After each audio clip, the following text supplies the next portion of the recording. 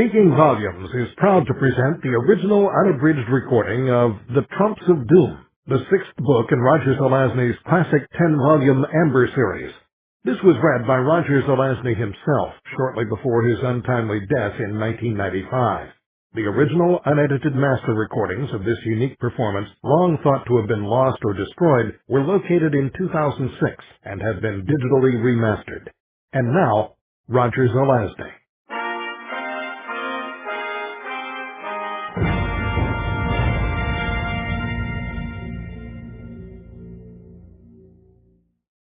It's a pain in the ass waiting around for someone to try to kill you.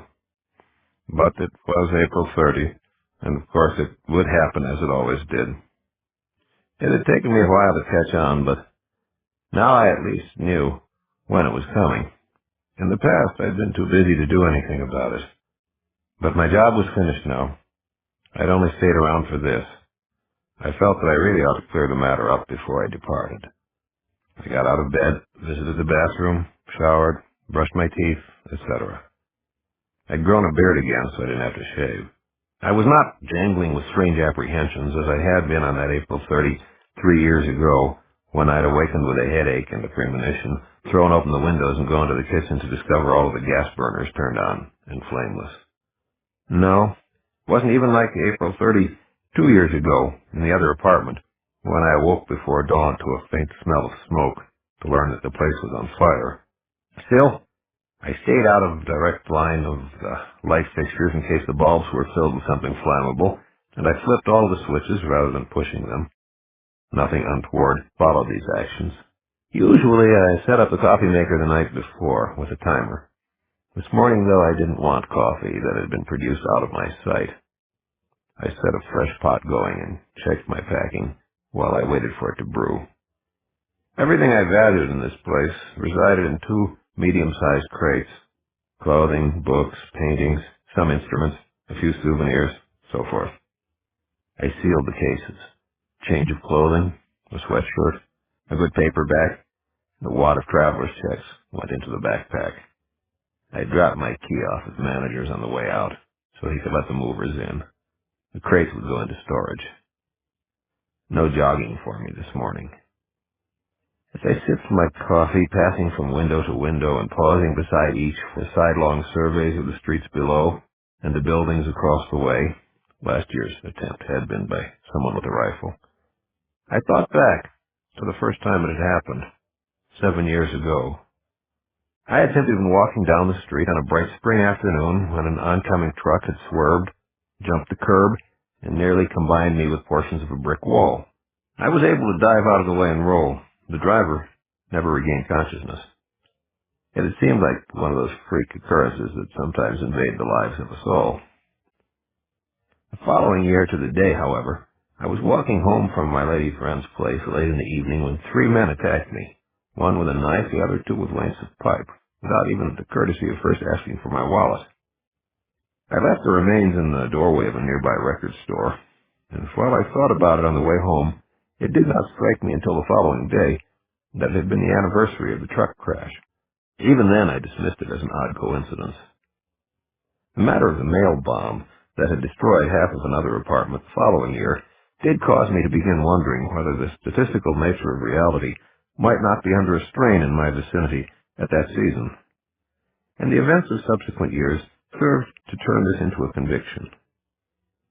Someone enjoyed trying to kill me once a year. It was as simple as that. The effort failing, there would be another year's pause before an attempt was made again. It seemed almost a game. But this year, I wanted to play too. My main concern was that he, she, or it seemed never to be present when the event occurred, favoring stealth and gimmicks or agents. I will refer to this person as S, which sometimes stands for sneak and sometimes for shithead in my private cosmology, because X has been overworked, and because I do not like to screw around with pronouns with disputable antecedents. I rinsed my coffee cup in the pot and set them in the rack. Then I picked up my bag and departed. Mr. Mulligan wasn't in, or was sleeping, so I left my key in his mailbox before heading up the street to take my breakfast at a nearby diner. Traffic was light, and all of the vehicles well behaved. I walked slowly, listening and looking. It was a pleasant morning, promising a beautiful day. I hoped to settle things quickly so I could enjoy it at my leisure. I reached the diner unmolested. I took a seat beside the window. Just as the waiter came to take my order, I saw a familiar figure swinging along the street. A former classmate and later fellow employee, Lucas Reynard, 6 feet tall, red-haired, handsome in spite or perhaps because of an artistically broken nose, with the voice and manner of the salesman he was.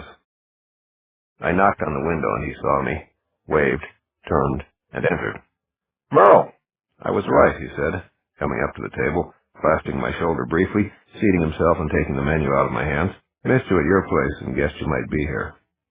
He lowered his eyes and began reading the menu. "Why?" I asked. "If you need more time to consider, I'll come back," the waiter said. "No," Luke answered, and read off an enormous order. I added my own. Then, "Because you're a creature of habit." "Habit?" I replied. "I hardly eat here anymore." "I know," he answered, "but you usually did when the pressure was on, like right before exams or if something was bothering you." I said. There did seem to be something to that, though I'd never before realized it. I spun the ashtray with its imprint of a unicorn's head, a smaller version of the stained glass one that stood as part of a partition beside the doorway. "I can't say why," I finally stated. "Besides, what makes you think something's bothering me?" "I remembered that paranoid thing you have about April 30 because of a couple of accidents." "More than a couple. I never told you about all of them." "So you still believe it?" "Yes." He shrugged. The waiter came by and filled our coffee cups. "Okay," he finally agreed. "Have you had it yet today?" "No." "Too bad. I hope it doesn't pall your thinking." I took a sip of coffee. "No problem," I told him. "Good." He sighed and stretched. "Listen, I just got back to town yesterday." "Have a good trip?" "Set a new sales record." "Great. Anyhow, I just learned when I checked in that you'd left." "Yeah, I quit about a month ago." "Miller's been trying to reach you, but with your phone disconnected, he couldn't call. He even stopped by a couple of times, but you were out." "Too bad." "He wants you back." "I'm finished there." "Where'd you hear the proposition, huh?" "Brady gets kicked upstairs, and you're the new head of design for a 20% pay hike. That's what he told me to tell you." I chuckled softly. "Actually, it doesn't sound bad at all, but, like I said, I'm finished." "Oh." His eyes glistened as he gave me a sly smile. "You do have something lined up someplace else." He was wondering. "Okay, if that's the case, he told me to tell you, bring him whatever the other guys offered. He'll try like hell to top it." I shook my head. "I guess I'm not getting through," I said. "I'm finished. Period. I don't want to go back. I'm not going to work for anyone else either. I'm done with this sort of thing. I'm tired of computers." "But you're really good." "Say, you going to teach?" "Nope." "Well, hell, you got to do something. Did you come in some money?" "No. I believe I'll do some traveling. I've been in one place too long." He raised his coffee cup and drained it. Then he leaned back, clasped his hands across his stomach, and lowered his eyelids slightly. He was silent for a time. Finally, "You said you were finished. Did you just mean the job and your life here, or something else as well?" "I don't follow you." "You had a way of disappearing. Back in college, too. You'd be gone for a while and then just to suddenly turn up again. You always were vague about it, too. Seemed like you were leading some sort of double life. Did that have anything to do with it?" "I don't know what you mean." He smiled. "Sure you do," he said. When I did not reply, he added, "Well, good luck with it, whatever." Always moving, seldom at rest, he fidgeted with the key ring while we had a second cup of coffee, bouncing and jangling keys and the blue stone pendant. Our breakfast finally arrived, and we ate in silence for a while. Then he asked, "You still have the Starburst?" "No, sold her last fall," I told him. "I've been so busy I just didn't have time to sail. Hated to see her idle." He nodded. "That's too bad," he said. "We had a lot of fun with her, back in school. Later, too. I'd like to take her out once more, for old time's sake." "Yes." "So you haven't seen Julia recently. No, not since we broke up. I think she's still going with some guy named Rick. Have you? Yeah. I stopped by last night. Why? He shrugged. She was one of the gang. We've all been drifting apart. How was she? Still looking good. She asked about you. He gave me this to give to you, too. He withdrew a sealed envelope from inside his jacket and passed it to me. It bore my name, in her handwriting. I tore it open and read, Merle, I was wrong. I know who you are, and there is danger. I have to see you. I have something you will need. It is very important. Please call or come by as soon as you can. Love, Julia. Thanks, I said, opening my pack and filing it. It was puzzling as well as unsettling. In the extreme. I'd have to decide what to do about it later. I still liked her more than I cared to think about, but I wasn't sure I wanted to see her again. But what did she mean about knowing who I am? I pushed her out of my mind. Again. I watched the traffic for a time and drank coffee and thought about how I first met Luke in our freshman year in the fencing club. He was unbelievably good. Still fence? I asked him. Sometimes. How about you? Occasionally. We never really did find out who was better. No time now, I said. He chuckled and poked his knife at me a few times. I guess not. When are you leaving? Probably tomorrow. I'm just cleaning up a few odds and ends. When that's done, I'll go. Where are you heading? Here and there. Haven't decided on everything yet. You're crazy. Uh-huh. Wanderjahr is what they used to call it. I missed out on mine. I want it now. Actually, it does sound pretty nice. Maybe I ought to try it myself sometime. Maybe so. I thought you took yours in installments, though. What do you mean? I wasn't the only one who used to take off a lot. Oh, that. He dismissed it with a wave of the hand. That was business, not pleasure. Had to do some deals to pay the bills. You going to see your folks? Strange question. Neither of us had ever spoken of our parents before, except in the most general terms. I don't think so, I said. How are yours? He caught my gaze and held it, his chronic smile widening slightly. Hard to say, he replied. We're kind of out of touch. I smiled, too. I know the feeling. We finished our food, had a final coffee. So, you won't be talking to Miller? He asked. No. He shrugged again. The check came by and he picked it up. This one's on me, he said. After all, I'm working.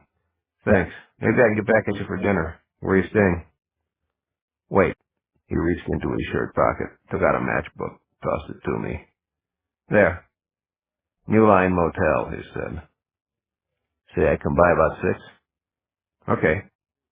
He settled up and we parted on the street. See you, he said. Yeah. Bye-bye, Luke Reynard. Strange man. We'd known each other for almost 8 years. Had some good times. Competed in a number of sports. Used to jog together almost every day. We'd both been on the track team. Dated the same girls sometimes. I wondered about him again. Strong, smart, and as private a person as myself. There was a bond between us, one that I didn't fully understand. I walked back to my apartment's parking lot and checked under my car's hood and frame before I tossed my pack inside and started the engine. I drove slowly, looking at things that had been fresh and new 8 years before, saying goodbye to them now. During the past week, I had said it to all the people who had mattered to me, except for Julia. It was one of those things I felt like putting off, but there was no time. It was either now or not at all, and my curiosity had been piqued. I pulled into a shopping mall's lot and located a payphone, but there was no answer when I rang her number. I supposed she could be working full-time on a day shift again, but she could also be taking a shower or be out shopping. I decided to drive on over to her place and see. It wasn't that far. And whatever it was that she had for me, picking it up would be a good excuse for seeing her this one last time. I cruised the neighborhood for several minutes before I located the parking space. I locked the car, walked back to the corner, and turned right. The day had grown slightly warmer. Somewhere, dogs were barking.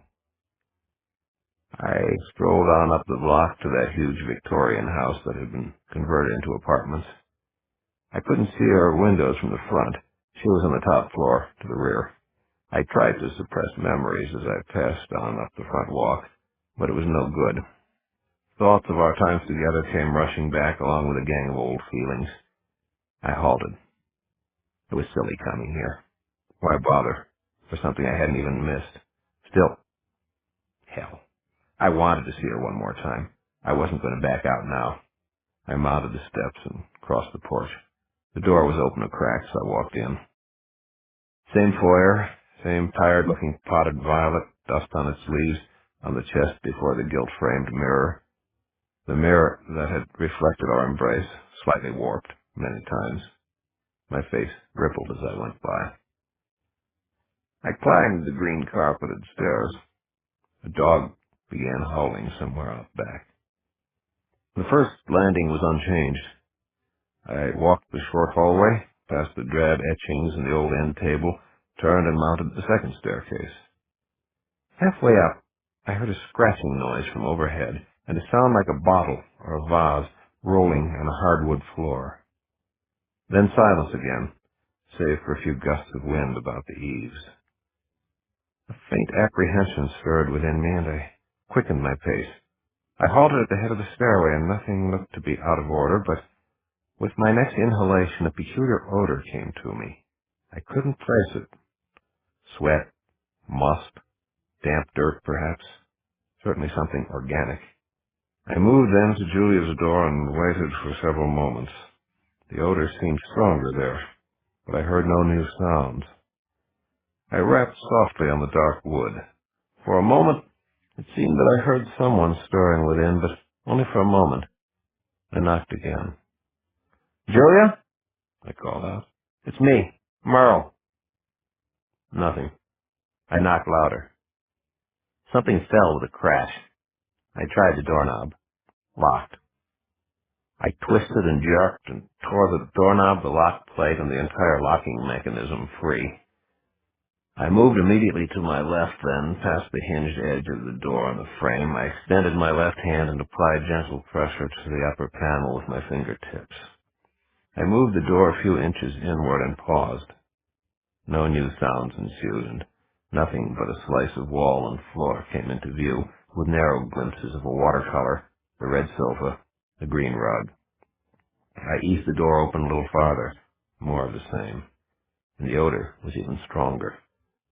I took a half step to my right and applied a steady pressure. Nothing, nothing, nothing. I snatched my hand away when she came into view, lying there, across the room, bloody. There was blood on the floor, the rug, a bloody disarray near the corner off to my left, upset furniture, torn cushions. I suppressed an impulse to rush forward. I took one slow step and then another, all of my senses alert. I crossed the threshold. There was nothing else, no one else in the room. Frock hair tightened about my wrist. I should have said something then, but my mind was elsewhere. I approached and knelt at her side. I felt sick. From the doorway, I had not been able to see that half of her face and her right arm were missing. She was not breathing, and her carotid was silent. She had on a torn and bloody peach-colored robe. There was a blue pendant about her neck. The blood that spilled beyond the rug onto the hardwood floor was smeared and tracked. They were not human footprints, however, but large, elongated, three-toed things, well padded, clawed. A draft, of which I had been only half-consciously aware, coming from the open bedroom door at my back, was suddenly diminished as the odor intensified. There came another quick pulsing at my wrist. There was no sound, though. It was absolutely silent, but I knew that it was there. I spun up out of my kneeling position into a crouch, turning. I saw a large mouthful of big teeth, bloody lips curled back around them. They lined the muzzle belonging to several hundred pounds of dog-like creature covered with coarse, moldy-looking yellow fur. Its ears, were like lumps of fungi, its yellow-orange eyes wide and feral. As I had no doubt whatever concerning its intentions, I hurled the doorknob, which I had been clutching half-consciously for the past minute. It glanced off the bony ridge above its left eye without noticeable effect. Still soundless, the thing sprang at me. Not even time for a word to Frakir. People who work in slaughterhouses know that there is a spot on an animal's forehead to be found by drawing an imaginary line from the right ear to the left eye and another from the left ear to the right eye. They aim the killing blow an inch or two above the junction of this X. My uncle taught me that. He didn't work in the slaughterhouse, though. He just knew how to kill things. So I spun forward and to the side as it sprang, and I struck a hammer blow at the death spot. It moved even faster than I'd anticipated, however, and when my fist struck it, it was already rushing by. Its neck muscles helped it to absorb the force of my blow. This drew the first sound from it, though, a yelp. It shook its head and turned with great speed then, and it was at me again. Now a low, rumbling growl came up from its chest, and its leap was high. I knew that I was not going to be able to sidestep this one. My uncle had also taught me how to grab a dog by the flesh on the sides of its neck and under the jaws. You need a good grip if it's a big one. You've got to get it just right. I had no real choice at the moment. If I tried to kick and missed, it would probably take off my foot. My hands shot forward and snaked upward, and I braced myself when we met. I was sure it outweighed me, and I had to meet its momentum as well. I'd had visions of losing fingers or a hand, but I got in under the jaw, caught hold and squeezed. I kept my arms extended and leaned into the impact. I was shaken by the force of its lunge, but I was able to maintain my grip and absorb it. As I listened to the growls and regarded the slavering muzzle a foot or so away from my face, I realized that I hadn't thought much beyond this point. With a dog, you might be able to bash its head against anything hard and handy. Its carotids are too deeply buried to rely on direct pressure to take it out. But this thing was strong, and my grip was already beginning to slip against its frantic twisting. As I held its jaws away from me and kept pushing it upward, I also realized that it was taller than I was when extended along the vertical. I could try for a kick at its soft underside, but I would probably go off balance as well as lose my grip, and then my groin would be exposed to its teeth. But it twisted free of my left hand, and I had no choice but to use my right or lose it. So I pushed as hard as I could and retreated again. I had been looking for a weapon, any weapon, but there was nothing handy that would serve. It lunged again, coming for my throat, coming too fast and high for me to manage a kick to its head. I couldn't get out of its way either.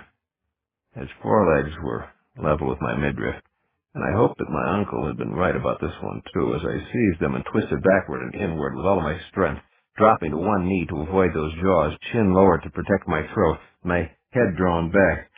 Bones popped and crunched as I twisted, and its head lowered almost immediately to attack my wrists, but by then I was already rising, thrusting forward, springing up. It went over backward, twisted, and almost caught itself. When its paws struck the floor, however, it made a sound halfway between a whimper and a snarl, and collapsed forward. I was about to try for another blow to the skull when it recovered its footing, moving faster than I thought it could. It raised its right foreleg immediately upon standing and balanced itself on three legs, still growling, eyes fixed on my own, saliva dampening its lower jaw. I moved slightly to my left, certain that it was about to rush me yet again, angling my body, positioning myself in a way that no one had taught me because I do occasionally have original thoughts. It was a little slower when it came for me this time. Maybe I could have gone for the skull and gotten it. I don't know because I didn't try. I seized it once more by the neck, and this time it was familiar territory. It would not pull away as it had before in the few moments I needed. Without breaking its momentum, I turned and dropped low and thrust and pulled, adding some guidance to its trajectory. It turned in midair, its back striking the window. With a shattering, splintering sound, it passed through, taking most of the frame, the curtain, and the curtain rod along with it. I heard it hit 3 stories below. When I rose and looked out, I saw it twitch a few times and grow still, there on the concrete patio, where Julia and I had often had a midnight beer.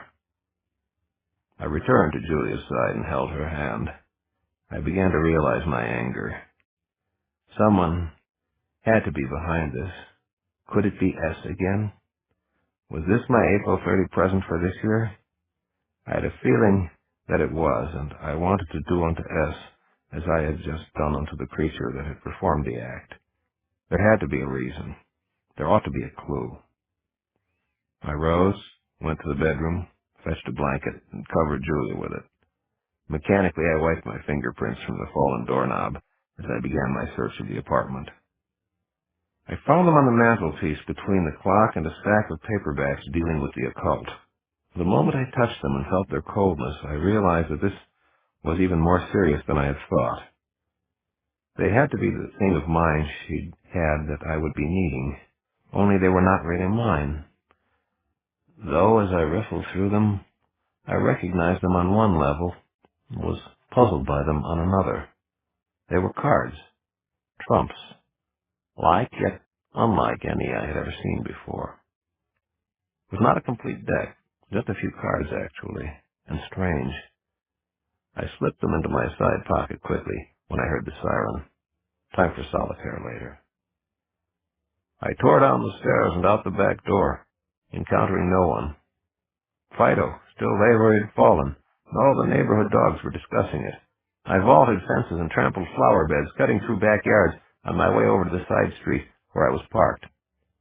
Minutes later, I was miles away, trying to scrub the bloody paw prints from my memory.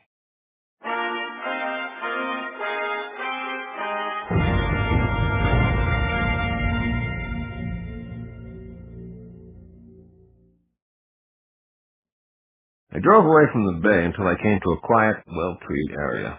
I stopped the car and got out and walked. After a long while, I located a small, deserted park. I seated myself on one of the benches, took out the trumps, and studied them. A few seemed half familiar, and the rest were totally puzzling. I stared too long at one and seemed to hear a siren song. I put them down. I did not recognize the style. This was extremely awkward. I was reminded of the story of a world-famous toxicologist who inadvertently ingested a poison for which there was no antidote. The question foremost in his mind was, had he taken the lethal dose? He looked it up in a classic textbook that he himself had written years before. According to his own book, he'd had it. He checked another written by an equally eminent professional. According to that one, he had taken only about half the amount necessary to do in someone of his body mass. So he sat down and waited, hoping he'd been wrong. I felt that way because I am an expert on these things. I thought that I knew the work of everyone who might be capable of producing such items. I picked up one of the cards, which held a peculiar, almost familiar fascination for me, depicting a small grassy point jutting out into a quiet lake, a sliver of something bright, glistening, unidentifiable off to the right. I exhaled heavily upon it, fogging it for an instant, and struck it with my fingernail. It rang like a glass bell and flickered to life. Shadows swam and pulsed as the sea inched into evening. I passed my hand over it, and it grew still once again. Back to lake, grasses, daytime. Very distant. Time's stream flowed faster there in relationship to my present situation. Interesting. I groped for an old pipe with which I sometimes indulged myself, filled it, lit it, puffed it, and mused. The cards were functional all right, not some clever imitations. Though I did not understand their purpose, that was not my main concern at the moment. Today was April 30, and I faced death once again. I had yet to confront the person who had been playing with my life. S had again employed a proxy menace. That was no ordinary dog I had destroyed.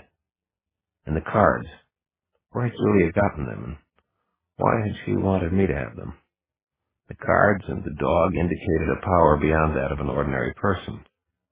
All along I had thought I'd been the subject of the unwelcome attention of some psycho, whom I could deal with at my leisure. But this morning's events put an entirely different complexion on the case. It meant that I had one hell of an enemy somewhere. I shuddered. I wanted to talk to Luke again, get him to reconstruct their conversation of the previous evening, see whether Julia had said anything that might provide me with a clue. I'd like to go back and search her apartment more carefully, too, but that was out of the question. The cops had pulled up in front of the place as I was driving away. There'd be no getting back in for some time. Rick. There was Rick Kinsky, the guy she'd begun seeing after we'd broken up. I knew him on sight. A thin, mustached, cerebral sort, thick glasses and all. He managed a bookstore I'd visited once or twice. I didn't know him beyond that, though. Perhaps he could tell me something about the cards and how Julia might have gotten into whatever situation it was that had cost her life. I brooded a little longer, then put the cards away. I wasn't about to fool with them any further. Not yet. First, I wanted as much information as I could get. I headed back for the car. As I walked, I reflected that this April 30 wasn't over. Suppose S didn't really consider this morning's encounter as aimed directly at me. In that case, there was plenty of time for another attempt. I also had a feeling that if I began getting close, S would forget about dates and go for my throat whenever there was an opening. I resolved not to let my guard down at all henceforth, to live as in a state of siege until this matter was settled. And all of my energies were now going to be directed toward settling it. My well-being seemed to require the destruction of my enemy very soon. Should I seek counsel, I wondered, and if so, from whom? There was an awful lot I still didn't know about my heritage. No, not yet, I decided. I had to make every effort to handle things myself. Besides the fact that I wanted to, I needed the practice. It's necessary to be able to deal with nasty matters where I come from. I drove, looking for a payphone and trying not to think of Julia as I had last seen her. A few clouds blew in from the west. My watch ticked on my wrist next to unseen fracture. The news on the radio was international and cheerless. I stopped in a drugstore and used a phone there to try to reach Luke at his motel. He wasn't in, so I had a club sandwich and a milkshake in the dining area and tried again afterward. Still out. Okay, catch him later. I headed into town. The Browsery, as I recall, was the name of the bookstore where Rick worked. I drove by and saw that the place was open. I parked a couple of blocks up the street and walked back. I had been alert all of the way across town, but could not detect any sign that I was being followed. A cool breeze touched me as I walked, hinting of rain. I saw Rick through the store's window, seated at his high counter reading a book. There was no one else in sight in the place. A small bell jangled above the door as I entered, and he looked up. He straightened and his eyes widened as I approached. "Hi," I said, pausing then for a moment. "Rick, I don't know whether you remember me." "You're Merle Corey," he stated softly. "Right." I leaned on the counter and he drew back. "I wondered whether you might be able to help me with a little information." "What kind of information?" "It's about Julia," I said. "Look," he answered, "I never went near her until after you two broke up." "Huh? No, you don't understand. I don't care about that. It's more recent information that I need. She'd been trying to get in touch with me this past week, and—" He shook his head. "I haven't heard from her for a couple months." "Oh?" "Yeah, we stopped seeing each other. Different interests, you know." "Was she okay when you stopped seeing each other?" "I guess so." I stared straight into his eyes, and he winced. I didn't like that. "I guess so." I could see that he was a little afraid of me, so I decided to push it. "What do you mean, different interests?" I asked. "Well, she got a little weird, you know," he said. "I don't know. Tell me." He licked his lips and looked away. "I don't want any trouble," he stated. "I'd rather not indulge either. What was the matter?" "Well," he said, she was scared." "Scared? Of what?" Of you." "Me? That's ridiculous. I never did anything to frighten her." "What'd she say?" "She never said it in so many words, but I could tell whenever your name came up. Then she developed all these funny interests." "You lost me," I said, completely. "She got weird? She got funny interests? What kind? What's going on?" "I really don't understand. I'd like to." He got to his feet and headed for the rear of the store, glancing at me as if I should follow him. I did. He slowed when he reached a section full of books on natural healing and organic farming and martial arts and herbal remedies and having babies at home, but he went on past it into the hardcore occult section. "Here," he said, halting. She borrowed a few of these, brought them back, borrowed a few more. I shrugged. That's all? That's hardly weird. But she really got into it. So do other people. Let me finish, he went on. She started with theosophy, even attended meetings of a local group. She got turned off on it fairly quick, but by then she'd met some people with different connections. Pretty soon she was hanging around with Sufis, Gurdjieffs, even a shaman. Interesting, I said. No yoga? No yoga. When I asked her the same thing, she said that it was power she was after, not samadhi. Anyhow, she just kept finding stranger and stranger acquaintances. The atmosphere got too rarefied for me, so I said goodbye. I wonder why, I mused. Here, he said, take a look at this one. He tossed me a black book and stepped back. I caught it. It was a copy of the Bible. I opened it to the publishing credits page. Something special about this edition, I asked. He sighed. No, I'm sorry. He took it back and replaced it on the shelf. Just a minute, he said. He returned to the counter and took a cardboard sign from a shelf beneath it. It read, "Just stepped out, will reopen at," and there was a clock face beneath it with movable hands. He set them to indicate a time a half hour hence, and went and hung the sign in the door's window. Then he shot the bolt and gestured for me to follow him to a room in the rear. The back office contained a desk, a couple of chairs, cartons of books. He seated himself behind the desk and nodded toward the nearest chair. I took it. He switched on a telephone answering machine then, removed a stack of forms and correspondence from the blotter, opened a drawer and took out a bottle of Chianti. Care for a glass? He asked. Sure, thanks. He rose and stepped through the open door to a small lavatory. He took a pair of glasses from a shelf and rinsed them. He brought them back, set them down, filled both, and pushed one in my direction. They were from the Sheraton. Sorry, I tossed the Bible at you, he said, raising his glass and taking a sip. You looked as if you expected me to go up in a puff of smoke. He nodded. I'm really convinced that the reason she wants power has something to do with you. Are you into some form of occultism? No. She talks sometimes as if you might even be a supernatural creature yourself. I laughed. He did too after a moment. I don't know, he said, and there are a lot of strange things in the world. They can't all be right, but I shrugged. Who knows?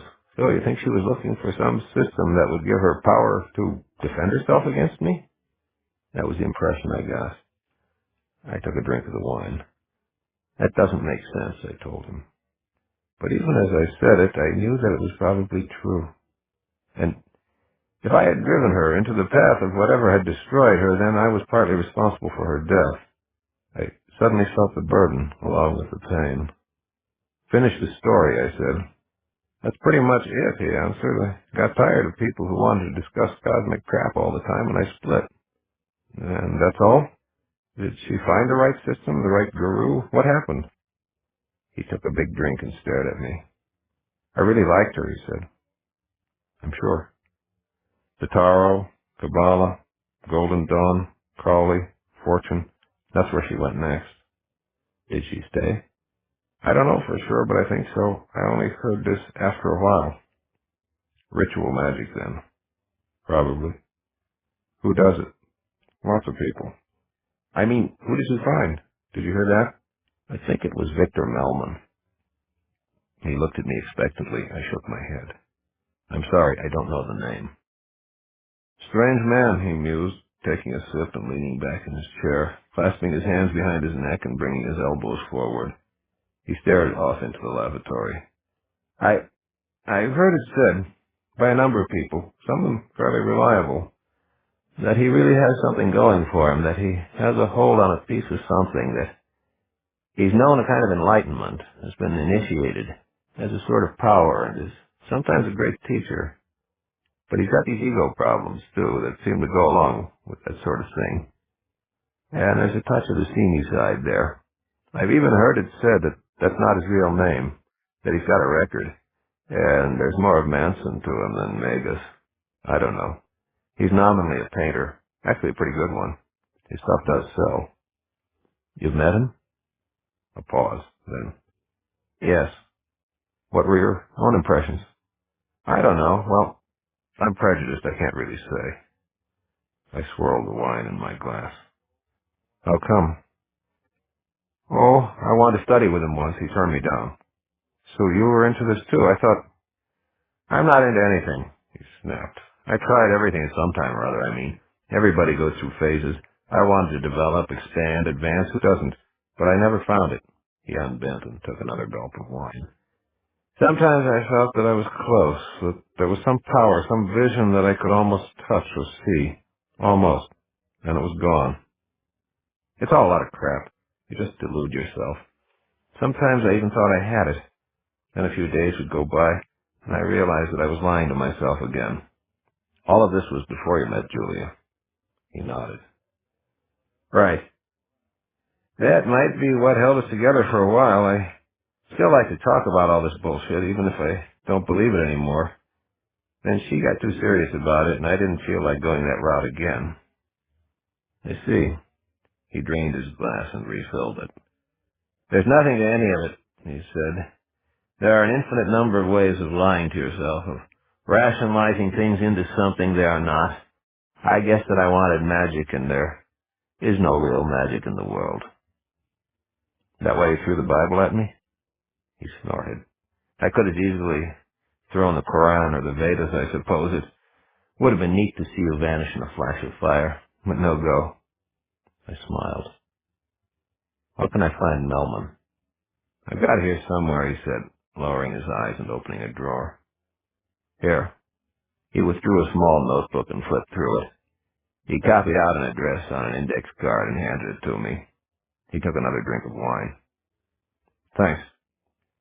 It's his studio, but he lives there too, he added. I nodded and set down my glass. I appreciate everything he told me. He raised the bottle. Have another drink? No, thanks. He shrugged and topped off his own. I rose. You know, it's really sad, he said. What? That there's no magic, that there never was, there probably never will be. That's the breaks, I said. The world would be a lot more interesting place. Yeah. I turned to go. Do me a favor, he said. What? On the way out, set that sign for 3 o'clock and let the bolt on the door snap shut again. Sure. I left him there and did those things. The sky had grown a lot darker, the wind a bit more chill. I tried again to reach Luke from a phone on the corner, but he was still out. We were happy. It had been a terrific day. The weather was perfect, and everything we did had worked out right. We went to a fun party that evening, and afterward had a late dinner at a really good little place we'd stumbled upon by accident. We lingered over drinks, hating for the day to end. We decided then to prolong a winning streak, and we drove to an otherwise deserted beach where we sat around and splashed around and watched the moon and felt the breezes. For a long while, I did something then that I'd sort of promised myself I would not. Hadn't Faust thought a beautiful moment worth a soul?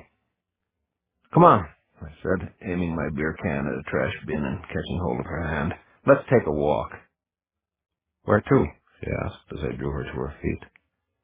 Fairyland, I replied, to the fabled realms of yore. Eden. Come on. Laughing, she let me lead her along the beach toward a place where it narrowed, squeezing by high embankments. The moon was generous and yellow, the sea sang my favorite song. We strolled hand in hand past the bluffs, where a quick turning of the way took us out of sight of our stretch of sand. I looked for the cave that should be occurring soon, high and narrow. The cave, I announced moments later. Let's go in. It'll be dark. Good, I said, and we entered. The moonlight followed us for about 6 paces. By then, though, I had spotted the turn-off to the left. This way, I stated. It is dark. Sure. Just keep hold of me a little longer. It'll be okay. 15 or 20 steps, and there was a faint illumination to the right. I led her along that turning, and the way brightened as we advanced. We may get lost, she said softly. I don't get lost, I answered her. It continued to brighten.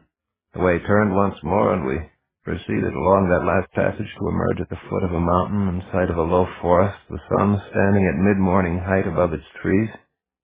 She froze, blue eyes wide. It's daytime, she said. Tempest fugit, I replied. Come on. We walked through the woods for a time, listening to the birds and the breezes. dark-haired Julia and I led her after a while through a canyon of colored rocks and grasses beside a stream that flowed into a river. We followed the river until we came abruptly to a precipice, whence it plunged a mighty distance, casting rainbows and fogs. Standing there, staring out across the great valley that lay below, we beheld a city of spires and gilt and crystal through morning and mist. "Where are we?" she asked. "Just around the corner," I said. "Come."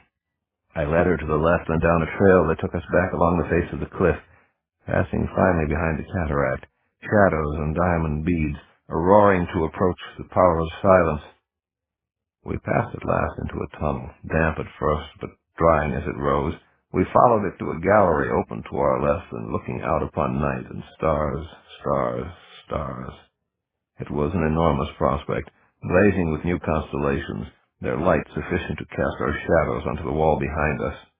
She leaned over the low parapet, her skin some rare polished marble, and she looked downward. "They're down there too," she said, "and to both sides. There's nothing below but more stars, and to the sides. Yes, pretty things, aren't they?" We remained there for a long while, watching, before I could persuade her to come away and follow the tunnel farther. It bore us out again. Behold a ruined classical amphitheater beneath a late afternoon sky. Ivy grew over broken benches and fractured pillars. Here and there lay a shattered statue as if cast down by earthquake. Very picturesque. I thought she'd like it, and I was right. We took turns seating ourselves and speaking to each other. The acoustics were excellent. We walked away then, hand in hand, down myriad ways beneath skies of many colors, coming at last in sight of a quiet lake with the sun entering evening upon its farther shore. There was a glittering mass of rock off to my right. We walked out upon a small point cushioned with mosses and ferns. I put my arms around her, and we stood there for a long time, and the wind in the trees was lute song counterpointed by invisible birds. Later still, I unbuttoned her blouse. "Right here?" she said. "I like it here, don't you?" "It's beautiful." "Okay, wait a minute." So we lay down and loved till the shadows covered us. After a time, she slept, as I desired. I set a spell upon her to keep her asleep, for I was beginning to have second thoughts over the wisdom of making this journey. Then I dressed both of us and picked her up to carry her back. I took a shortcut. On the beach from which we'd departed, I put her down and stretched out beside her. Soon I slept also. We did not awaken till after the sun was up, when the sounds of bathers roused us. She sat up and stared at me. "Last night," she said, "could not have been a dream. But it couldn't have been real either. Could it?" "I guess so," I said. She furrowed her brow. "What did you just agree to?" she asked. "Breakfast," I said. "Let's go get some. Come on." "Wait a minute." She put a hand on my arm. Something unusual happened. What was it? Why destroy the magic by talking about it? Let's go eat. She questioned me a lot in the days that followed, but I was adamant in refusing to talk about it. Stupid. The whole thing was stupid. I should never have taken her on that walk. It contributed to that final argument that set us permanently apart. And now, driving, as I thought about it, I realized something more than my stupidity. I realized that I had been in love with her, that I still loved her. Had I not taken her on that walk, or had I acknowledged her later accusation that I was a sorcerer, she would not have taken the route that she took, seeking power of her own, probably for self-protection. She would be alive. I bit my lip and cried out. I cut around the braking car in front of me and crashed a light. If I had killed the thing I loved, I was certain that the opposite was not going to be true.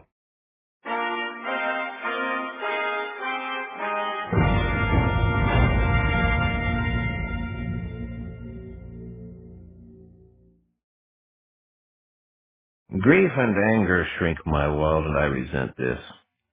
They seem to paralyze my memory of happier times, of friends, places, things, options. Squeezed by the grip of intense, unsettling emotion, I grow smaller in my single-mindedness. I suppose it is partly because I have discarded a range of choices, impairing in some measure my freedom of will. I don't like this, but after a point I have small control over it. It makes me feel that I have surrendered to a kind of determinism, which irritates me even more. Then, vicious cycle, this feeds back into the emotion that drives me and intensifies it.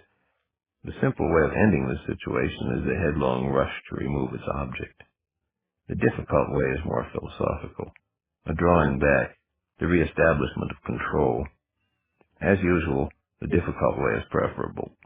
A headlong rush may also result in a broken neck. I parked in the first place that I saw, opened the window, lit my pipe. I vowed not to depart until I'd grown calm. All my life I've had a tendency to overreact to things. It seems to run in my family. But I did not want to be like the others. They made a lot of trouble for themselves that way. The full-scale, all-or-nothing reaction may be all right if you always win, but that way also lies high tragedy, or at least opera, if you happen to be up against something extraordinary. And I did have indications that this was the case. Therefore, I was a fool. I told myself this till I believed it.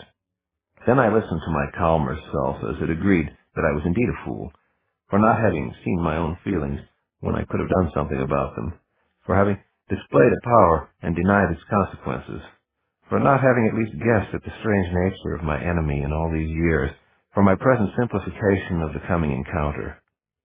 It would not do to seize Victor Melman on sight and try to beat the truth out of him. I resolved to proceed carefully, covering myself at all times. Life is never simple, I told myself. Sit still and gather, regroup. Slowly, I felt the tension go out of me. Slowly, too, my world grew again, and I saw within it the possibility that S really knew me well, and may even have arranged events so that I would dispense with thinking and surrender to the moment. No, I would not be like the others. I sat there and thought for a long while before I started the engine again and drove on slowly. It was a grimy brick building situated on a corner. It was 4 stories in height, with occasional spray-painted obscenities on the alley side and on the wall facing the narrower street. I discovered the graffiti, a few broken windows, and the fire escape as I strolled slowly about the place, looking it over. By then a light rain was just beginning to fall. The lower 2 stories were occupied by the Brutus Storage Company, according to a sign beside the stairs in a small hallway I entered. The place smelled of urine, and there was an empty Jack Daniels bottle lying on the dusty windowsill to my right. 2 mailboxes hung upon the flaking wall. One said Brutus Storage, the other bore the legend VM. Both were empty. I mounted the stair, expecting it to creak. It did not. There were 4 knobless doors letting upon the second-floor hallway, all of them closed. The outlines of what might be cartons were visible through several defrosted panes in their upper sections. There were no sounds from within. I surprised a black cat dozing on the next stairway. She arched her back, showed me her teeth, made a hissing noise, then turned and bounded up the stairs and out of sight. The next landing also had 4 doors, 3 of them apparently non-functional.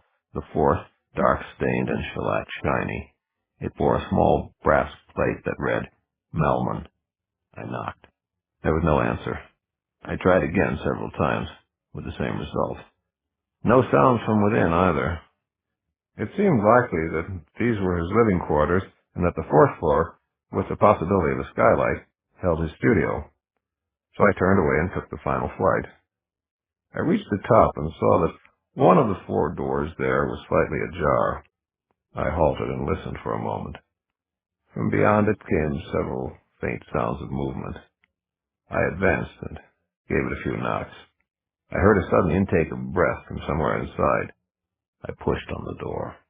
He stood about 20 feet away beneath a large skylight, and he had turned to face me. A tall, broad-shouldered man with dark beard and eyes. He held a brush in his left hand and a palette in his right. He wore a paint-smeared apron over his Levi's and had on a plaid sports shirt. The easel at his back held the outlines of what could be a Madonna and Child. There were a great many other canvases about, all of them facing the walls or covered. "Hello," I said. "You are Victor Melman?" He nodded, neither smiling nor frowning, placed his palette on a nearby table, his brush into a jar of solvent. He picked up a damp-looking cloth then and wiped his hands with it. "And yourself?" he asked, tossing the cloth aside and facing me again. "Merle Corey. You knew Julia Barnes." "I don't deny it," he said. "Your use of the past tense would seem to indicate—" "She's dead, all right. I want to talk to you about it." "All right," he said, untying his apron. "Let's go downstairs, then. No place to sit up here." He hung the apron upon a nail near the door and stepped outside. I followed him. He turned back and locked the studio before proceeding down the stairs. His movements were smooth, almost graceful. I could hear the rain on the roof. He used the same key to unlock the dark door on the third floor. He drew the door open and stood aside, gesturing for me to enter. I did, traversing a hallway that led past the kitchen, its counters covered with empty bottles, stacks of dishes, pizza cartons. Bursting bags of trash leaned against cupboards. The floor looked sticky here and there, and the place smelled like a spice factory next door to a slaughterhouse. The living room, which I came to next, was large, with a comfortable-looking pair of black sofas facing each other across a battlefield of oriental carpets and miscellaneous tables, each of which bore several overflowing ashtrays. There was a beautiful concert-sized piano in the far corner before a wall covered with heavy red drapery. There were numerous low bookcases filled with occult materials, stacks of magazines beside them, atop them, and alongside a few easy chairs. What could be the corner of a pentacle protruded slightly from beneath the largest rug. The stale smells of incense and pot lingered in patches. To my right there was an archway leading to another room, a closed door to my left. Paintings of a semi-religious nature, which I took to be his work, were hung on several of the walls. There was a Chagall-like quality to them. Quite good. "Have a seat." He gestured toward an easy chair, and I took it. "Care for a beer?" "Thank you, no." He seated himself on the nearest sofa, clasped his hands, and stared at me. "What happened?" he asked. I stared back at him. "Julia Barnes got interested in occult systems," I said. "She came to you to learn more about them. She died this morning under very unusual circumstances." The left corner of his mouth twitched slightly. He made no other movement. "Yes, she was interested in such matters," he said. "She came to me for instruction, and I provided it." "I want to know why she died." He continued to stare. "Her time was up," he said. "It happens to everybody, in the long run. She was killed by an animal that should not exist here. Do you know anything about it? The universe is a stranger place than most of us can imagine. Do you know or don't you?" "I know you," he said, smiling for the first time. "She spoke of you, of course." "What does that mean?" "It means," he answered, "that I know you are more than a little aware of such matters yourself." "And so?" "The arts have a way of bringing the right people together at the proper moment when there is work in progress." "And that's what you think this is all about?" "I know it." "How?" "It was promised." "So you were expecting me?" "Yes." "Interesting. Would you care to tell me more about it?" "I'd rather show you." "You say that something was promised. How? By whom?" "All of that will become clear shortly." "And Julia's death?" "That too, I'd say." "How do you propose rendering me this enlightenment?" He smiled. "I just want you to take a look at something," he said. "All right, I'm willing. Show me." He nodded and rose. "It's in here," he explained, turning and heading toward the closed door. I got to my feet and followed him across the room. He reached into his shirt front and drew up a chain. He lifted it over his head, and I could see that it bore a key. He used it to unlock the door. "Go in," he said, pushing it open and stepping aside. I entered. It was not a large room, and it was dark. He flipped a switch, and a blue light of small wattage came on within a plain fixture overhead. I saw then that there was one window directly across from me, and that all of its panes had been painted black. There were no furnishings, save for a few cushions scattered here and there across the floor. A portion of the wall to my right was covered with black drapery. The other walls were unadorned. "I'm looking," I said. He chuckled. A moment, he advised me. "Have you any idea of my major concern in the occult arts?" "You're a Kabbalist," I stated. "Yes," he admitted. "How could you tell?" "People in Eastern disciplines tend to run a tight ship," I said, "but Kabbalists always seem to be slobs." He snorted. "It's all a matter of what's really important to you," he said then. "Exactly." He kicked a cushion into the middle of the floor. "Have a seat," he said. "I'll stand." He shrugged. "Okay," he said, and he began muttering softly. I waited. After a time, still speaking quietly, he moved to the black curtain. He opened it with a single, quick movement, and I stared. A painting of the Kabbalistic tree of life was revealed, showing the 10 Sephira and some of their qliphonic aspects. It was beautifully executed, and the sense of recognition that struck me as I regarded it was unsettling. It was no standard item from some head shop, but rather an original painting. It was not, however, in the style of any of the works hanging in the other rooms. Still, it was familiar to me. As I studied it, I had no doubt whatsoever that it had been painted by the same person who had done the trumps I had found in Julia's apartment. Melman continued his incantation as I regarded the painting. "Is this your work?" I asked him. He did not answer me. Instead, he advanced and pointed, indicating the third Sephiroth, the one called Bina. I studied it. It seemed to represent a wizard before a dark altar, and... No. I couldn't believe it. It shouldn't. I felt a contact with that figure. It was not just symbolic. He was real, and he was summoning me. He loomed larger, grew three-dimensional. The room began to fade about me. I was almost... there. It was a place of twilight, a small glade in a twisted wood. An almost bloody light illuminated the slab before me. The wizard, his face hidden by cowl and shadow, manipulated objects upon the stone, his hands moving too rapidly for me to follow. From somewhere, I still seemed to hear the chanting, faintly. Finally, he raised a single object in his right hand and held it steady. It was a black obsidian dagger. He laid his left arm upon the altar and brushed it across the surface, sweeping everything else to the ground. He looked at me for the first time. "Come here," he said then. I began to smile at the stupid simplicity of the request, but then I felt my feet move without my willing them to do so, and I knew that a spell lay upon me in this dark shadow. I thanked another uncle, who dwelled in the most distant place imaginable, as I began to speak in Tari, a spell of my own. A piercing cry as of some swooping night bird rent the air. The wizard was not distracted, nor my feet freed, but I was able to raise my arms before me. I kept them at the proper level, and when they reached the forward edge of the altar, I cooperated with the summoning spell, increasing the force of each automaton-like step that I took. I let my elbows bend. The wizard was already swinging the blade toward my fingers, but it didn't matter. I put all of my weight behind it and heaved at the stone. The altar toppled backwards. The wizard scurried to avoid it, but it struck one, perhaps both, of his legs. Immediately, as he fell to the ground, I felt the spell depart from me. I could move properly again, and my mind was clear. He drew his knees up to his chest and began to roll, even as I leaped over the wrecked altar and reached toward him.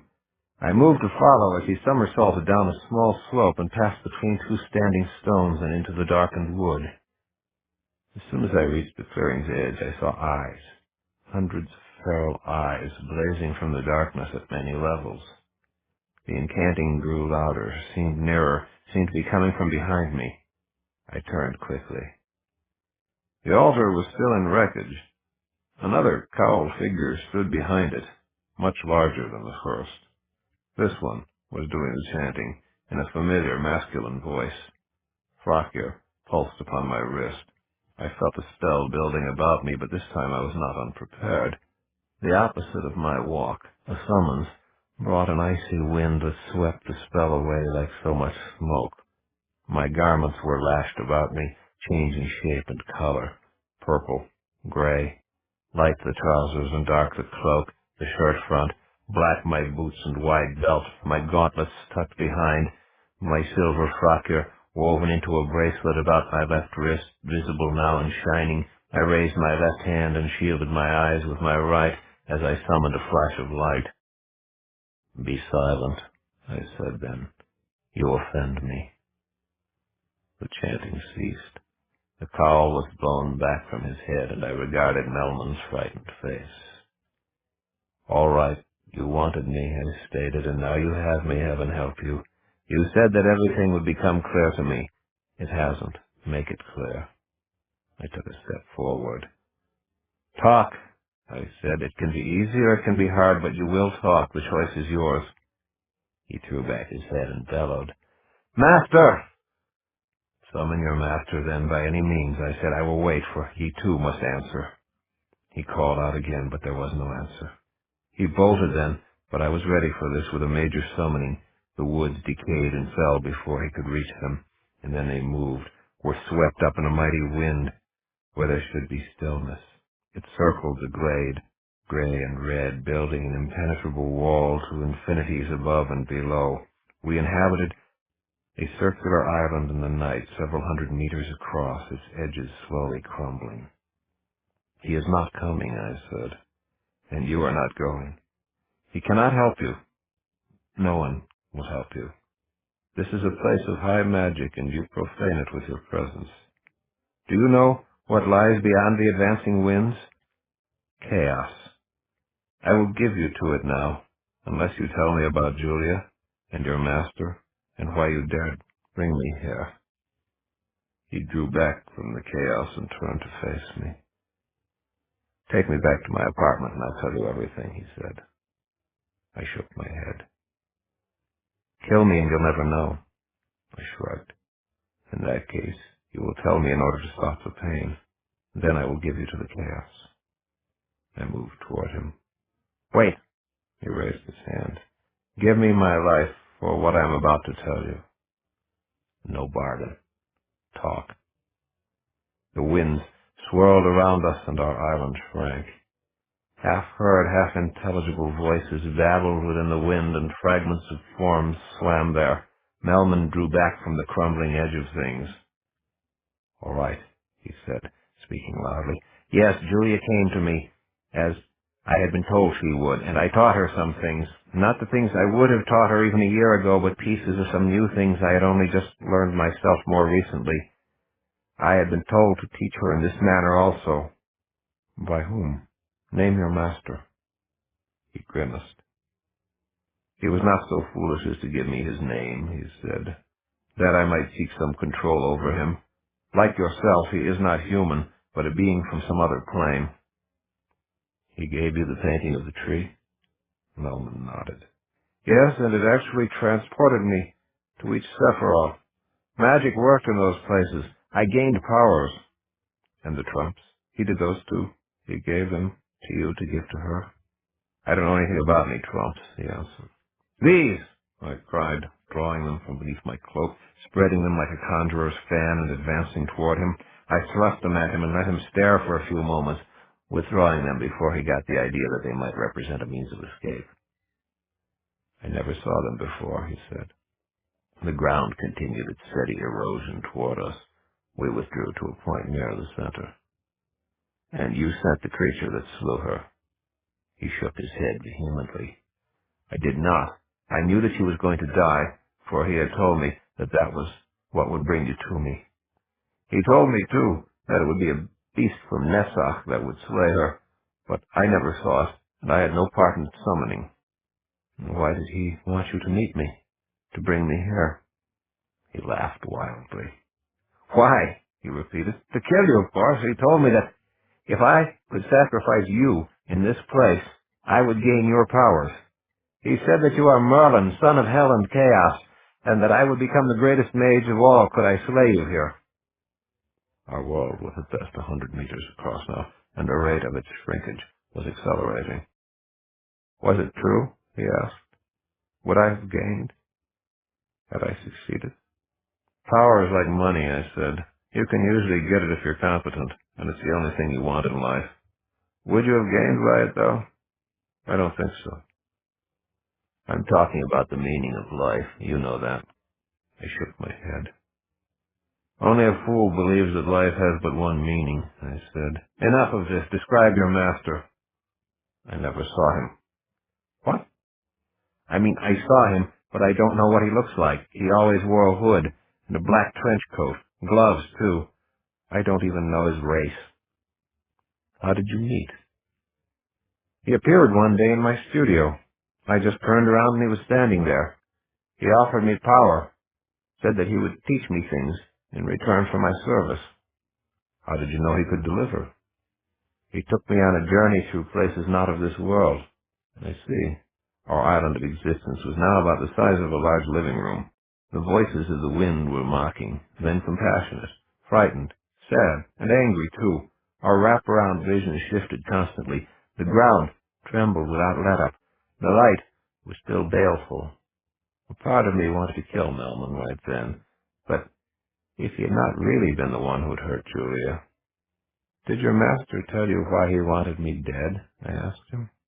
He licked his lips and glanced back at the advancing chaos. He said that you were his enemy, he explained, but he never told me why. And he said that it was going to happen today, that he wanted it to happen today. Why today? He smiled briefly. I suppose because it's Walpurgisnacht, he replied, though he never actually said that. That's all, I said. He never mentioned where he was from. He once referred to something called the Keep of the Four Worlds, as if it were important to him. And you never felt that he was simply using you. He smiled. Of course he was using me, he replied. We all use somebody. That is the way of the world. But he paid for this use, with knowledge and power, and I think his promise may yet be fulfilled. He seemed to be glancing at something behind me.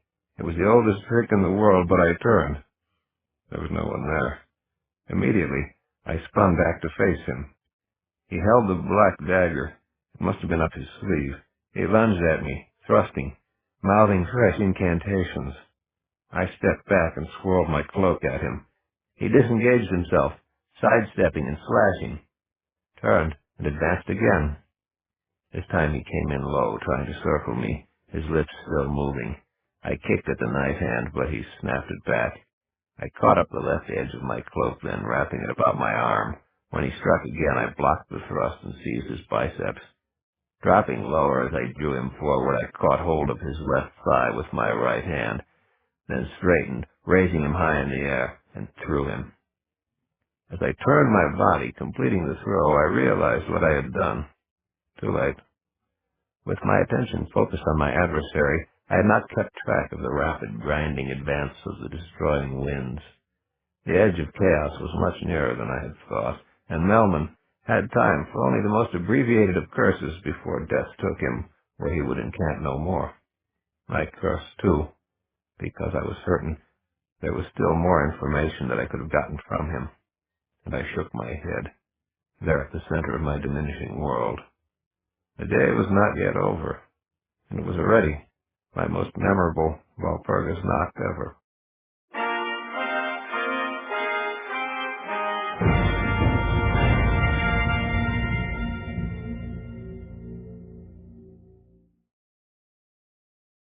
It was a long walk back.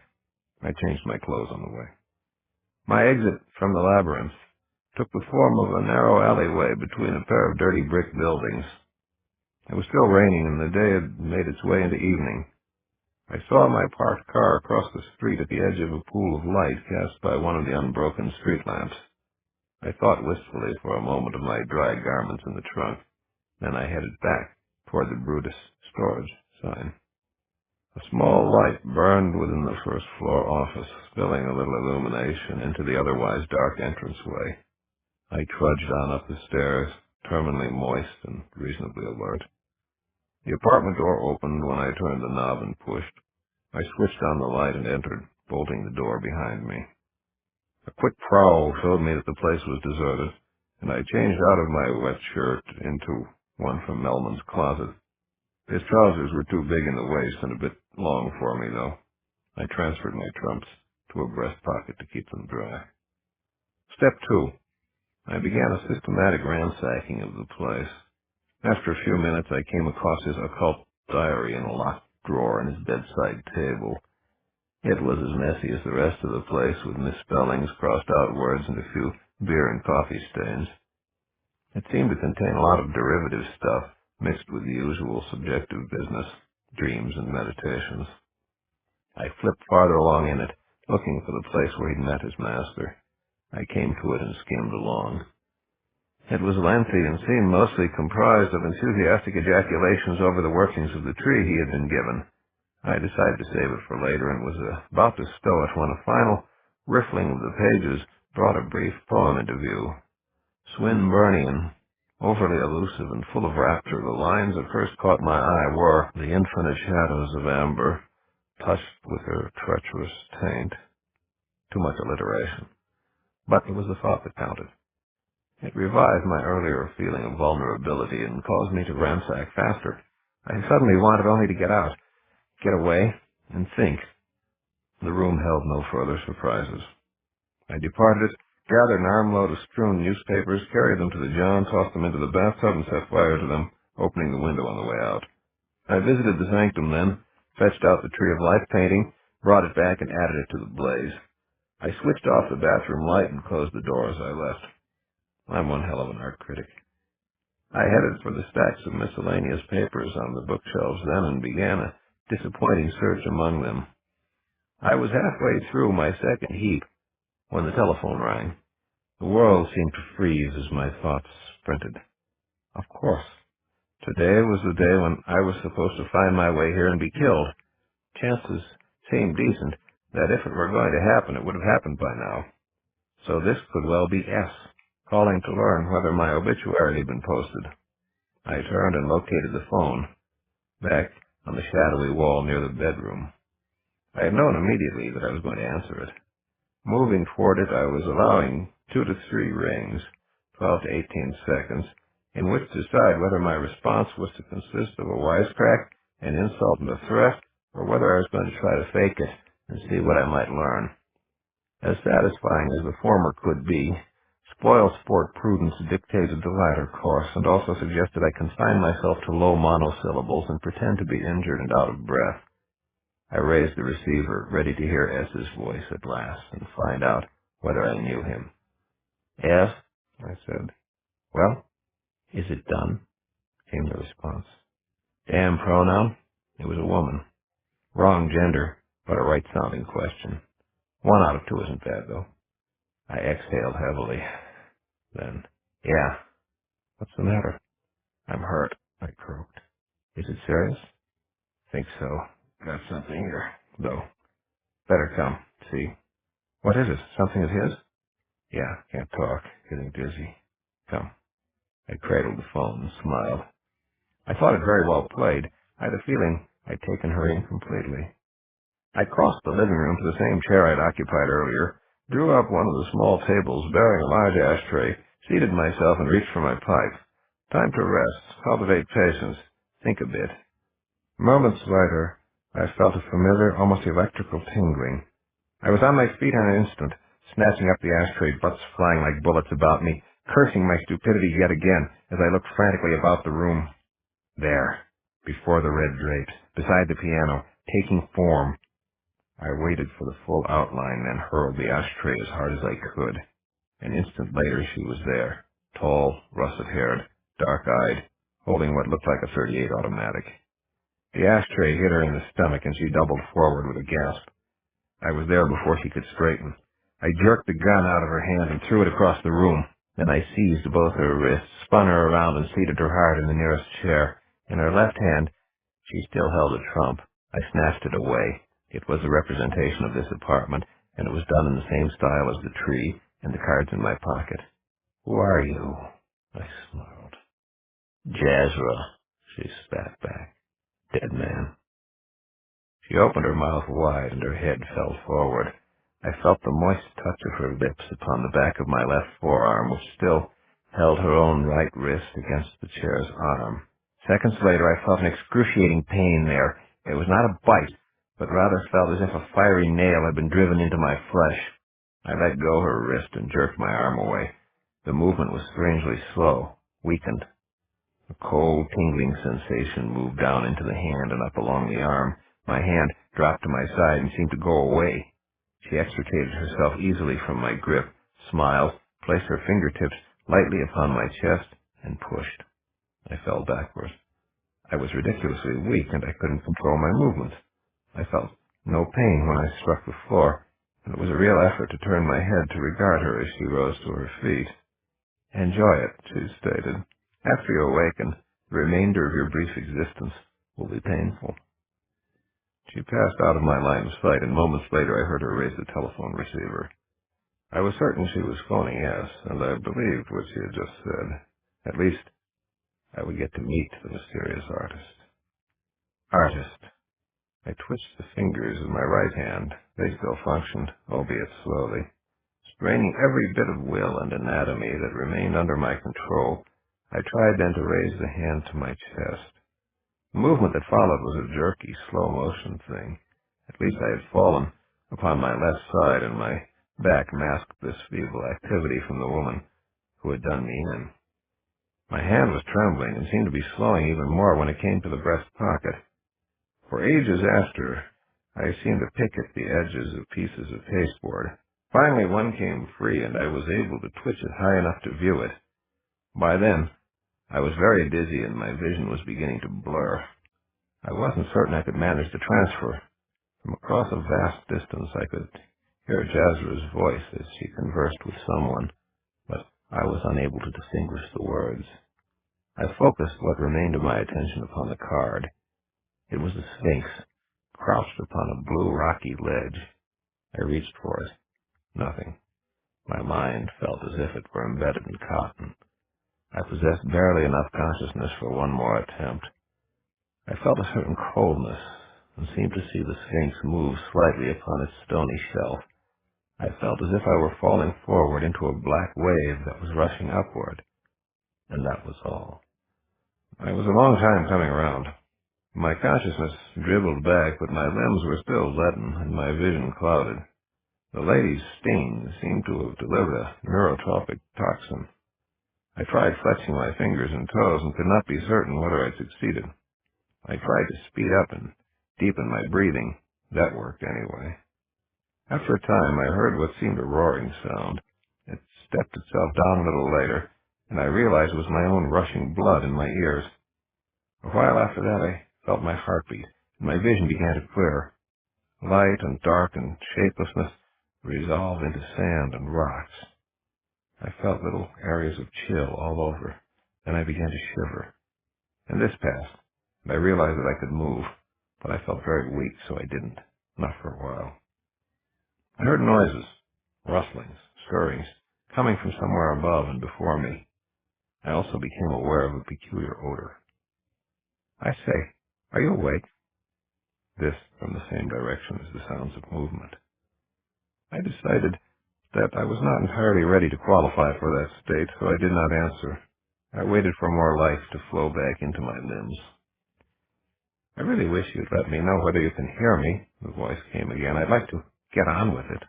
My curiosity finally overcame my judgment, and I raised my head. There, I knew it. On the gray-blue ledge above me was crouched a sphinx, also blue. Lion body, large feathered wings folded tight against it, a genderless face looking down upon me. It licked its lips and revealed a formidable set of teeth. "Get on with what?" I asked, raising myself slowly into a sitting position and drawing several deep breaths. "The riddling," it answered. "The thing I do best." "I'll take a rain check," I said, waiting for the cramps in my arms and legs to pass. "Sorry, I must insist." I rubbed my punctured forearm and glared at the creature. Most of the stories I recalled about sphinxes involved their devouring people who couldn't answer riddles. I shook my head. I won't play your game, I said. In that case, you lose by forfeit, it replied, shoulder muscles beginning to tighten. Hold on, I said, raising my hand. Give me a minute or two to recover, and I'll probably feel differently. It settled back and said, okay, that would make it more official. Take 5. Let me know when you're ready. I climbed to my feet and began swinging my arms and stretching. While I was about it, I surveyed the area quickly. We occupied a sandy arroyo, punctuated here and there with orange, gray, and blue rocks. The stony wall whose ledge the Sphinx occupied rose steeply before me to a height of perhaps 25 feet. Another wall of the same height lay at about that distance to my rear. The wash rose steeply to my right, ran off in a more level fashion to my left. A few spiky green shrubs inhabited rifts and crevices. The hour seemed verging upon dusk. The sky was a weak yellow with no sun in sight. I heard a distant wind but did not feel it. The place was cool, but not chill. I spotted a rock the size of a small dumbbell on the ground nearby. 2 ambling paces as I continued, swinging my arms and stretching, and it lay beside my right foot. The Sphinx cleared its throat. Are you ready? It asked. No, I said, but I'm sure that won't stop you. You're right. I felt an uncontrollable desire to yawn, and did so. You seem to lack something of the proper spirit, it observed. But here it is. I rise in flame from the earth. The wind assails me, and waters lash me. Soon I will oversee all things. I waited. Perhaps a minute passed. Well, the Sphinx finally said. Well, what? Have you the answer? To what? The riddle, of course. I was waiting. There was no question. Only a series of statements. I can't answer a question if I don't know what it is. It's a time-honored format. The interrogative is implied by the context. Obviously, the question is, what am I? It could just as easily be, who is buried in Grant's tomb. But okay, what is it? The Phoenix, of course, nested upon the earth, rising in flames above it, passing through the air, the clouds, to a great height. Wrong. It smiled and began to stir. Hold on, I said. It's not wrong. It fits. It may not be the answer you want, but it is an answer that meets the requirements. It shook its head. I am the final authority on these questions. I do the defining. Then you cheat.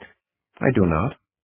I drink off half the contents of a flask. Does that make it half full or half empty? Either. Both. Exactly. Same thing. If more than one answer fits, you have to buy them all. It's like waves and particles. I don't like that approach, it stated. It would open all sorts of doors to ambiguity. It could spoil the riddling business. Not my fault, I said, clenching and unclenching my hands. But you do raise an interesting point. I nodded vigorously. But there should only be one correct answer. I shrugged. We inhabit a less than ideal world, I suggested. We could just call it a tie, I offered. Nobody wins, nobody loses. I find that aesthetically displeasing. It works okay in lots of other games. Also, I've grown a bit hungry. The truth surfaces. But I am not unfair. I serve the truth in my fashion.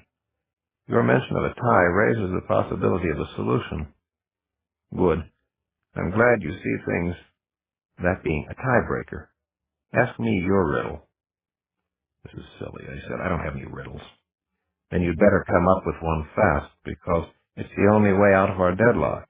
That, or I judge you the loser. I swung my arms and did a few deep knee bends. My body felt as if it were afire. It also felt stronger. Okay, I said. Okay, just a second. What the hell? What's green and red and goes round and round and round? The Sphinx blinked twice, then furrowed its brow. I used the time that followed for some more deep breathing and some running in place. The fires subsided. My head grew clearer, my pulse steadied. Well, I said some minutes later. I'm thinking. Take your time. I did a little shadow boxing, did some isometrics too. The sky had darkened a bit more, and a few stars were now visible off to my right. I hate to rush you, I said, but the Sphinx snorted. I'm still thinking. Maybe we should set a time limit. It shouldn't be much longer. Mind if I rest? Go ahead. I stretched out on the sand and closed my eyes, muttering a guard word to Frokier before I slept. I woke with a shiver, light in my eyes and a breeze upon my face. It took me several moments to realize that it was morning. The sky was brightening to my left, stars were fading to my right. I was thirsty, hungry too. I rubbed my eyes. I got to my feet. I located my comb and ran it through my hair. I regarded the Sphinx. "And goes round and round and round," it muttered. I cleared my throat. No reaction. The beast was staring past me. I wondered whether I might simply be able to slip off. No, the gaze shifted to me. "Good morning," I said cheerfully. There was a brief gnashing of teeth. "All right," I said. "You've taken a lot longer than I did. If you haven't got it by now, I don't care to play any longer." "I don't like your riddle," it said at last. "Sorry. What is the answer?" "You're giving up?" "I must. What is the answer?" I raised a hand. "Hold on," I said. "These things should be done in proper order.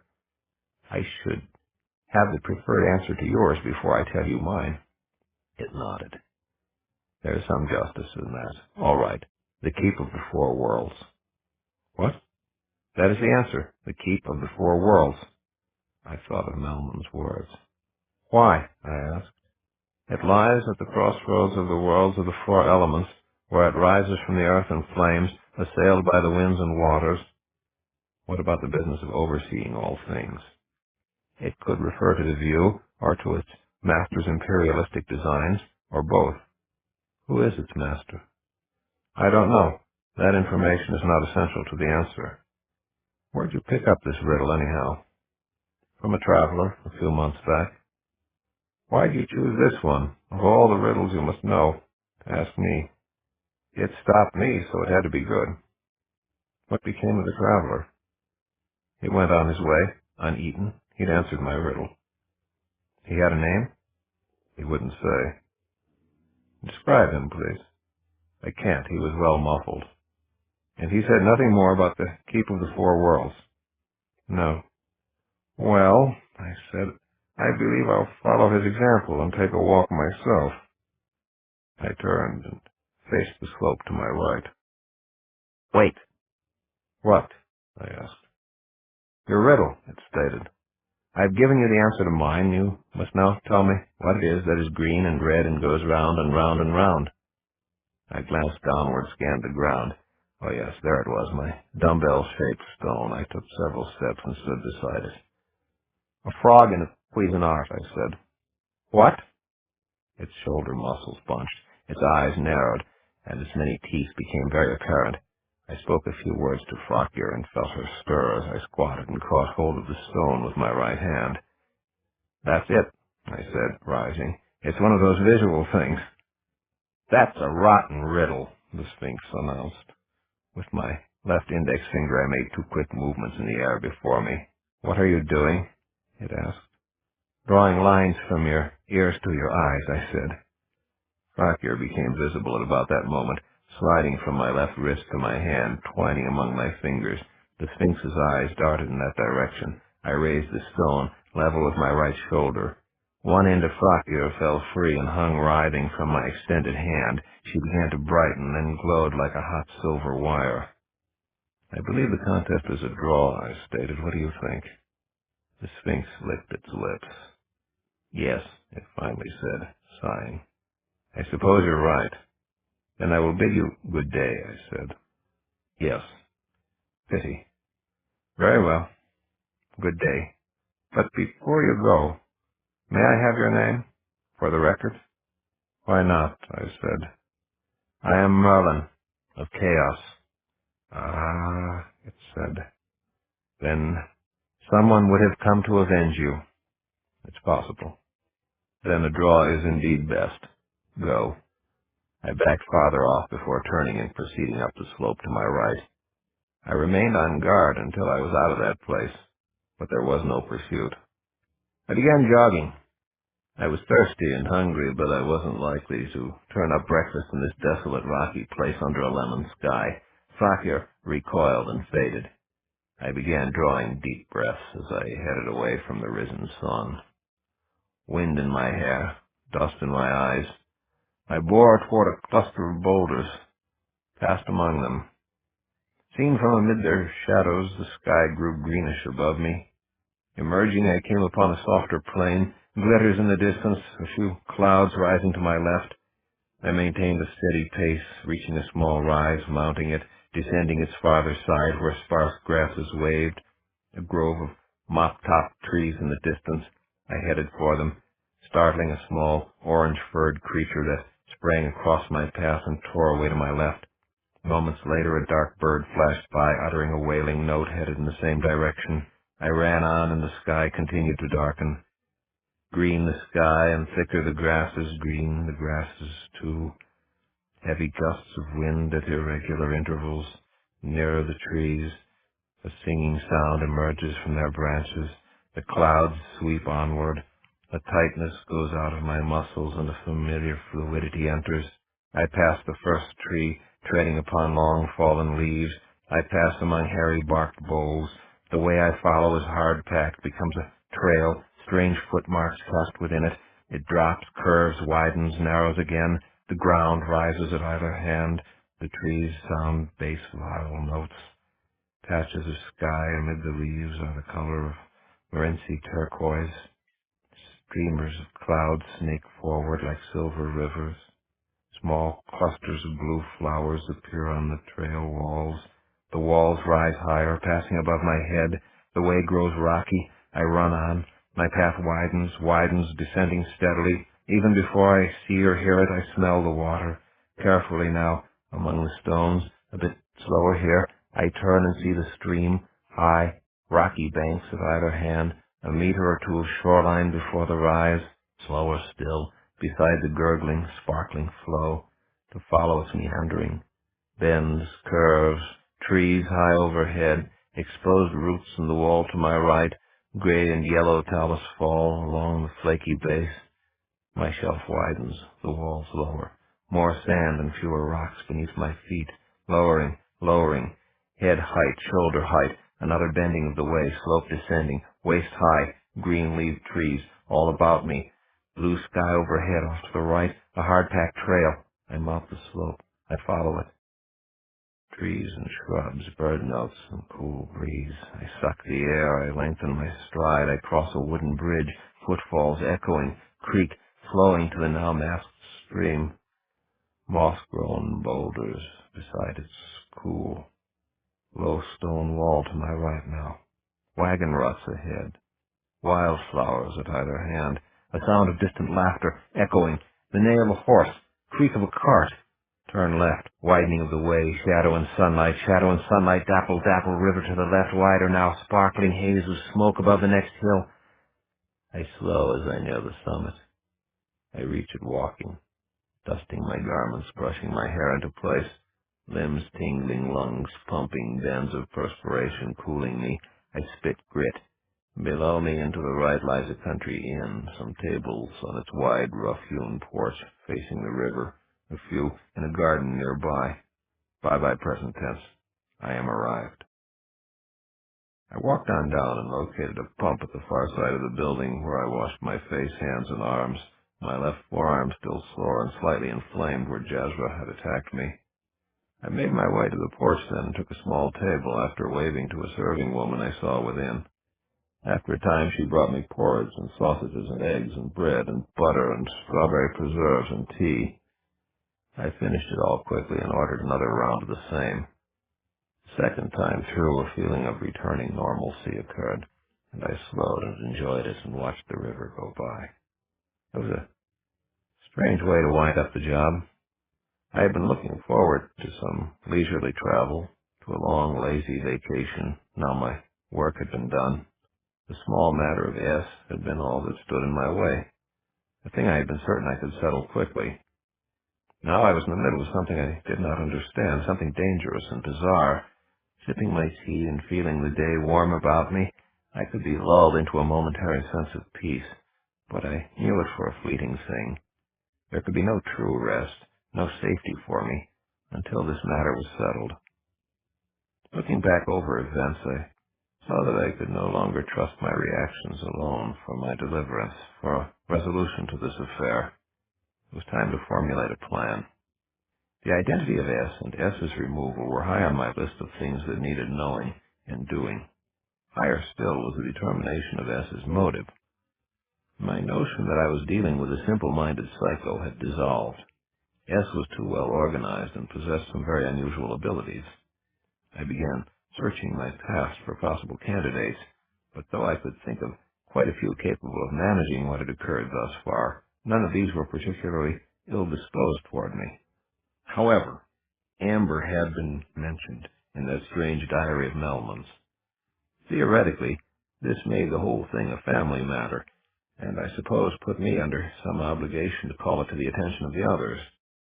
But to do so would be like asking for help, giving up, saying that I couldn't manage my own affairs, and threats on my life were my own affair. Julia was my affair.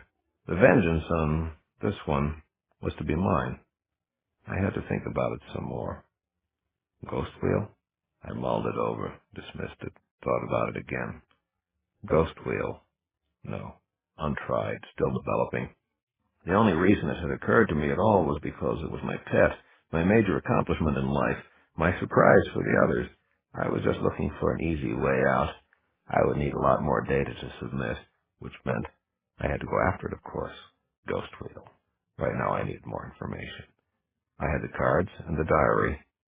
I didn't want to fool with the trumps anymore at this point, since the first one had seemed something of a trap. I would go through the diary soon, though my initial impression had been that it was too subjective to be of much help. I ought to go back to Melman's for a final look around, though, in case there was anything I'd missed. Then I ought to look up Luke and see whether he could tell me anything more, even some small remark that might be of value. Yes. I sighed and stretched. I watched the river a little longer and finished my tea. I ran Frokier over a fistful of money and selected sufficient transformed coinage to pay for my meal. Then I returned to the road. Time to run on back.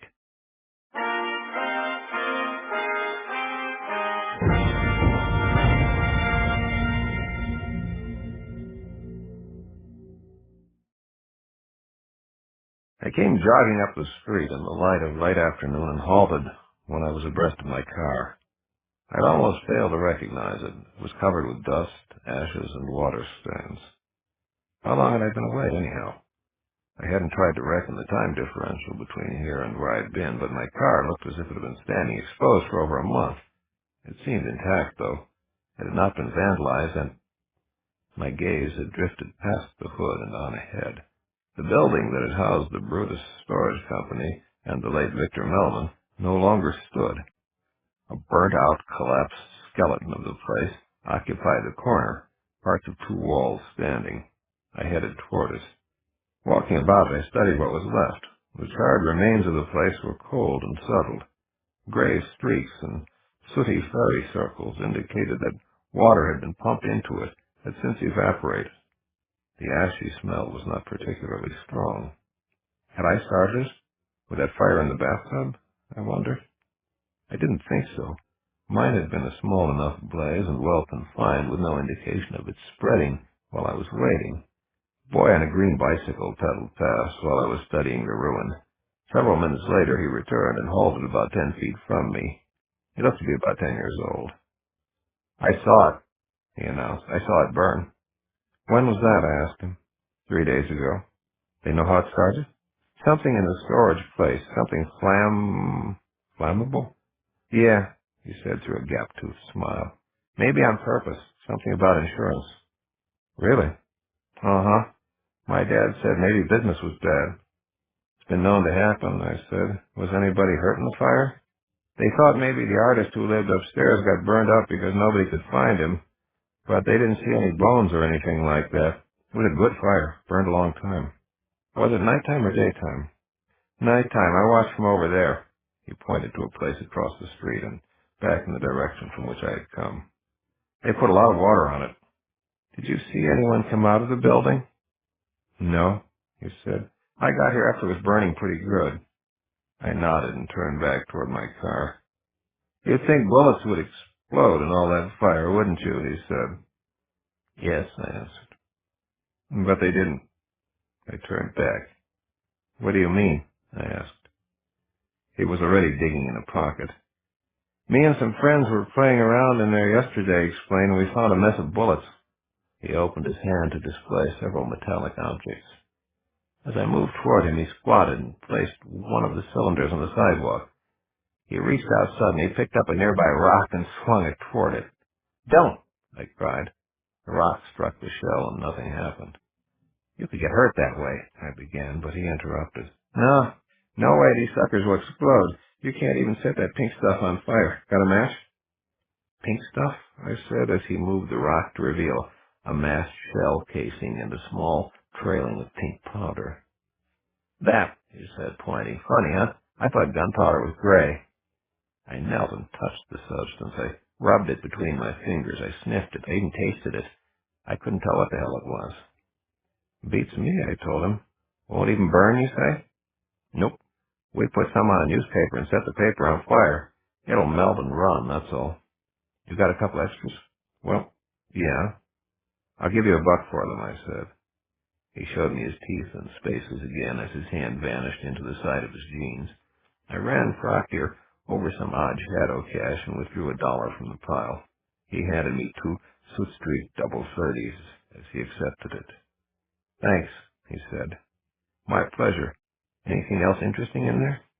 Nope. All the rest is ashes. I got into my car and drove. I ran it through the first car wash I came to since the wipers had only smeared the crap on the windshield. As the rubbery tentacles slapped at me through a sea of foam, I checked to see whether I still had the matchbook Luke had given me. I did. Good. I'd seen a payphone outside. Hello? New Line Motel? A young male voice answered. You had a Lucas Reynard registered there a couple of days ago, I said. I want to know whether he left a message for me. My name's Merle Corey. Just a minute. Pause. Shuffle. Then, yes, he did. What does it say? It's in a sealed envelope. I'd rather not. Okay, I'll come by. I drove over. I located the man matching the voice at the desk in the lobby. I identified myself and claimed the envelope. The clerk, a slight blond fellow with a bristly mustache, stared for a moment, then, Are you going to see Mr. Reynard? Yes. He opened a drawer and withdrew a small brown envelope, its sides distended. Luke's name and room number were written on it. He didn't leave a forwarding address, he explained, opening the envelope. And the maid found this ring on the bathroom counter after he checked out. Would you give it to him? Sure, I said, and he passed it to me. I seated myself in a lounge area off to the left. The ring was of pink gold and sported a blue stone. I couldn't recall ever having seen him wear it. I slipped it on the ring finger of my left hand, and it fit perfectly. I decided to wear it until I could give it to him. I opened the letter, written on motel stationery, and read, Merle, too bad about dinner. I did wait around. Hope everything's okay. I'm leaving in the morning for Albuquerque. I'll be there 3 days, then up to Santa Fe for 3 more, staying at the Hilton in both towns. I did have some things I wanted to talk about. Please get in touch. Luke. I phoned my travel agent and discovered that I could be on an afternoon flight to Albuquerque if I hustled. In that I wanted a face-to-face rather than a phone talk, I did that thing.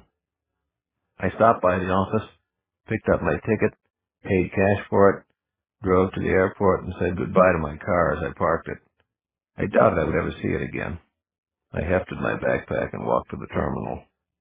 The rest was smooth and easy. As I watched the ground drop away beneath me, I knew that a phase of my existence had indeed ended. Like so many things, it was not at all the way I'd wanted it to be. I'd thought to wind up the matter of S pretty quickly, or else decide to forget about it, and then visit people I'd been meaning to see for some time, and stop at a few places I'd long been curious about. Then I would take off through shadow for a final check on Ghost Wheel, heading back to the brighter pole of my existence after that. Now, my priorities had been shuffled, all because S and Julia's death were somehow connected, and because it involved a power from elsewhere in shadow that I did not understand. It was the latter consideration that troubled me most. Was I digging my grave as well as jeopardizing friends and relatives because of my pride? I wanted to handle this myself, friendly skies, but the more I thought about it, the more impressed I became with the adversary powers I had encountered and the paucity of my knowledge concerning S. It wasn't fair not to let the others know, not if they might be in danger too. I'd love to wrap the whole thing up by myself and give it to them for a present.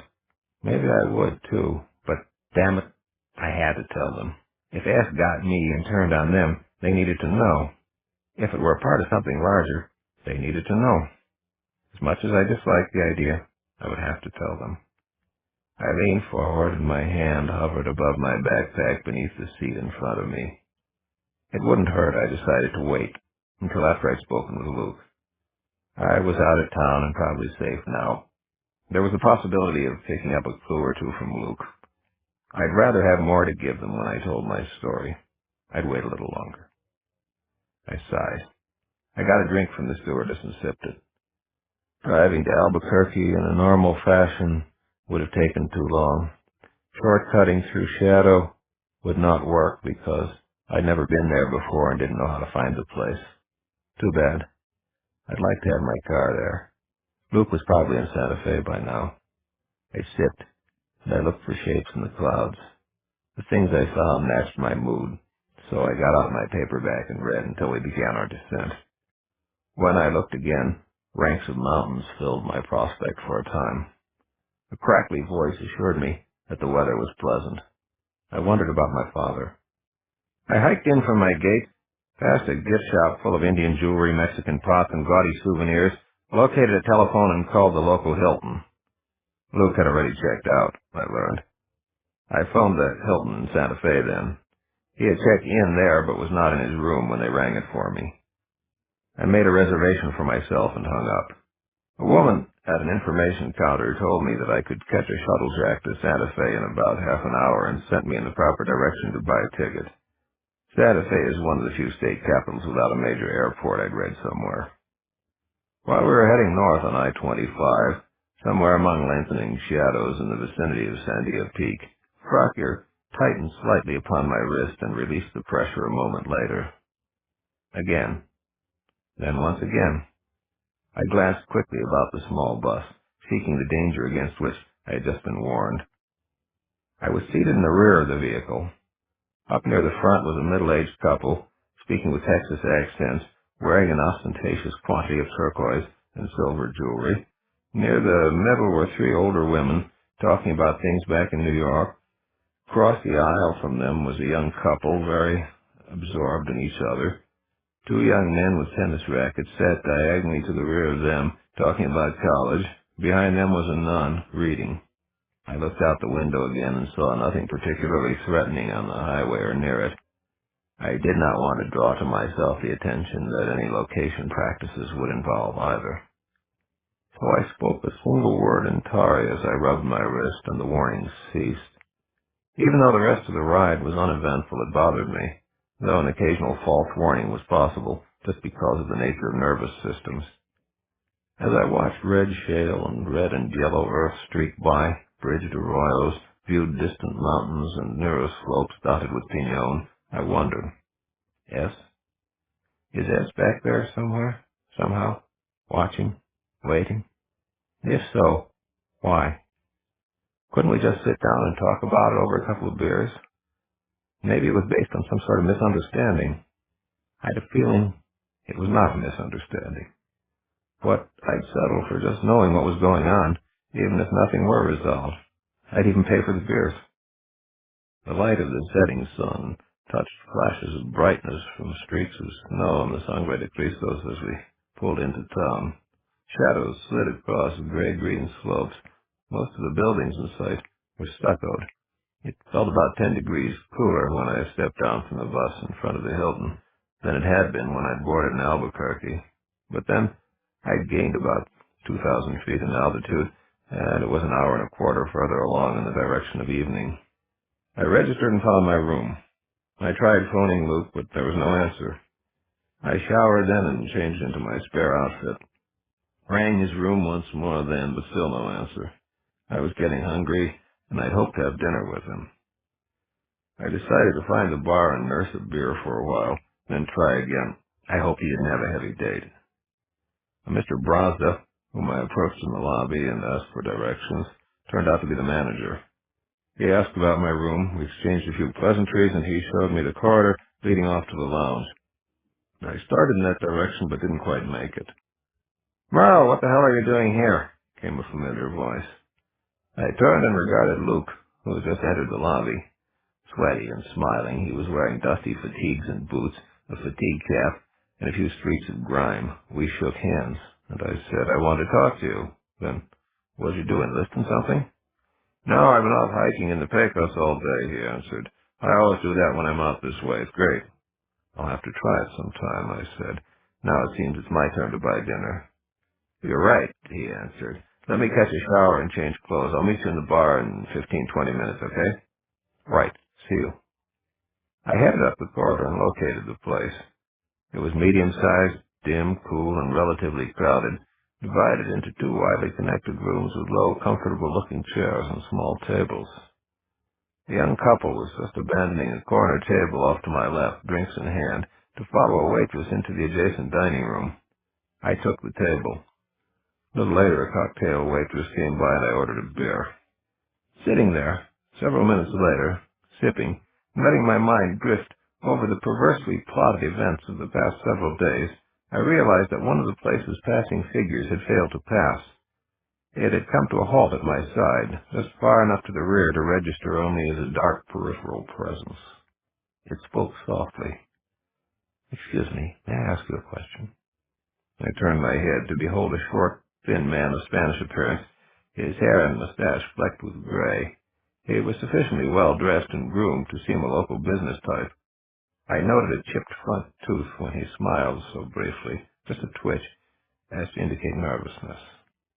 "My name's Dan Martinez," he said, not offering to shake hands. He glanced at the chair across from me. "Could I sit down a minute?" "What's this about? If you're selling something, I'm not interested. I'm waiting for somebody," and he shook his head. "No, nothing like that. I know you're waiting for someone, Mr. Lucas Reynard. It involves him, actually." I gestured at the chair. "Okay, sit down and ask your question." He leaned forward. "I overheard you talking in the lobby," he began, "and I got the impression you knew him fairly well. Would you mind telling me for about how long you've known him?" "If that's all you want to know," I answered. "For about 8 years. We went to college together, and we worked for the same company for several years after that. Grand Design," he stated, "the San Francisco computer firm. Didn't know him before college, huh?" "Seems you already know quite a bit." I said, "What do you want, anyway? Are you some kind of cop?" "No," he said, "nothing like that. I assure you I'm not trying to get your friend into trouble. I'm simply trying to save myself some. Let me just ask you—" I shook my head. "No more freebies," I told him. "I don't care to talk to strangers about my friends without some pretty good reasons." He unclasped his hands and spread them wide. "I'm not being underhanded," he said, "when I know you'll tell him about it. In fact, I want you to. He knows me. I want him to know I'm asking around about him, okay? It'll actually be to his benefit. Hell, I'm even asking a friend, aren't I? Someone who might be willing to lie to help him out. I just need a couple simple facts. And I just need one simple reason. Why do you want this information?" He sighed. "Okay," he said. "He offered me, tentatively mind you, a very interesting investment opportunity. It would involve a large sum of money. There is an element of risk, as in most ventures involving new companies in a highly competitive area, but the possible returns do make it tempting." I nodded. "And you want to know whether he's honest?" He chuckled. "I don't really care whether he's honest," he said. "My only concern is whether he can deliver a product with no strings on it." Something about the way this man talked reminded me of someone. I tried but couldn't recall who it was. I said, taking a sip of beer, "I'm slow today. Sorry. Of course, this deal involves computers." "Of course." "You want to know whether his present employer can nail him if he goes into business out here with whatever he's bringing with him?" "In a word, yes." "I give up," I said. "It would take a better man than me to answer that. Intellectual properties represent a tricky area of the law. I don't know what he's selling, and I don't know where it comes from. He gets around a lot. But even if I did know, I have no idea what your legal position would be." I didn't expect anything beyond that, he said, smiling. I smiled back. So you sent your message, I said. He nodded and began to rise. Oh, just one thing more, he began. Yes? Did you ever mention places, he said, staring full into my eyes, called Amber, or the Course of Chaos? He could not have failed to note my startled reaction, which had to have given him a completely false impression. I was sure that he was sure I was lying when I answered him truthfully. No, I never heard him refer to them. Why do you ask? He shook his head as he pushed his chair back and stepped away from the table. He was smiling again. It's not important. Thank you, Mr. Corey. Nuja Dabjun Dwilship. He practically fled around the corner. Wait! I called out, so loudly that there was a moment of silence and heads turned in my direction. I got to my feet and started after him when I heard my name called. Hey, Merle, don't run off. I'm here already. I turned. Luke had just come in through the entrance behind me, hair still sour damp. He advanced, clapped me on the shoulder, and lowered himself into the seat Martinez had just vacated. He nodded at my half-finished beer as I sat down again. I need one of those, he said. Lord, am I thirsty. Then, where were you off to when I came in? I found myself reluctant to describe my recent encounter, not least because of its strange conclusion. Apparently, he had just missed seeing Martinez. So, I was heading for the John. Back that way, he told me, nodding in the direction from which he had entered. I passed it on the way in. His eyes shifted downward. Say, that ring you have on.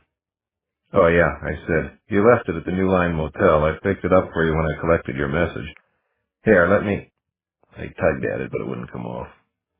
Seems to be stuck, I noted. Funny, went on easy enough.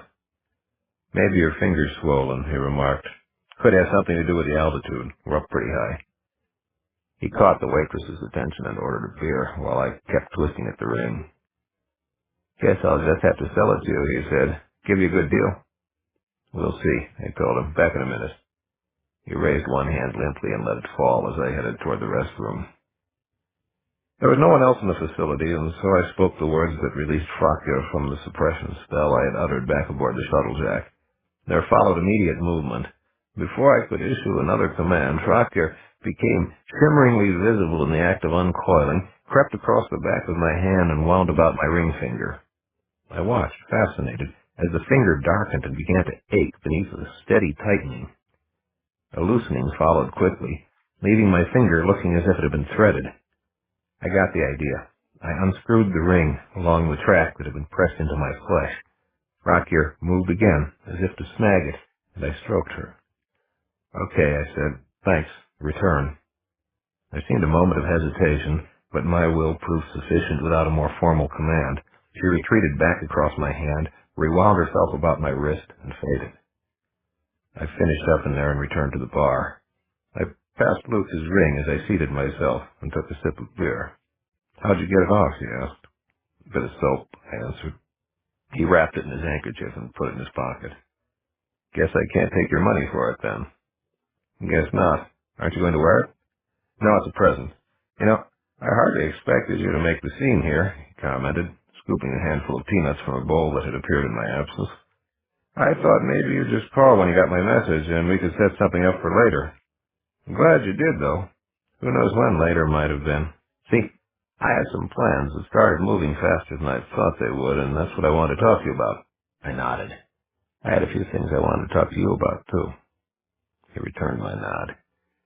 I had decided back in the laboratory definitely to refrain from mentioning Martinez yet, and the first things he had said and implied.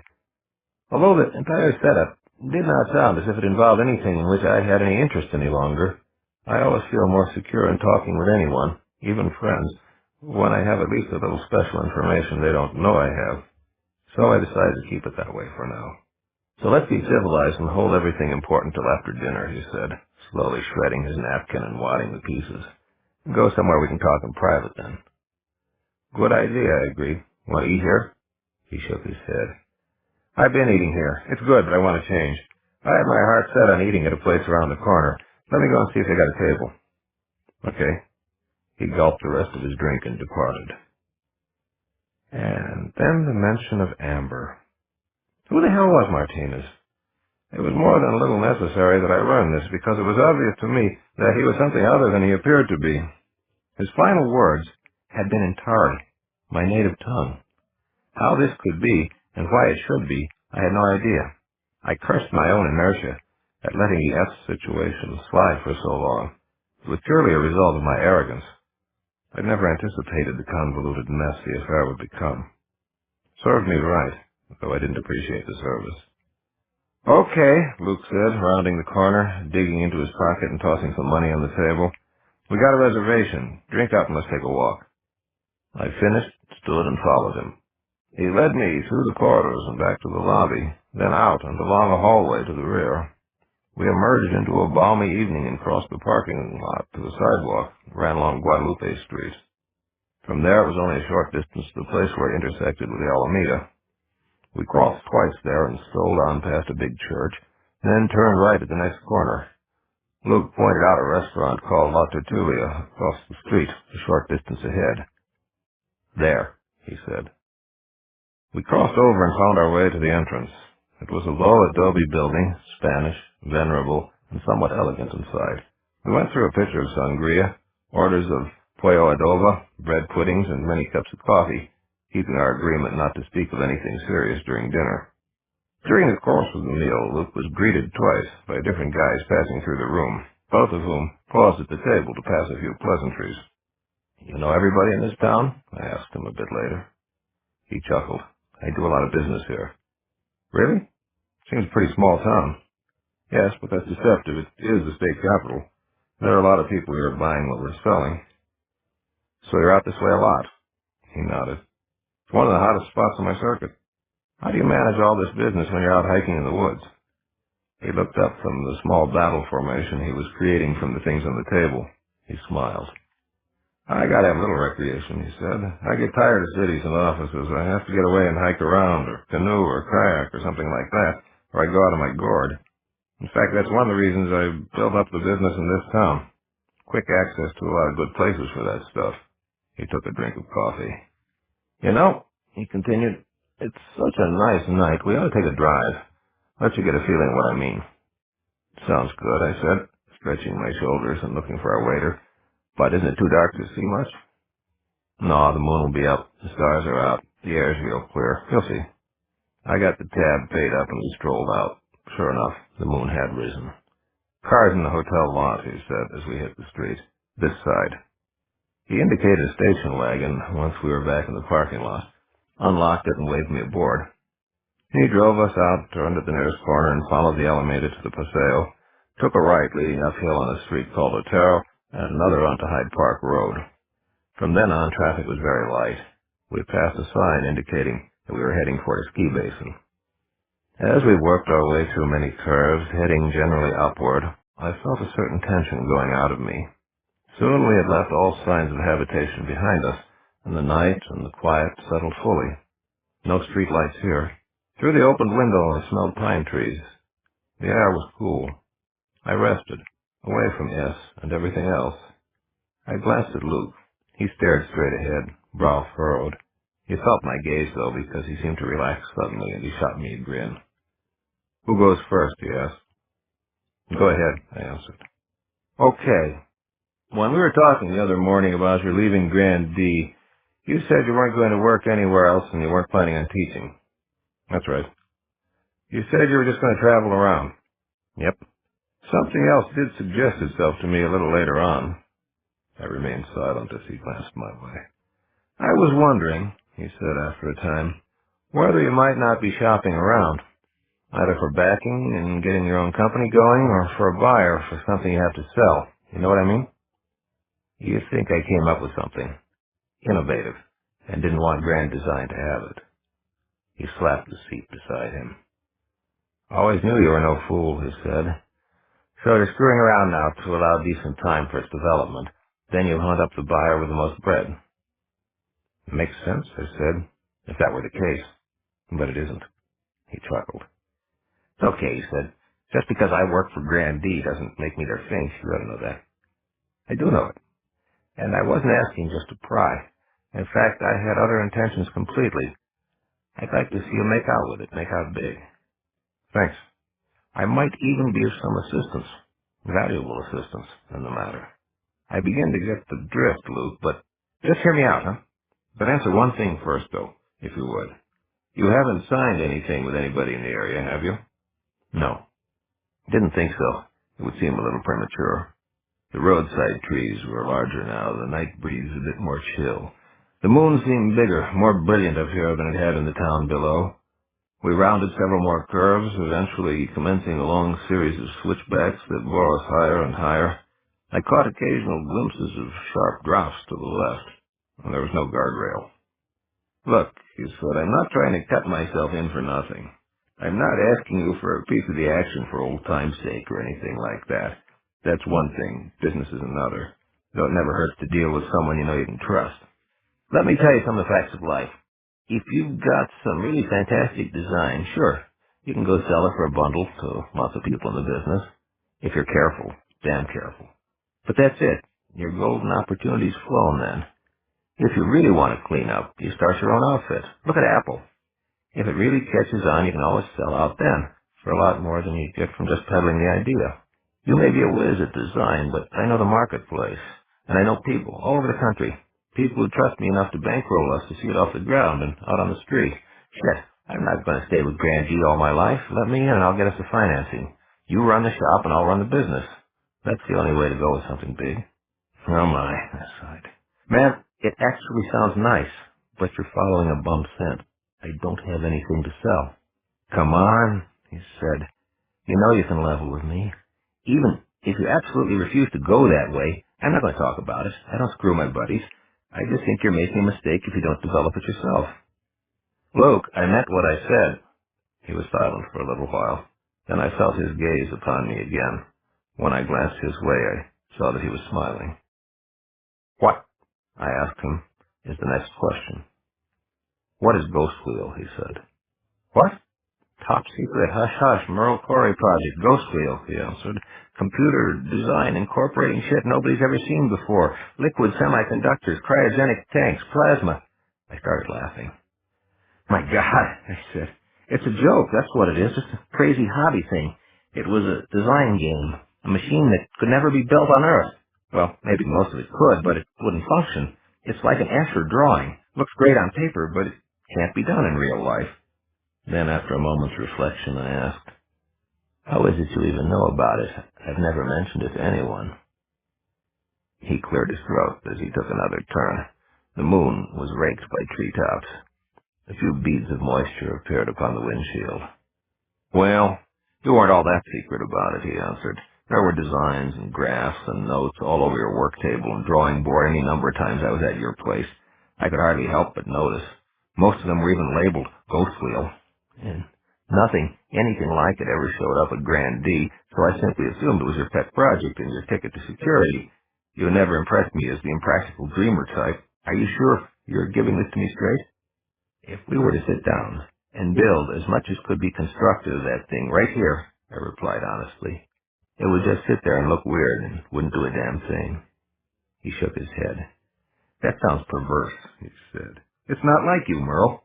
Why the hell would you waste your time designing a machine that doesn't function? It was an exercise in design theory, I began. Excuse me, that sounds like bullshit, he said. You mean to say there's no place in the universe that damn machine of yours would kick over? I didn't say that. I was trying to explain that I designed it to operate under bizarre hypothetical conditions. Oh, in other words, if I find a place like that on another world, we can clean up. Yeah. You're weird, Merle, you know that? Uh-huh. Another dream shot to shit. Oh, well.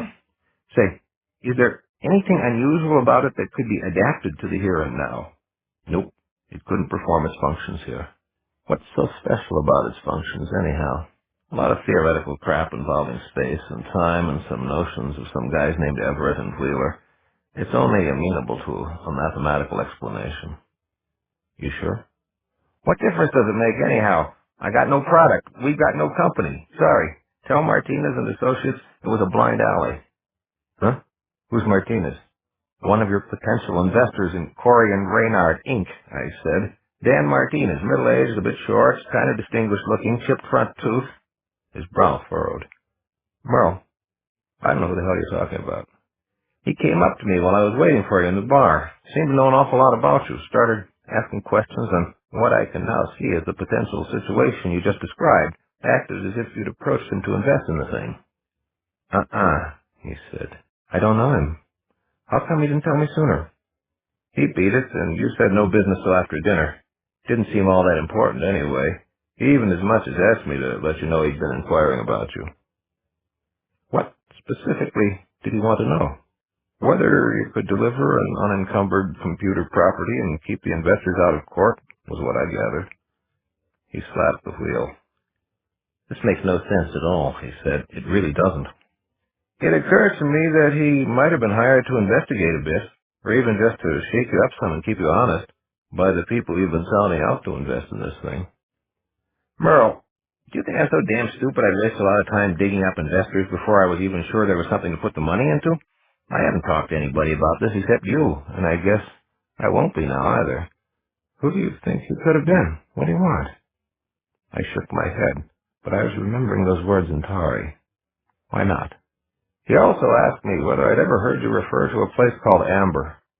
He was looking in the rearview mirror when I said it, and he jerked the wheel to catch a sudden curve. Amber? You're kidding. No? Strange. It has to be a coincidence. What? I did hear a reference to a kind of dreamland place called Amber last week, but I never mentioned it to anybody. It was just drunken babbling. Who? Who said it? A painter I know. A real nut, but a very talented guy. Name's Melman. I like his work a lot, and I bought several of his paintings. I stopped by to see whether he had anything new this last time I was in town. He didn't, but I stayed pretty late at his place anyway, talking and drinking and smoking some stuff he had. He got pretty high after a while, and he started talking about magic. Not card tricks, I mean. Ritual stuff, you know. Yes? Well, after a time, he started doing some of it. If it weren't that I was kind of stoned myself, I swear that it worked. That he levitated, summoned sheets of fire, conjured and banished a number of monsters. There had to have been acid in something he gave me, but damn, it sure seemed real. Uh-huh. Anyway, he went on, he mentioned a sort of archetypal city. I couldn't tell whether it sounded more like Sodom and Gomorrah or Camelot. All the adjectives he used. He called the place Amber and said that it was run by a half-mad family, with the city itself peopled by their bastards and folks whose ancestors they brought in from other places ages ago. Shadows of the family and the city supposedly figure in most major legends and such, whatever that means.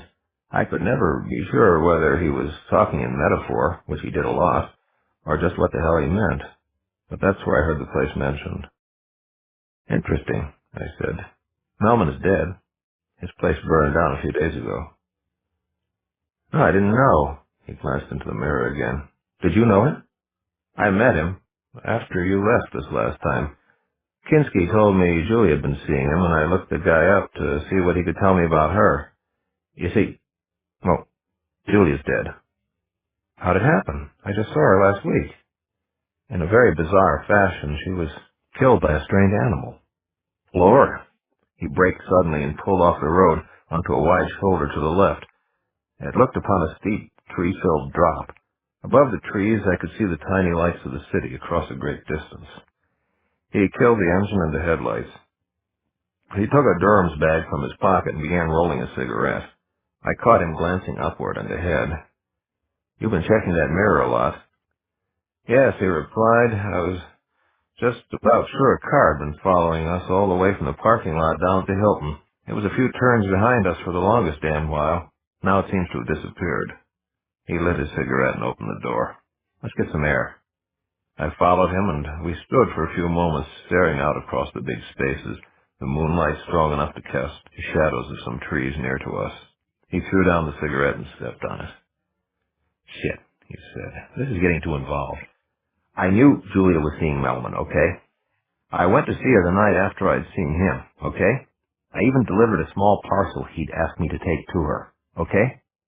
Cards, I said. He nodded. I withdrew them from my pocket and held them toward him. He barely glanced at them there in the dim light, but he nodded again. Those cards, he said. Then, you still liked her, didn't you? Yes, I guess I did. Oh, hell, he sighed. All right. There are some things I'm going to have to tell you, old buddy. Not all of them nice. Give me just a minute to sort it all out. You've just given me one big problem. Or I've given it to myself because I've just decided something. He kicked a patch of gravel and the stones rattled down the hillside. Okay, he said. First, give me those cards. Why? I'm going to tear them into confetti. The hell you are. Why? They're dangerous. I already know that. I'll hang on to them. You don't understand. So explain. Not that easy. I have to decide what to tell you and what not to. Why not just tell me everything? I can't, believe me. I hit the ground as soon as I heard the first shot, which ricocheted off a boulder to our right. Luke didn't. He began running in a zigzag pattern toward a cluster of trees off to our left, from which 2 more shots were fired. He had something in his hand, and he raised it. Luke fired 3 times. Our assailant got off 1 more round. After Luke's second shot, I heard someone gasp. I was on my feet by then and running toward him, a rock in my hand. After his 3rd shot, I heard a body fall. I reached him just as he was turning the body over, in time to see what seemed a faint cloud of blue or gray mist emerge from the man's mouth, past his chipped tooth, and drift away. What the hell was that? Luke asked as it blew away. You saw it too? I don't know. He looked down at the limp form with the dark spot growing larger on his shirt front, a .38 revolver still clutched in the right hand. I didn't know you carried a gun, I said. When you're on the road as much as I am, you go heeled, he answered. I pick up a new one each city I hit and sell it when I leave. Airline security. Guess I won't be selling this one. I never saw this guy, Merle. You? I nodded. That's Dan Martinez, the man I was telling you about. Oh boy, he said. Another damn complication.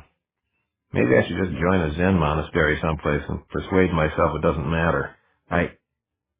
Suddenly he raised his left fingertips to his forehead. Uh-oh, he said then. Merle, the keys are in the ignition. Get in the car and drive back to the hotel right away. Leave me here. Hurry. What's going on? What? He raised his weapon, a snub-nosed automatic, and pointed it at me. Now, shut up and go. But he lowered the muzzle and put a bullet into the ground between my feet. Then he aimed it squarely at my abdomen. Merlin, son of Corwin, he said through clenched teeth, if you don't start running right now, you're a dead man. I followed his advice. Raising a shower of gravel and laying some streaks of rubber, coming out of the U-turn, I spun the wagon through. I roared down the hill and skidded around the curve to my right. I braked for the next one to my left. Then I slowed. I pulled off to the left at the foot of a bluff, near some shrubbery. I killed the engine and the lights and put on the parking brake. I opened the door quietly and did not close it fully after I had slipped out. Sounds carry too well in places like this. I started back, keeping to the darker right-hand side of the road. It was very quiet. I rounded the first turn and headed for the next one. Something flew from one tree to another. An owl, I think. I moved more slowly than I wanted to for the sake of silence as I neared the second turning. I made my way around that final corner on all fours, taking advantage of the cover provided by rocks and foliage. I halted then and studied the area we had occupied. Nothing in sight. I advanced slowly, cautiously, ready to freeze, drop, dive, or spring up into a run as the situation required. Nothing stirred, save branches in the wind. No one in sight. I rose into a crouch and continued, still more slowly, still hugging the cover. Not there. He had taken off for somewhere. I moved nearer, halted again, and listened for at least a minute. No sounds betrayed any moving presences. I crossed to the place where Martinez had fallen. The body was gone. I paced about the area, but could not locate anything to give me any sort of clue as to what might have occurred following my departure. I could think of no reason for calling out, so I didn't. I walked back to the car without misadventure, got in and headed for town. I couldn't even speculate as to what the hell was going on. I left the wagon in the hotel lot near to the spot where it had been parked earlier. Then I went inside, walked to Luke's room, knocked on the door. I didn't really expect a response, but it seemed the proper thing to do preparatory to breaking and entering. I was careful to snap only the lock, leaving the door and the frame intact, because Mr. Brosdale seemed a nice guy. It took a little longer, but there was no one in sight. I reached in and turned on the light, did a quick survey, then slipped inside quickly. I stood listening for a few minutes, but heard no sounds of activity from the hall. Tight ship. Suitcase on luggage rack. Empty. Clothing hung in closet. Nothing in the pockets except for 2 matchbooks and a pen and pencil. A few other garments and some undergarments in a drawer. Nothing with them. Toiletries and shaving kit are neatly arrayed on countertop. Nothing peculiar there. A copy of B.H. Liddell Hart's Strategy lay upon the bedside table, a bookmark about 3/4 of the way into it. His fatigues had been thrown onto a chair, his dusty boots stood next to it, socks beside them. Nothing inside the boots but a pair of blousing bands. I checked the shirt pockets, which at first seemed empty, but my fingertips then discovered a number of small white paper pellets in one of them. Puzzled, I unfolded a few. Bizarre secret messages?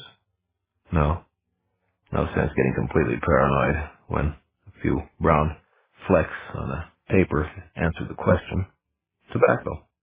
There were pieces of cigarette paper. Obviously, he stripped his butts when he was hiking in the wilderness. I recalled a few past hikes with him. He hadn't always been that neat. I went through the trousers. There was a damp bandana in one hip pocket and a comb in the other. Nothing in the right front pocket. A single round of ammo in the left. On an impulse, I pocketed the shell, then went on to look beneath the mattress and behind the drawers. I even looked in the toilet's flush box. Nothing. Nothing to explain his strange behavior. Leaving the car keys on the bedside table, I departed and returned to my own room. I did not care that he'd know I'd broken in. In fact, I rather liked the idea. It irritated me that he'd poked around in my ghost wheel papers. Besides, he owed me a damn good explanation for his behavior on the mountain. I undressed, showered, got into bed, and doused my light. I'd have left him a note, too, except that I don't like to create evidence, and I have a strong feeling that he wouldn't be coming back.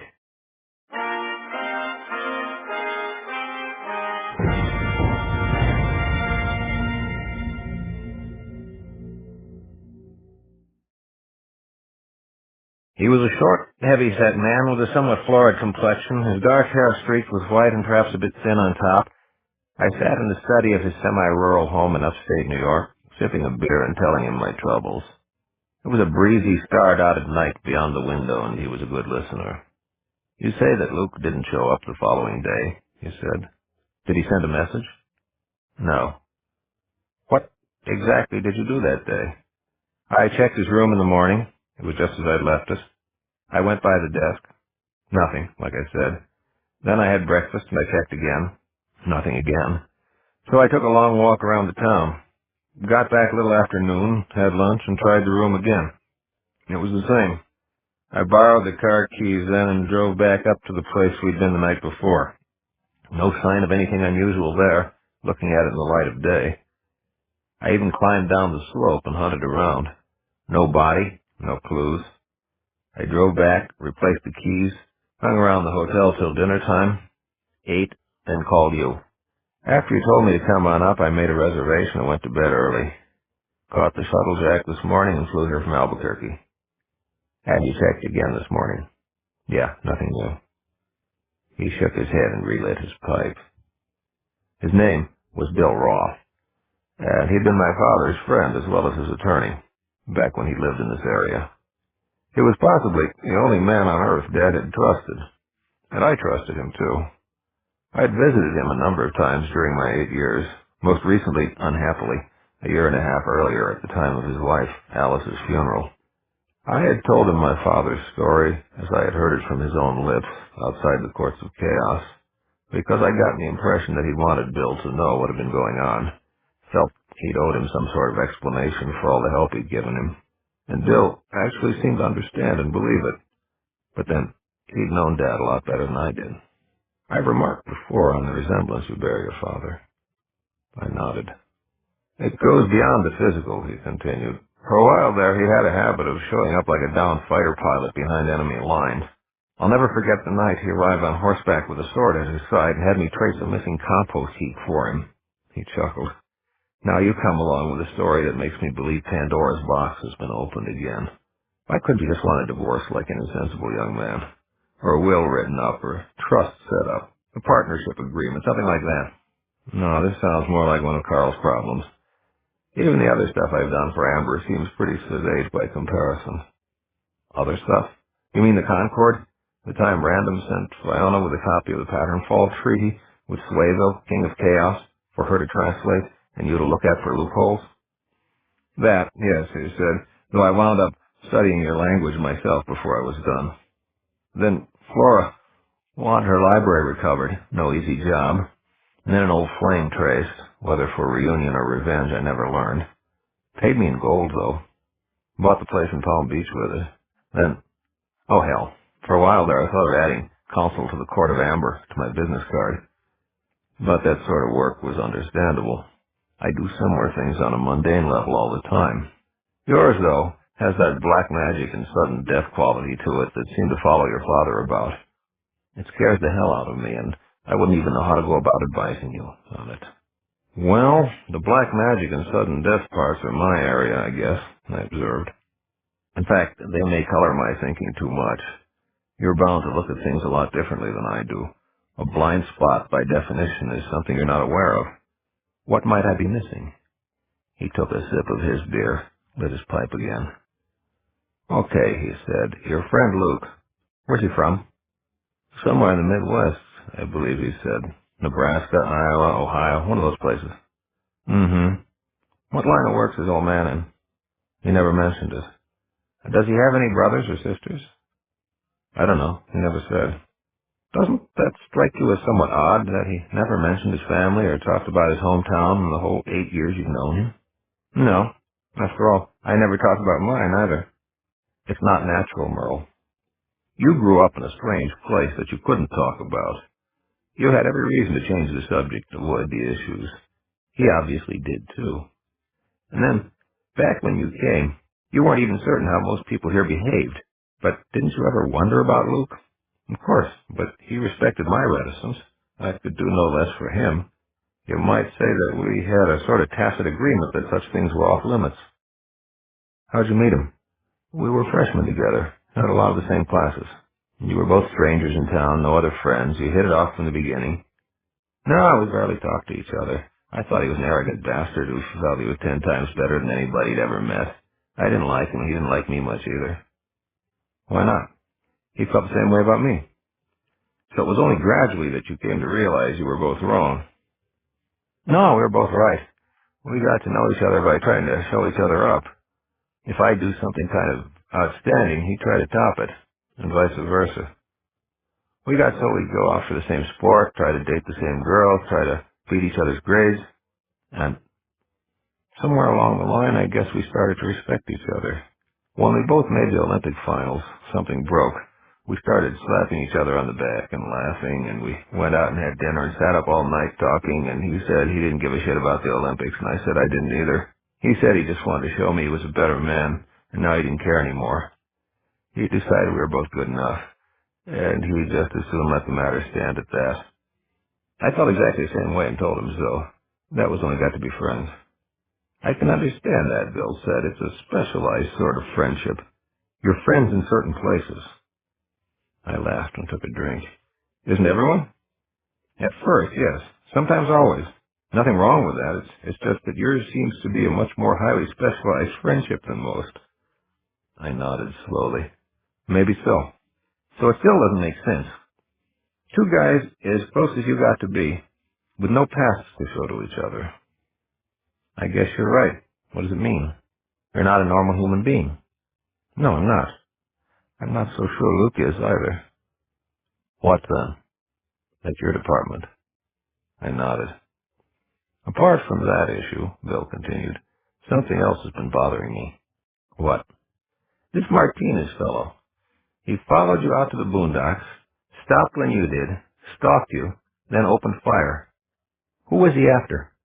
Both of you? Just Luke? Or just you? I don't know.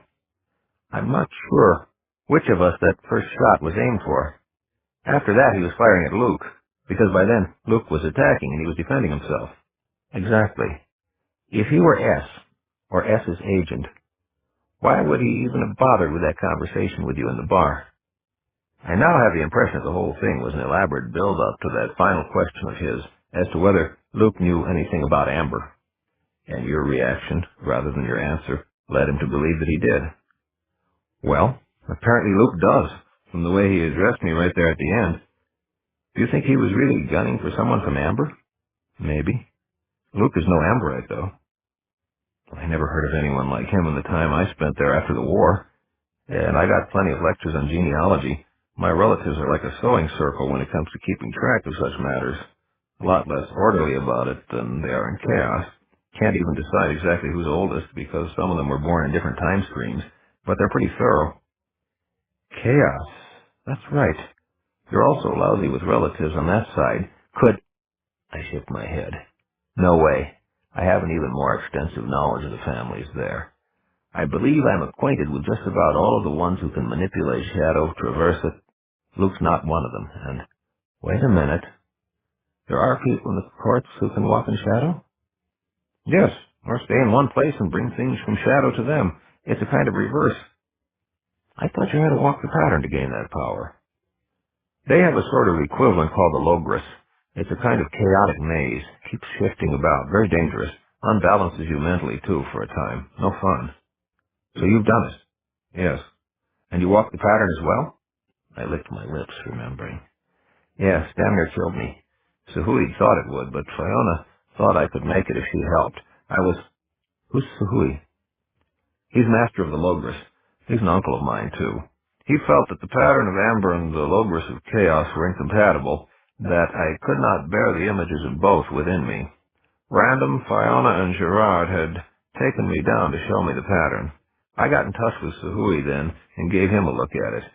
He said that they seemed antithetical, and that I would either be destroyed by the attempt, or the pattern would drive the image of the logris from me, probably the former.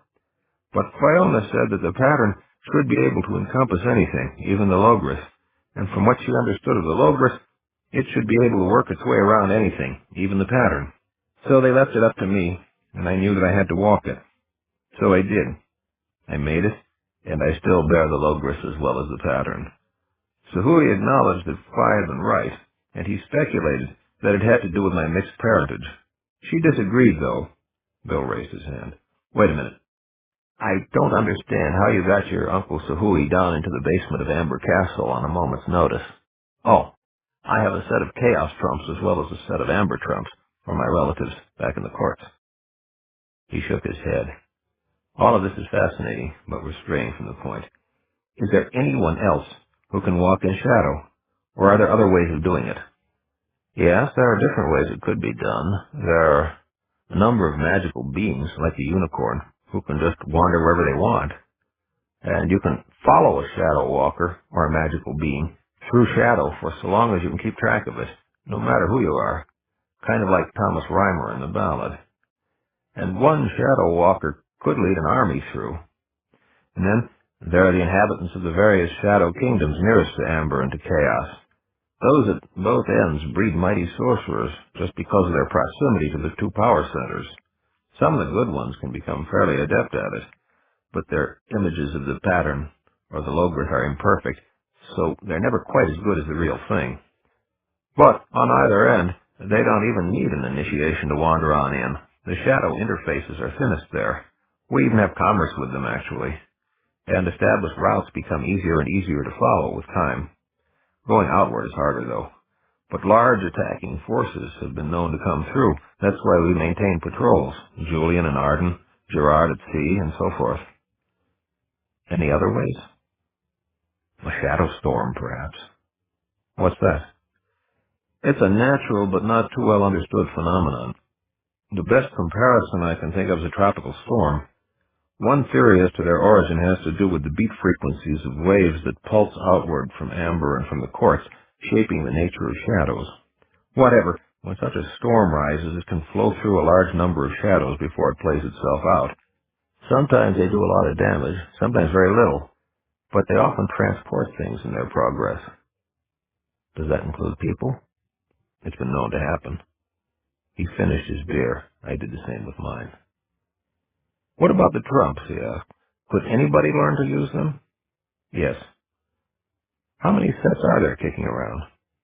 I don't know. Who makes them? There are a number of experts in the course. That's where I learned. And there are Fiona and Blaze back in Amber, and I believe they were teaching random. Those sorcerers you spoke of from the adjacent kingdoms, could any of them do up a set of trumps?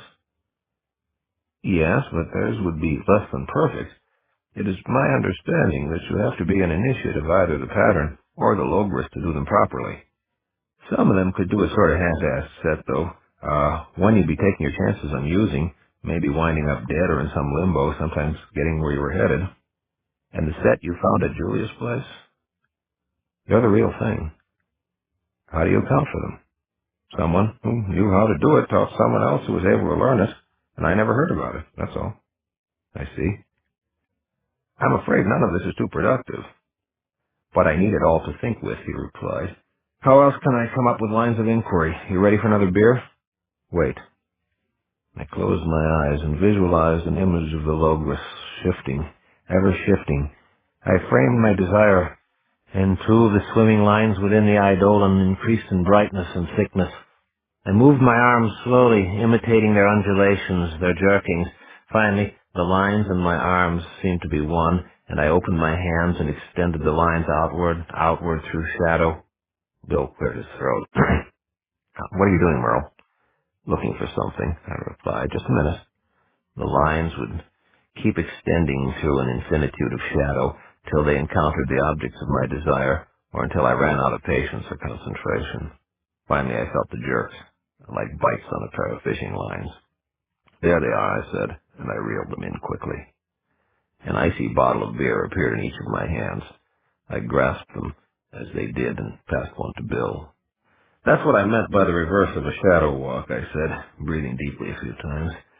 I sent out the shadow for a couple of beers, saved you a trip to the kitchen.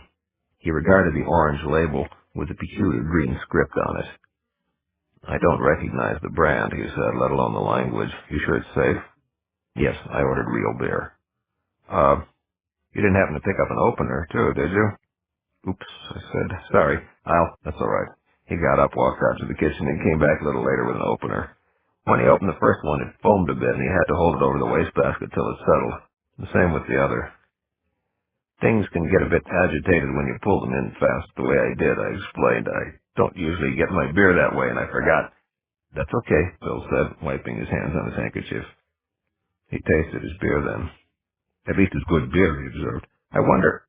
Nah. What? Could you send out for a pizza? What do you want on it, I asked. The next morning, we took a long walk beside a wandering creek, which we met at the back of some farmland owned by a neighbor and client of his. We strolled slowly, Bill with a stick in his hand and a pipe in his mouth, and he continued the previous evening's questioning. Something you said didn't really register properly at the time, he stated, because I was more interested in other aspects of the situation. You say that you and Luke actually made it up to the finals for the Olympics and then dropped out? Yes. What area? Several different track and field events. We were both runners, and his time was close to yours? Damn close, and sometimes it was mine that was close to his. Strange. What? The bank grew steeper, and we crossed on some stepping stones to the other side, where the way was several feet wider and relatively flat, with a well-trod path along it.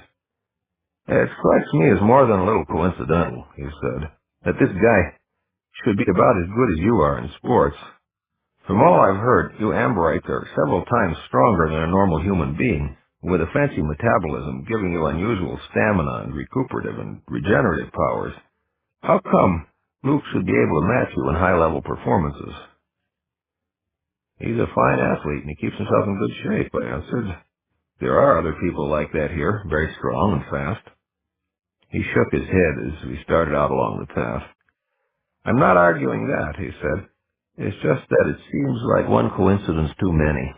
This guy hides his past, the same way you do, And then it turns out that he really knows who you are anyhow. Tell me, is he really a big art buff? Huh? Art? He really cared enough about art to collect it? Oh, yes. We used to hit gallery openings and museum exhibits fairly regularly. He snorted and swung his stick at a pebble which splashed into the stream. Well, he observed, that weakens one point but hardly destroys the pattern. I don't follow. It seemed odd that he also knew that crazy occultist painter. Less odd, though, when you say that the guy was good and that Luke really did collect art. He didn't have to tell me that he knew Melman. True, but all of this, plus his physical abilities, I'm just building a circumstantial case, of course, but I feel that guy is very unusual. I nodded. I've been over it in my mind quite a few times since last night, I said. If he's not really from here, I don't know where the hell he's from. Then we may have exhausted this line of inquiry, Bill said, leading me around a bend and pausing to watch some birds take flight from a marshy area across the water. He glanced back in the direction from which we had come, then, tell me, completely off the subject, what's your, rank? He asked. What do you mean? You're the son of a Prince of Amber. What does that make you? You mean titles? I'm Duke of the Western Marches and Earl of Colvere. What does that mean? It means I'm not a Prince of Amber. Nobody has to worry about me scheming. No vendettas involving the succession. What do you mean, He shrugged. I've read too much history. Nobody's safe. I shrugged myself. Last I heard, everything was peaceful on the home front. Well, that's good news anyway. A few more turnings brought us to a wide area of pebbles and sand, rising gently for perhaps 30 feet to the place where it met an abrupt embankment 7 or 8 feet in height. I could see the high water line and a number of exposed roots from trees that grew along the top. Bill seated himself on a boulder back in their shade and relit his pipe. I rested on one nearby, to his left. The water splashed and rippled in a comfortable key, and we watched it sparkle for a time. Nice, I said, a bit later. Pretty place. Uh-huh. I glanced at him. Bill was looking back the way we'd come. I lowered my voice. Something there? I caught a glimpse a little earlier, he whispered, of someone else taking a walk this way, some distance behind us. Lost sight of him in all the turnings we took. Maybe I should take a stroll back. Probably nothing. It's a beautiful day. A lot of people do like to hike around here. I just thought that if we waited a few minutes, he'd either show up or we'd know he'd gone someplace else. Can you describe him? Nope. Caught only the barest glimpse. I don't think it's anything to get excited about. It's just that thinking about your story made me a little wary, or paranoid. I'm not sure which. I found my own pipe and packed it and lit it, and we waited. For 15 minutes or so we waited, but no one showed. Finally, Bill rose and stretched. False alarm, he said. I guess. He started walking again, and I fell in step beside him. Then that Jazra lady bothers me, he said. You say she seemed to trump in, and then she had that sting in her mouth that knocked her for a loop. Right. Ever encounter anyone like her before? No. Any guesses? I shook my head. And why the Walpurgisnacht business? I can see a certain date having significance for a psycho, and I can see people in various primitive religions placing great importance on the turning of the seasons. But S seems almost too well organized to be a mental case. And as for the other, Melman thought it was important. Yes, but he was into that stuff. I'd be surprised if he didn't come up with such a correspondence, whether it was intended or not. He admitted that his master had never told him that that was the case. It was his own idea. But you're the one with the background in the area. Is there any special significance or any real power that you know of to be gained by slaying someone of your blood at this particular time of year? None that I ever heard of. But of course, there are a lot of things I don't know about. I'm very young compared to most of the adepts. But which way are you trying to go on this? You say you don't think it's a nut, but you don't buy the Walpurgis notion either. I don't know. I'm just thinking out loud. They both sound shaky to me. That's all. For that matter, the French foreign agent Gave everyone leave on April 30 to get drunk, and a couple of days after that to sober up. It's the anniversary of the Battle of Cameroon, one of their big triumphs. But I doubt that figures in this either. And why the Sphinx? He said suddenly. Why a trump that takes you someplace to trade dumb riddles or get your head bitten off? I had a feeling it was more the latter that was intended. I sort of think so too, but it's certainly bizarre. You know what? I'll bet they're all that way. Traps of some kind. Could be. I put my hand in my pocket, reaching for them. Leave them, he said. Let's not look for trouble. Maybe you should ditch them, at least for a while. I could put them in my safe down at the office. I laughed. Safes aren't all that safe. No thanks. I want them with me. There may be a way of checking them out without any risk. You're the expert. But tell me, could something sneak through from the scene on the card without you? No, they don't work that way. They require your attention to operate, more than a little of it. That's something anyway. He looked back again. Someone was coming. I flexed my fingers involuntarily. Then I heard him let go a big breath. It's okay, he said. I know him. It's George Hanson. He's the son of the guy who owns the farm we're behind. Hi, George. The approaching figure waved. It was a medium height and stocky build, had sandy hair. He wore Levi's and a Grateful Dead t-shirt, a pack of cigarettes twisted into its left sleeve. He looked to be in his 20s. Hi, he answered, drawing near. Swell day, huh? Sure is, Bill answered. That's why we're out walking in it instead of sitting at home. George's gaze shifted to me. Me too, he said, raking his teeth over his lower lip. Real good day. This is Merle Corey. He's visiting me. Merle Corey, George repeated, and he stuck out his hand. Hi, Merle. I took it and shook it. It was a little clammy. Recognize the name? Merle Corey, he said again. You knew his dad? Yeah? Oh, sure. Sam Corey, Bill finished, and he shot me a glance over George's shoulder. Sam Corey, George repeated. Son of a gun. Good to know you. You gonna be here long? Few days, I guess, I replied. I didn't realize you know my father. Fine man, he said. Where are you from? California, but it's time for a change. Where are you headed? Out of the country, actually. Europe? Farther. Sounds great. I'd like to travel sometime. Maybe you will. Maybe. Well, I'll be moving on. Let you guys enjoy your walk. Nice meeting you, Merle. My pleasure. He backed away, waved, turned, and walked off. I glanced at Bill then and noticed that he was shaking. What's the matter? I whispered. I've known that boy all his life, he said. Do you think he's on drugs? Not the kind you have to make holes in your arms for. I didn't see any tracks, and he didn't seem particularly spacey. Yeah, but you don't know him the way I do. He seemed very different. It was just on impulse that I used the name Sam for your dad, because something didn't seem right. His speech patterns have changed, his posture, his gait, intangibles. I was waiting for him to correct me, and then I could have made a joke about premature senility, but he didn't. He picked up on it instead. Merle, this is scary. He knew your father real well, as Carl Corey. Your dad liked to keep his place nice, but he was never much for weeding and mowing or raking leaves. George did his yard work for him for years, when he was in school. He knew his name wasn't Sam. I don't understand. Neither do I, he said. I don't like it. So he's acting weird, and you think he was following us? Now I do. This is too much of a coincidence, timed with your arrival. I turned. I'm going after him, I said. I'll find out. No, don't. I won't hurt him. There are other ways. It might be better to let him think he's got us fooled. Might encourage him to do something or say something later that could prove useful. On the other hand, anything you do, even something subtle or magical, might let him, or something, know that we're onto him. Let it ride. Be grateful you're warned, and be wary. You got a point there, I agreed. Okay.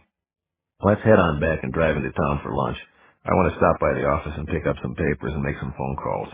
Then I have to see a client at 2 o'clock. You can take the car and knock around while I'm doing that. Fine. As we strolled back, I did some wondering. There were a number of things I had not told Bill. For instance, there had been no reason to tell him that I wore an invisible strangling cord possessed of some rather unusual virtues woven about my left wrist, One of these virtues is that it generally warns me of nasty intentions aimed in my direction, as it had done in Luke's presence for almost 2 years until we became friends. Whatever the reason for George Hansen's unusual behavior, Frankier had not given me any indication that he meant me harm. Funny, though, there was something about the way he talked, the way he said his words. I went for a drive after lunch while Bill took care of his business. I headed out to the place where my father had lived years ago. I'd been by it a number of times in the past, but I'd never been inside. No real reason to, I guess, anyway. I parked up the road on a rise, off on the shoulder, and regarded it. A young couple lived there now, Bill had told me, with some kids. A thing I could see for myself from some scattered toys off to the side of the yard. I wondered what it would have been like, growing up in a place like that. I suppose that I could have.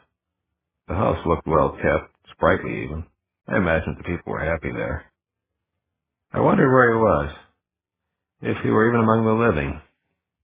No one could reach him via his trump, though that didn't necessarily prove anything. There are a variety of ways in which a trump sending can be blocked. In fact, one of these situations was even said to apply in his case, though I didn't like to think about it. One rumor had it that Dad had been driven mad in the course of chaos by a curse placed upon him by my mother, and that he now wandered aimlessly through shadow. She refused even to comment on this story. Another was that he had entered the universe of his own creation and never returned, which it seemed possible could remove him from the reach of the Trumps. Another was simply that he had perished at some point after his departure from the court, and a number of my relatives there assured me that they had seen him leave after his sojourn.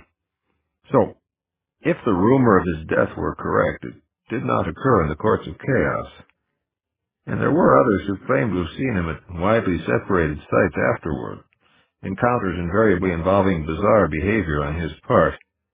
I had been told by one that he was traveling in the company of a mute dancer, a tiny, lovely lady with whom he communicated by means of sign language, and that he wasn't talking much himself either. Another reported him as roaring drunk in a raucous cantina, from which he eventually expelled all the other patrons in order to enjoy the music of the band without distraction. I could not vouch for the authenticity of any of these accounts. It had taken me a lot of searching just to come up with this handful of rumors.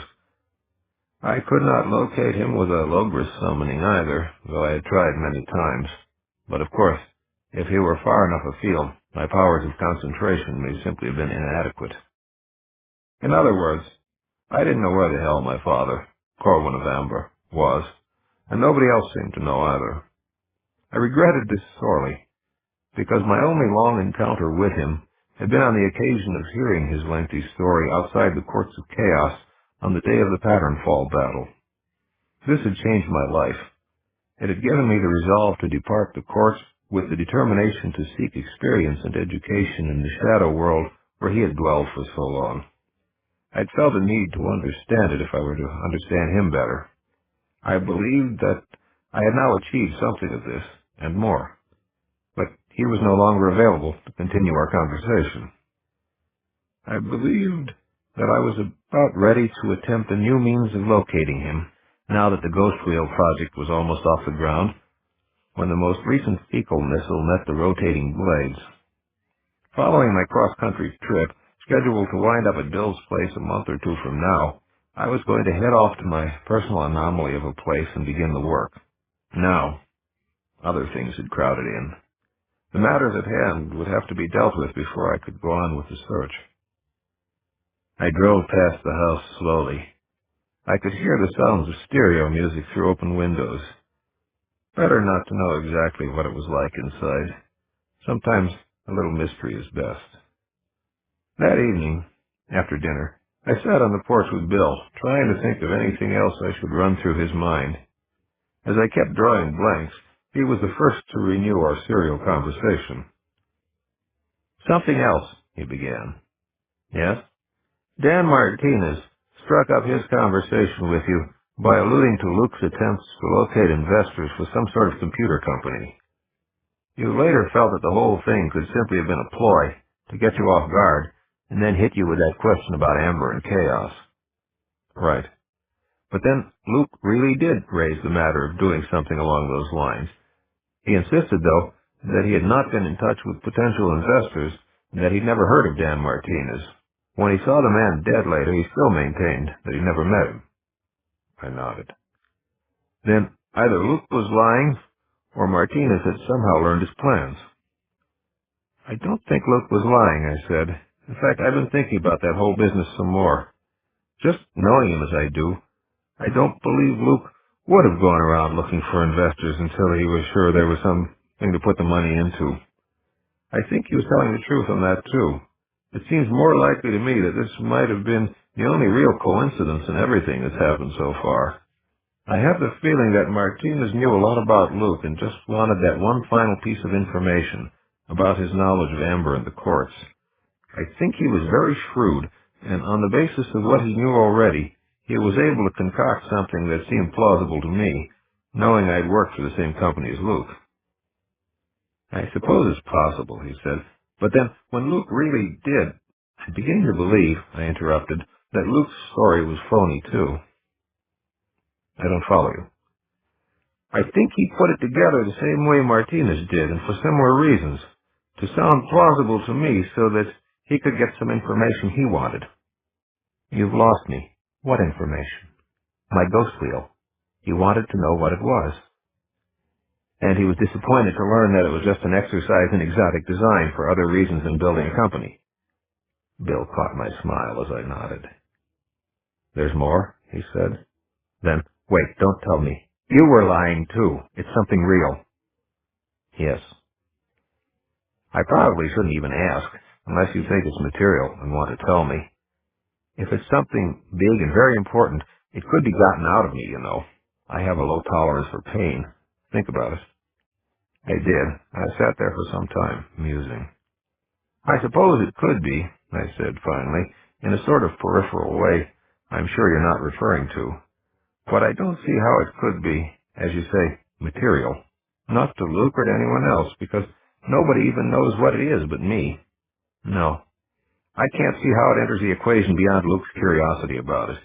So I think I'll follow your suggestion and just keep it off the record. Fine with me, he said. Then there is the matter of Luke's disappearance. Within the house, the telephone rang. Excuse me, Bill said. He rose and went into the kitchen. After a few moments, I heard him call. Merle, it's for you. I got up and went inside. I gave him a questioning look as soon as I entered, and he shrugged and shook his head. I thought fast and recalled the locations of 2 other phones in the house. I pointed at him, pointed in the direction of his study, and pantomimed the motion of picking up a receiver and holding it to one's ear. He smiled slightly and nodded. I took the receiver and waited a while, till I heard the click, only beginning to speak then, hoping the caller would think I'd picked up an extension to answer. Hello? I said. Merle Corey? That's me. I need some information I think you might have. It was a masculine voice, sort of familiar, but not quite. Who am I talking to? I asked. I'm sorry, I can't tell you that. Then that will probably be my answer to your question, too. Will you at least let me ask? Go ahead, I said. Okay. You and Luke Reynard are friends. He paused. You could say that, I said, to fill the space. You have heard him speak of places called Amber and the Courts of Chaos. Again, a statement rather than a question. Maybe, I said. Do you know anything about these places yourself? Finally a question. Maybe, I said again. Please, this is serious. I need something more than a maybe. Sorry, maybe is all you're going to get unless you tell me who you are and why you want to know. I can be of great service to you if you'll be honest with me. I bit back a reply just in time and felt my pulse begin to race. That last statement had been spoken in Tari. I maintained my silence. Then, well, that didn't work, and I still don't really know. What? What don't you know? I said. Whether he's from one of those places or whether it's you. To be as blunt as possible, what's it to you? I asked him. Because one of you may be in great danger. The one who is from such a place or the one who is not? I asked.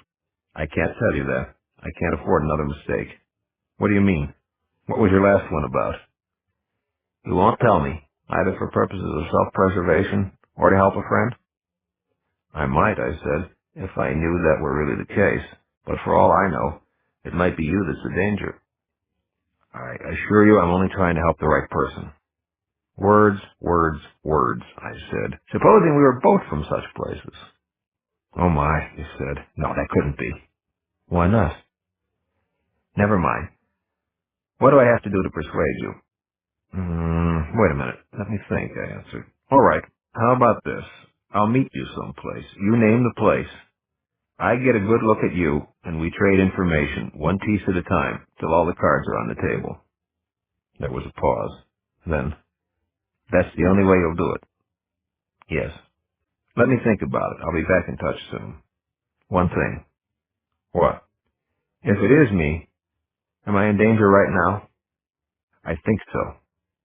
Yes, you probably are. Goodbye. He hung up. I managed to sigh and swear at the same time as I recradled the phone. People who knew about us seemed to be coming out of the woodwork. Bill came into the kitchen, a very puzzled expression on his face. How'd whoever the hell he is even know you're here? Were his first words.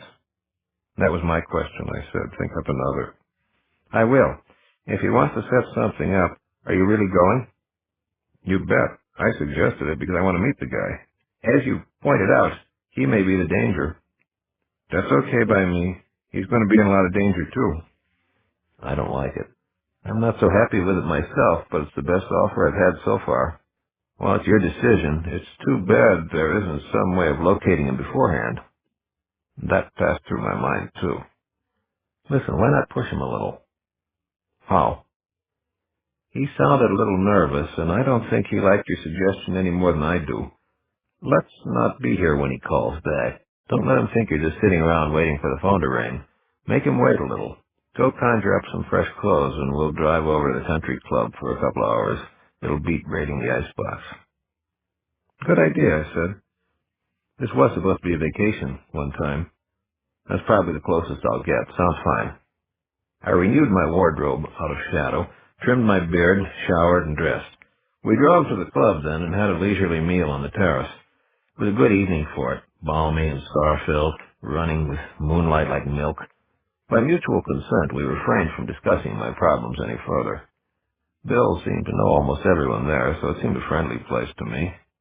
It was the most relaxed evening I'd spent in a long while. Afterward, we stopped for drinks in the club bar, which I gathered had been one of my dad's favorite watering spots, strains of dance music drifting through from the room next door. Yeah, it was a good idea, I said. Thanks. De nada, he said. I had a lot of good times here with you, old man. You haven't, by any chance? No. No news of him. Sorry. I'll let you know when he turns up. Sure. Sorry. The drive back was uneventful, and no one followed us. We got in a little after midnight, said good night, and I went straight to my room. I shrugged out of my new jacket and hung it in the closet, kicked off my new shoes and left them there too.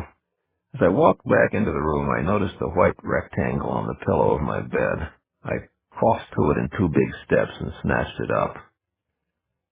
Sorry you were not in when I called back, it said in block capitals. But I saw you at the club and can certainly understand you're wanting a night out. It gave me an idea. Let's meet in the bar there, tomorrow night at 10. I'd feel better with lots of people around, but none of them listening. Damn. My first impulse was to go and tell Bill. My first thought following the impulse, though, was that there was nothing he could do except lose some sleep over it. A thing he probably needed a lot more than I did. So I folded the note and stuck it in my shirt pocket, then hung up the shirt. Not even a nightmare to liven my slumber. I slept deeply and well, knowing Frokier would rouse me in the event of danger. In fact, I overslept, and it felt good. The morning was sunny, and birds were singing. I made my way downstairs to the kitchen after splashing and combing myself into shape and raiding Shadow for fresh slacks and a shirt. There was a note on the kitchen table. I was tired of finding notes, but this one was from Bill, saying he had to run into town to his office for a while, and I should go ahead and help myself to anything that looked good for breakfast. He'd be back a little later. I checked out the refrigerator and came up with some English muffins, a piece of cantaloupe, and a glass of orange juice. Some coffee I'd started first thing was ready shortly after I finished, and I took a cup with me out onto the porch. As I sat there, I began to think that maybe I ought to leave a note of my own and move on. My mysterious correspondent, conceivably S, had phoned here once and broken in once. How S had known I was here was immaterial. It was a friend's house, and though I did not mind sharing some of my problems with friends, I did not like the idea of exposing them to danger. But then, it was daylight now, and the meeting was set for this evening. Not that much longer till some sort of resolution was achieved. Almost silly to depart at this point. In fact, it was probably better that I hang around till then. I could keep an eye on things, protect Bill if anything came up today. Suddenly I had a vision of someone forcing Bill to write that note at gunpoint, then whisking him away as a hostage to pressure me into answering questions. I hurried back to the kitchen and phoned his office. Horace Craper, his secretary, answered on the second ring. "Hi, this is Merle Corey," I said. "Is Mr. Roth in?" "Yes," he replied, "but he's with a client right now. Could I have him call you back?" "No, it's not that important," I said, "and I'll be seeing him later. Don't bother him. Thanks." I poured myself another cup of coffee and returned to the porch. This sort of thing was bad for the nerves. I decided that if everything wasn't squared away this evening, I would leave. The figure rounded the corner of the house. "Hi, Merle." It was George Hanson. Frothier gave me the tiniest of pulses, as if beginning a warning and then reconsidering it. Ambiguous. Unusual. "Hi, George. How's it going?" "Pretty well. Is Mr. Roth in?" "Afraid not. He had to go into town for a while. I imagine he'll be back around lunchtime or a little after." "Oh. A few days ago he asked me to stop by when I was free, about some work he wanted done." He came nearer, put his foot on the step. I shook my head. "Can't help you. He didn't mention it to me. You'll have to catch him later." He nodded, unwound his pack of cigarettes, shook one out and lit it, then rewound the pack in his shirt sleeve. This T-shirt was a Pink Floyd. "How are you enjoying your stay?" he asked. "Real well. You care for a cup of coffee?" "Don't mind if I do." I rose and went inside. "With a little cream and sugar," he called after me. I fixed him one, and when I returned with it, he was seated in the other chair on the porch. "Thanks." After he tasted it, he said, "I know your dad's name's Carl, even though Mr. Roth said Sam." His memory must have slipped. "Or his tongue," I said. He smiled. What was it about the way he talked? His voice could almost be the one I heard on the phone last night, though that one had been very controlled and slowed just enough to neutralize any number of speech clues. It wasn't the comparison that was bothering me. "He was a retired military officer, wasn't he? And some sort of government consultant." "Yes." "Where's he now?"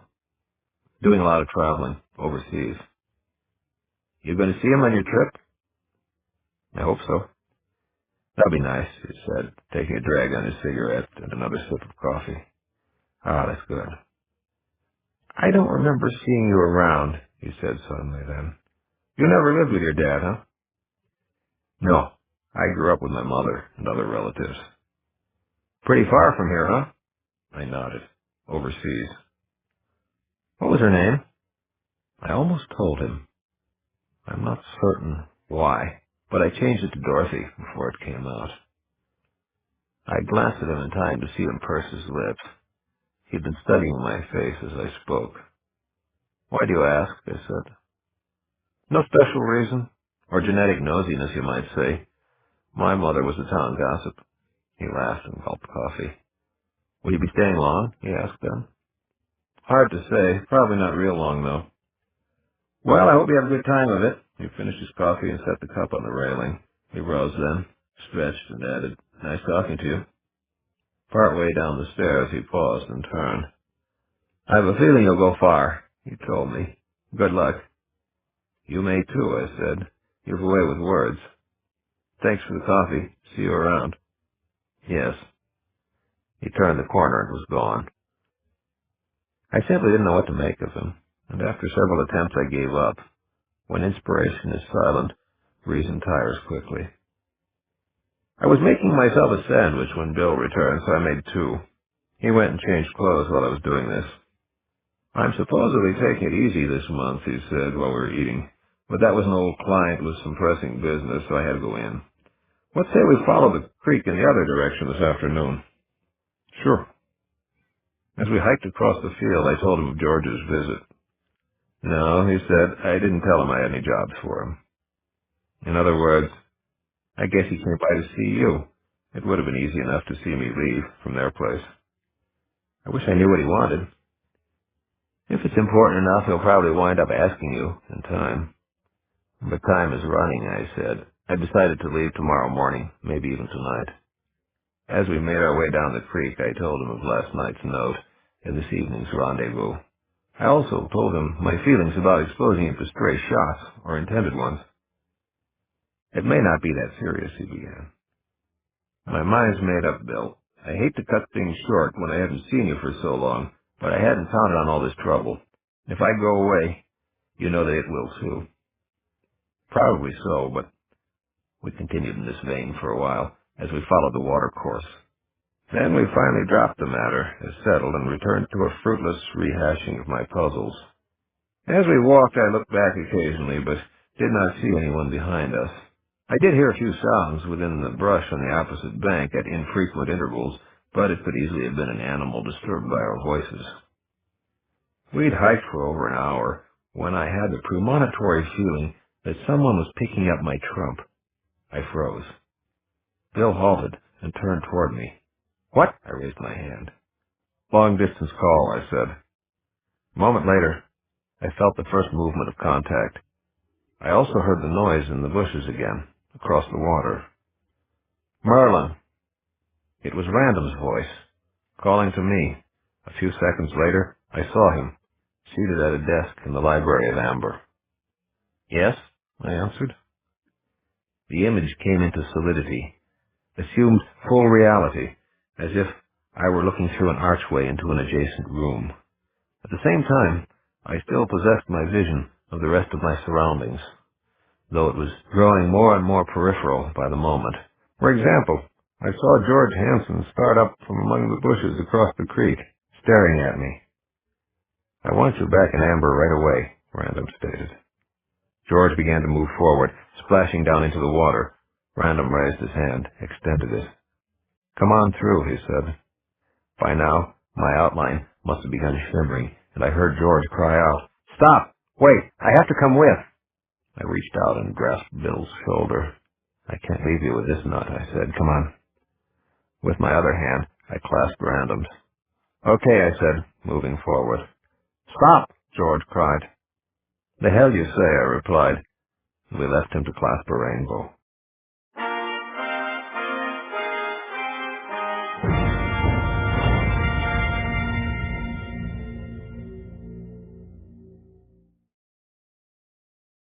Random looked startled as the two of us came through into the library.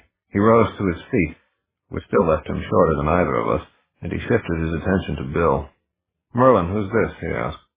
"Your attorney, Bill Roth," I said. "You've always dealt with him through agents in the past. I thought you might like to—" Bill began dropping to one knee. "Your Majesty," on his lips, but Random caught him by the shoulders. "Cut the crap," he said. "We're not in court."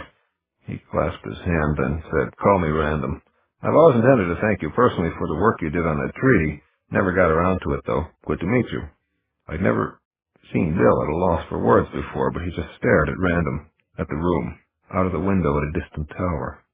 Finally, "It's real," I heard him whisper moments later. "Did I not see someone springing toward you?" Random said to me, running a hand through his unruly brown hair.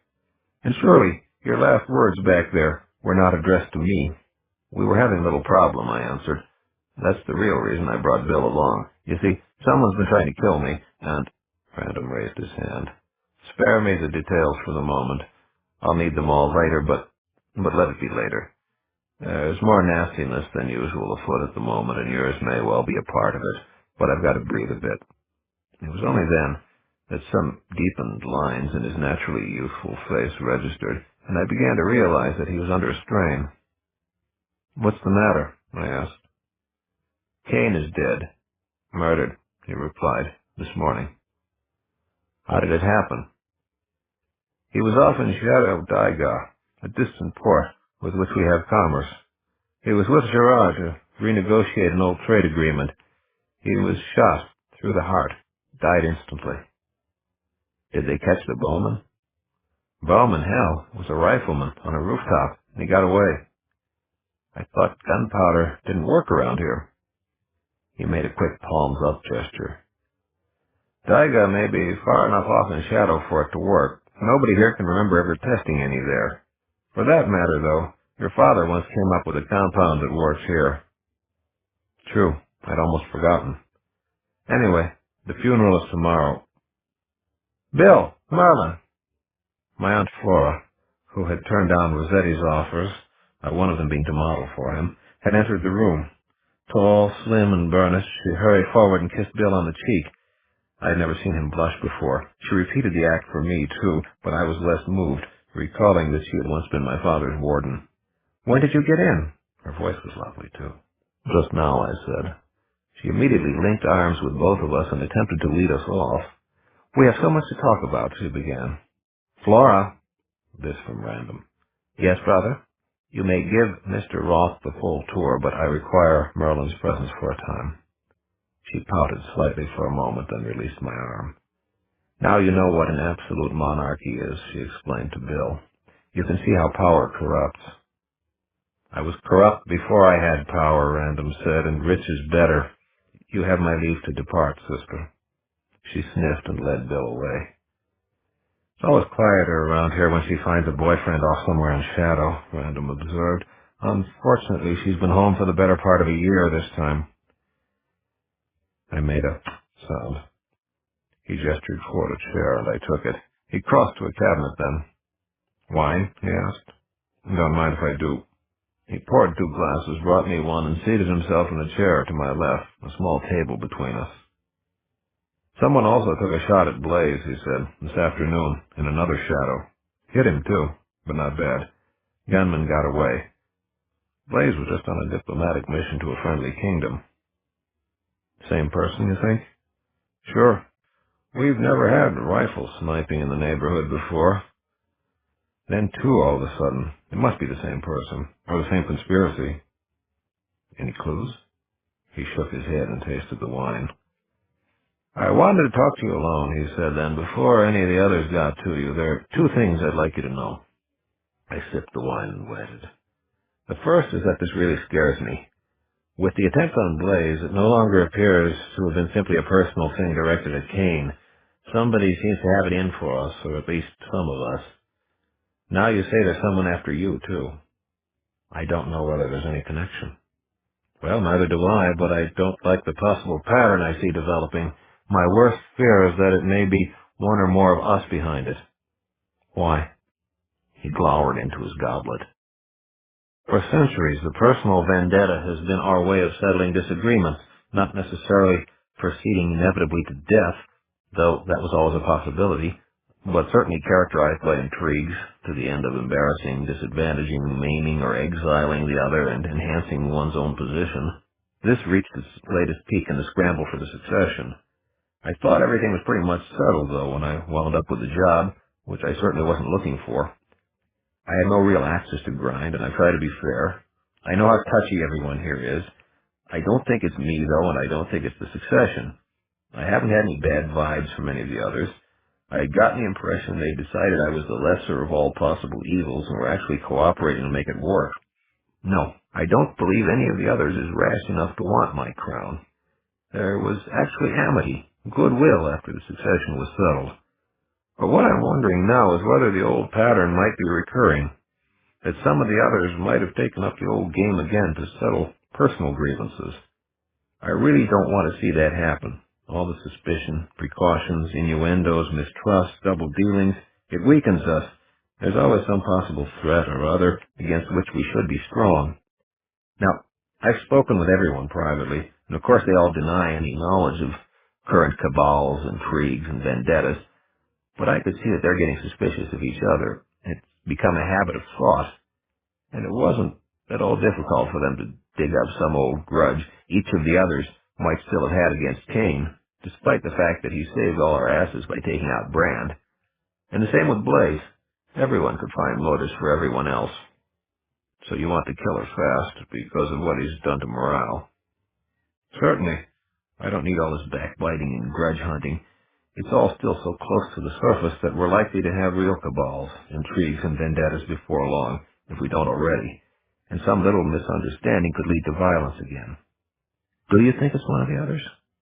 Shit, I'm the same as they are. I get suspicious by reflex. It well may be, but I haven't really seen a bit of evidence. Who else could it be? He uncrossed and recrossed his legs. He took another drink of wine. Hell, our enemies are legion, but most of them wouldn't have the guts. They all know the kind of reprisal they could expect once we found them out. He clasped his hands behind his head and stared at the rows of books. I don't know how to say this, he began after a time, but I have to. I waited again. Then he said quickly, There's talk at Corwin, but I don't believe it. No, I said softly. I told you I don't believe it. Your father means a lot to me.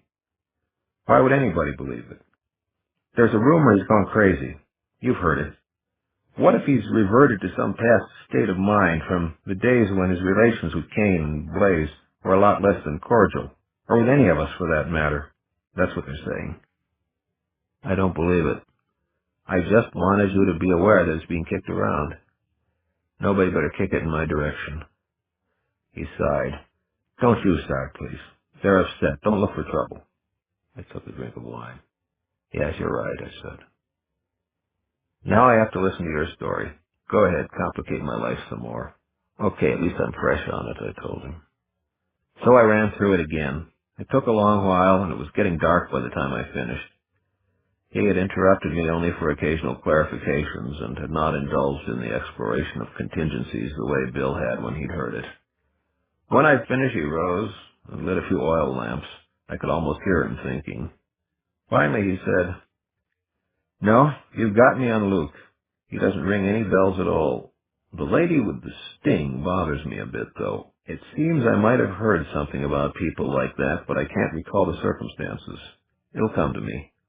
I want to know more about this ghost wheel project of yours, though. Something about it troubles me. Sure, I said, but there is something else I am reminded to tell you first. What's that? I covered everything for you pretty much the way I did when I was talking to Bill.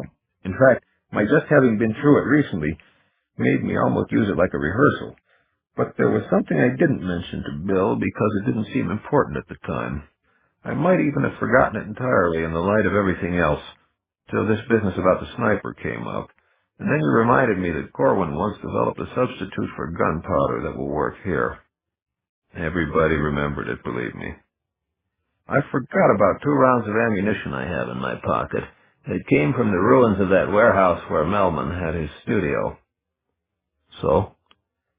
They don't contain gunpowder. There's some kind of pink stuff in them instead, and it won't even burn, at least back on that Shadow Earth.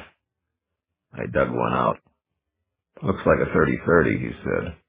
I guess so. Random rose and drew upon a braided cord that hung beside one of the bookshelves. By the time he'd returned to his seat, there was a knock on the door. Come in, he called. A liveried servant entered, a young blond fellow. That was quick, Random said. The man looked puzzled. Your Majesty, I do not understand. What's to understand? I ran, you came. Sire, I was not on duty in the quarters. I was sent to tell you that dinner is ready to be served, awaiting your pleasure. Oh, tell them I'll be along shortly, as soon as I've spoken with the person I've called. Very good, sire. The man departed backward with a quick bow. I thought that was too good to be true, Random muttered. A little later, another guy appeared, older and less elegantly garbed. Rolf, would you run down to the armory and talk to whoever's on duty? Random said. Ask him to go through that collection of rifles we have from the time Corwin came to Culver with them, the day Eric died. See if he can dig up a 30-30 for me, in good shape. Have him clean it and send it up. We're going down to dinner now. You can just leave the weapon in the corner over there. 30-30, sire? Right. Rolf departed. Random rose and stretched. He pocketed the round I'd given him and gestured toward the door. Let's go eat. Good idea. There were 8 of us at dinner. Random, Gerard, Flora, Bill, Martin, who had been called back a little earlier in the day, Julian, who had just arrived from Arden, Fiona, who had also just come in from some distant locale, and myself. Benedict was due in the morning and Luella later this evening. I sat to Random's left, Martin to his right. I hadn't seen Martin in a long while and was curious what he'd been about, but the atmosphere was not conducive to conversation. As soon as anyone spoke, everyone else evinced unusually acute attention, far beyond the dictates of simple politeness. I found it rather unnerving, and I guess Random did too, because he sent for Drop-O-My-Pants, the court jester, to fill the heavy silences. Droppa had a rough time at first. He began by juggling some food, eating it as it moved by until it was gone, wiped his mouth on a borrowed napkin, then insulted each of us in turn. After that, he commenced a stand-up routine I found very funny.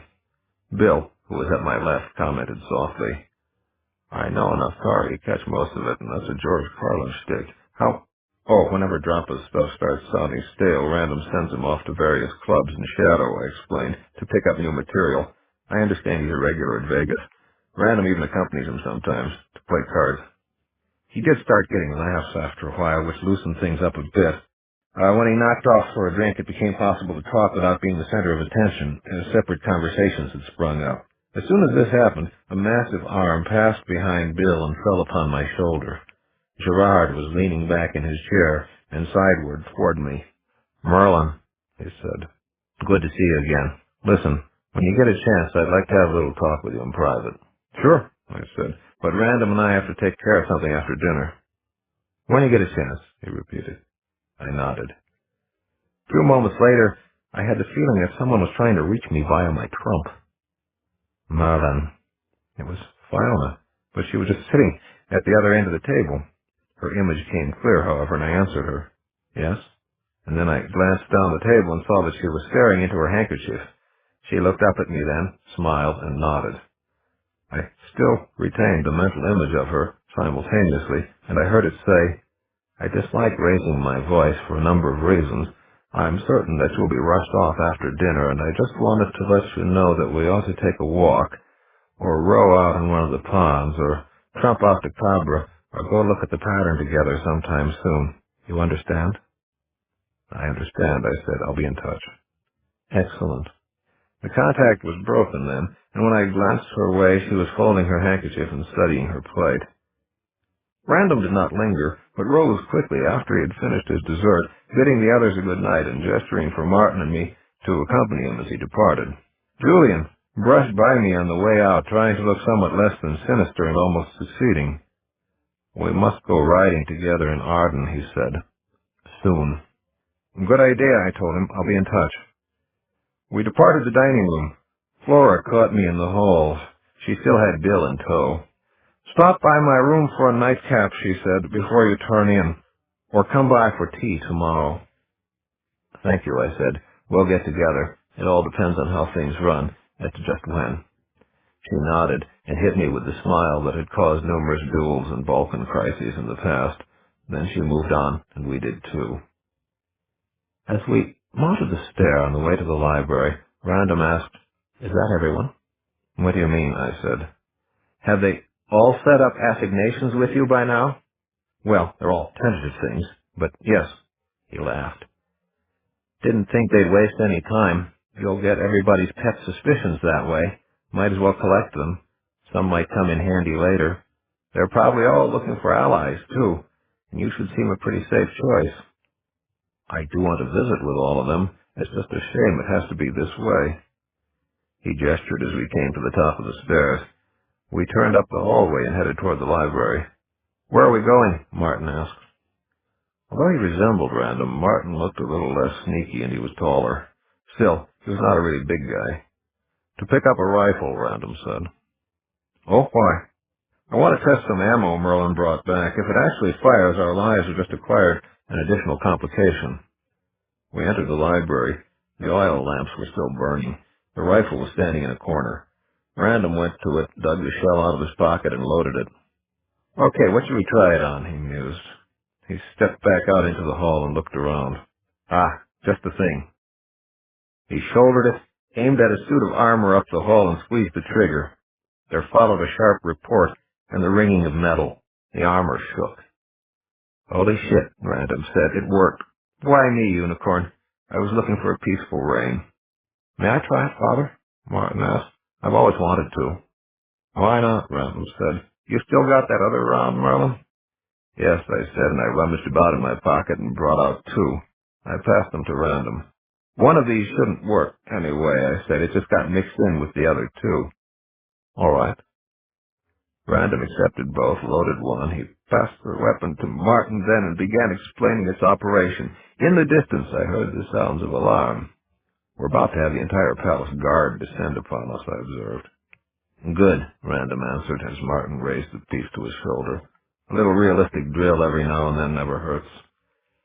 The rifle roared and the armor rang a second time. Martin looked startled and quickly passed the weapon back to Random. Random glanced at the shell in his hand, said, "What the hell?" loaded the final round and fired without sighting. There was a third report, followed by sounds of a ricochet, just as the guard reached the top of the stair. "I guess I just don't live right," Random remarked. After Random had thanked the guard for their prompt response to a training exercise, and I overheard him mutter about the king being in his cups, we returned to the library and he asked me the question. "I found the third one in the pocket of Luke's field jacket," I answered, and I proceeded to explain the circumstances. "I can no longer afford not to know about Luke Reynard," he finally said. "Tell me how you read what just happened." "The building that burned down," I began. "Upstairs was Melman, who wanted to sacrifice me. Downstairs was the Brutus Storage Company. Brutus apparently was storing ammo of this sort. Luke admitted that he knew Melman. I had no idea that there might be some connection with Brutus and the ammunition also. The fact that they were located in the same building is too much, though. If they're turning it out in such quantities that it requires warehousing, then we're in big trouble," Random said. "I want to know who owned that building and who owned the company, if it's a different person." "It shouldn't be too difficult to check." "Who should I send to do it?" he mused. Then he snapped his fingers and smiled. "Flora is about to undertake an important mission for the crown." "Inspired," I said. Martin smiled at that and then shook his head. "I'm afraid I don't understand what's going on," he told us, "and I want to." "Tell you what," Random said, "you fill him in while I go give Flora her assignment. She can leave right after the funeral." "Yes," I said as he departed, and I began telling my tale once again, editing for brevity. Martin had no fresh insights and no new information, not that I expected any of him. He'd spent the past few years off in a more pastoral setting, I learned. I got the impression that he was more fond of the countryside than of cities. "Merlin," he said, "you should have brought this whole business home to Amber sooner. We're all affected." And what of the course of chaos, I wondered. Would that rifle have fired there? Still, it had been Kane and Blaze who had been targets. No one had summoned me back to the courts to brief me about any incidents. Still, perhaps I ought to bring my other relatives aboard at some point. But up until a few days ago, matters were a lot simpler, I told Martin. And then, when things began developing fast, I was too caught up in them. "But all those years, those attempts on your life," I said. "I don't call home whenever I stub my toe. Nobody else does either. I couldn't see any connection all that time." But I knew that he was right, and I was wrong. Fortunately, Random returned about then. "I couldn't quite get her to believe it was an honor," he said, "but she'll do it." We talked for a while then about more general matters, mostly what we've been doing for the past several years. I recalled Random's curiosity about Ghostwheel and mentioned the project to him. He changed the subject immediately, giving the impression he wanted to save it for a fully private conversation. After a time, Martin began to yawn, and it was contagious. Random decided to bid us good night and rang for a servant to show me to my room. I asked Dick, who had led me to my quarters, to find me some drawing materials. It took him about 10 minutes to turn up everything that I needed. It would have been a long, difficult walk back, and I was tired. So I seated myself beside his table and commenced the construction of a trump for the bar at the country club Bill had taken me to the previous evening. I worked for perhaps 20 minutes before I was satisfied. Now it was just a matter of time differential, a thing that was subject to variation, the 2.5 to 1 ratio being only a rule of thumb between Amber and the shadow I had recently inhabited. It was quite possible that I'd missed my rendezvous with the nameless housebreaker. I set everything aside except for the trump. I rose to my feet. There came a knock on my door. I was tempted not to answer it, but my curiosity won out. I crossed the room, unbolted the door, and opened it. Fiona stood there, her hair down for a change. She had on an attractive green evening dress and a small jeweled pin that matched her hair perfectly. "Hello, Fi," I said. "What brings you around?" "I felt you working with certain forces," she answered, "and I didn't want anything happening to you before we had our talk. May I come in?" "Of course," I said, stepping aside, "but I am in a hurry." "I know, but perhaps I can be of help." "How?" I asked, closing the door. She looked about the room and spotted the trump I'd just finished. She shot the bolt on the door and crossed to the table. "Very nice," she observed, studying my handiwork. "So that's where you're headed. Where is it?" "The bar at a country club in the place I just came from," I replied. "I'm supposed to meet an unknown party there at 10 local time. Hopefully I will obtain information as to who has been trying to kill me and why, and possibly even learn something of other matters that have been troubling me." "Go," she said, "and leave the trump behind. That way I can use it to spy, and if you should suddenly need help, I will be in a position to provide it." I reached out and squeezed her hand.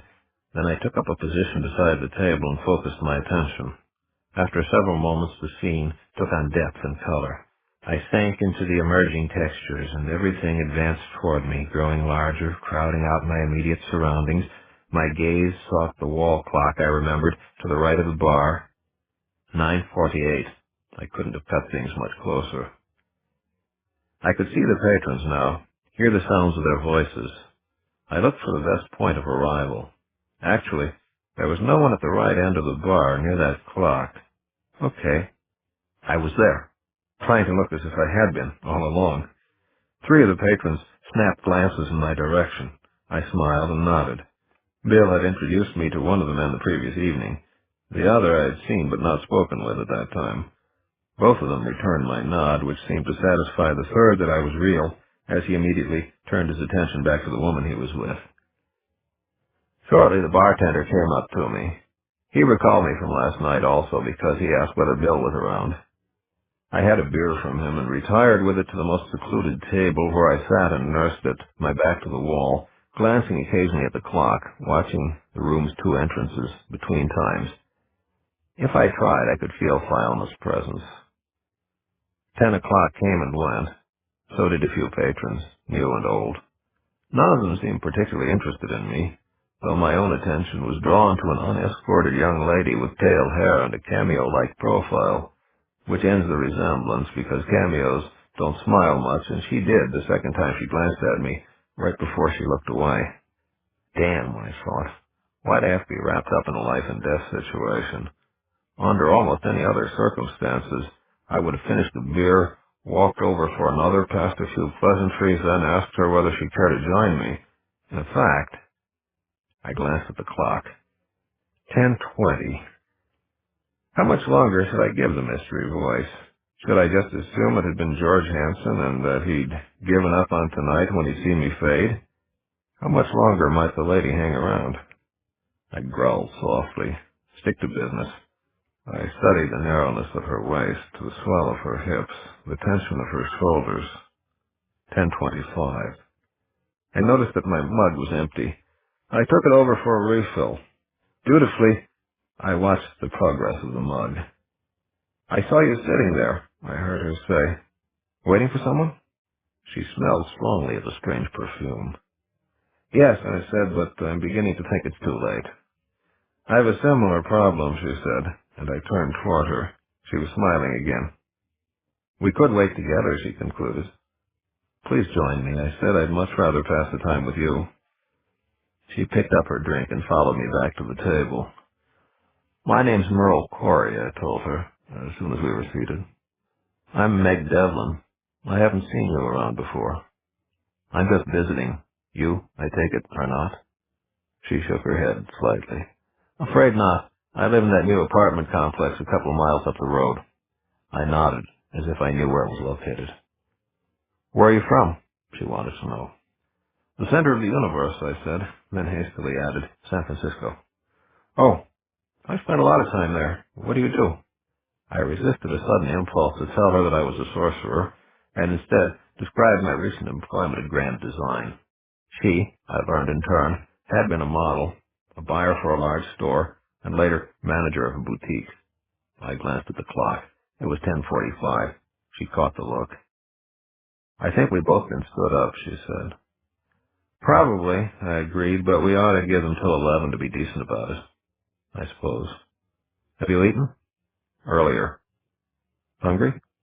Some. Yes. Are you? Uh-huh. I noticed some people had food in here earlier. I'll check. I learned we could get sandwiches, so we got 2 with some salad on the side. I hope your date didn't include a late supper, I said suddenly. It wasn't mentioned, and I don't care, she replied, taking a bite. 11 o'clock came and went. I finished my drink with the food, and I didn't really want another. At least the evening wasn't a total loss, she said, crumpling her napkin and setting it aside. I watched her eyelashes because it was a pleasant thing to do. She wore very little or very pale makeup. It didn't matter at all. I was about to reach out and cover her hand with my own, but she beat me. What were you going to do tonight? I asked her. Oh, dance a bit, have a few drinks, maybe take a walk in the moonlight, silly things like that. I hear music in the next room. We could stroll on over. Yes, we could, she said. Why don't we? As we were leaving the bar, I heard Fiona, like a whisper. Merlin, if you leave the scene on the trump, you will be out of range to me. Hold on a minute, I answered. What? Meg asked me. I want to visit the restroom first, I said. Good idea, I'll do the same. Meet you in the hall here in a couple of minutes. The place was vacant, but I took a stall in case anyone wandered in. I located Fiona's trump in the packet I carried. Moments later, I reached her. Listen, Fi, I said. Obviously, no one's going to show, but the rest of the evening promises to shape up nicely, and I might as well have a little fun while I'm here. So thanks for your help. I'll just wander on back later. I don't know, she said. I don't like your going off with a stranger under the circumstances. There may still be danger around there for you. Somewhere. There isn't, I replied. I have a way of knowing, and it doesn't register for her. Besides, I'm sure it was a fellow I'd meet here, and that he gave up when I trumped out. I'll be all right. I don't like it, she said. I'm a big boy. I can take care of myself. I suppose so. Call me immediately if there are any problems. There won't be. You might as well turn in.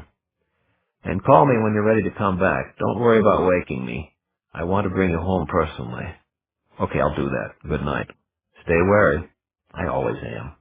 Good night, then. She broke the contact. A few minutes later, we were on the dance floor, turning and listening and touching. Meg had a strong tendency to lead. But what the hell, I can be led. I even tried being wary occasionally, but there was nothing more threatening than loud music and sudden laughter. At 11:30, we checked the bar. There were several couples there, but her date wasn't, and no one even gave me a nod. We returned to the music. We looked again a little after midnight with similar results. We seated ourselves then and ordered a final drink. Well, it was fun, she said, resting her hand where I could cover it with my own, so I did.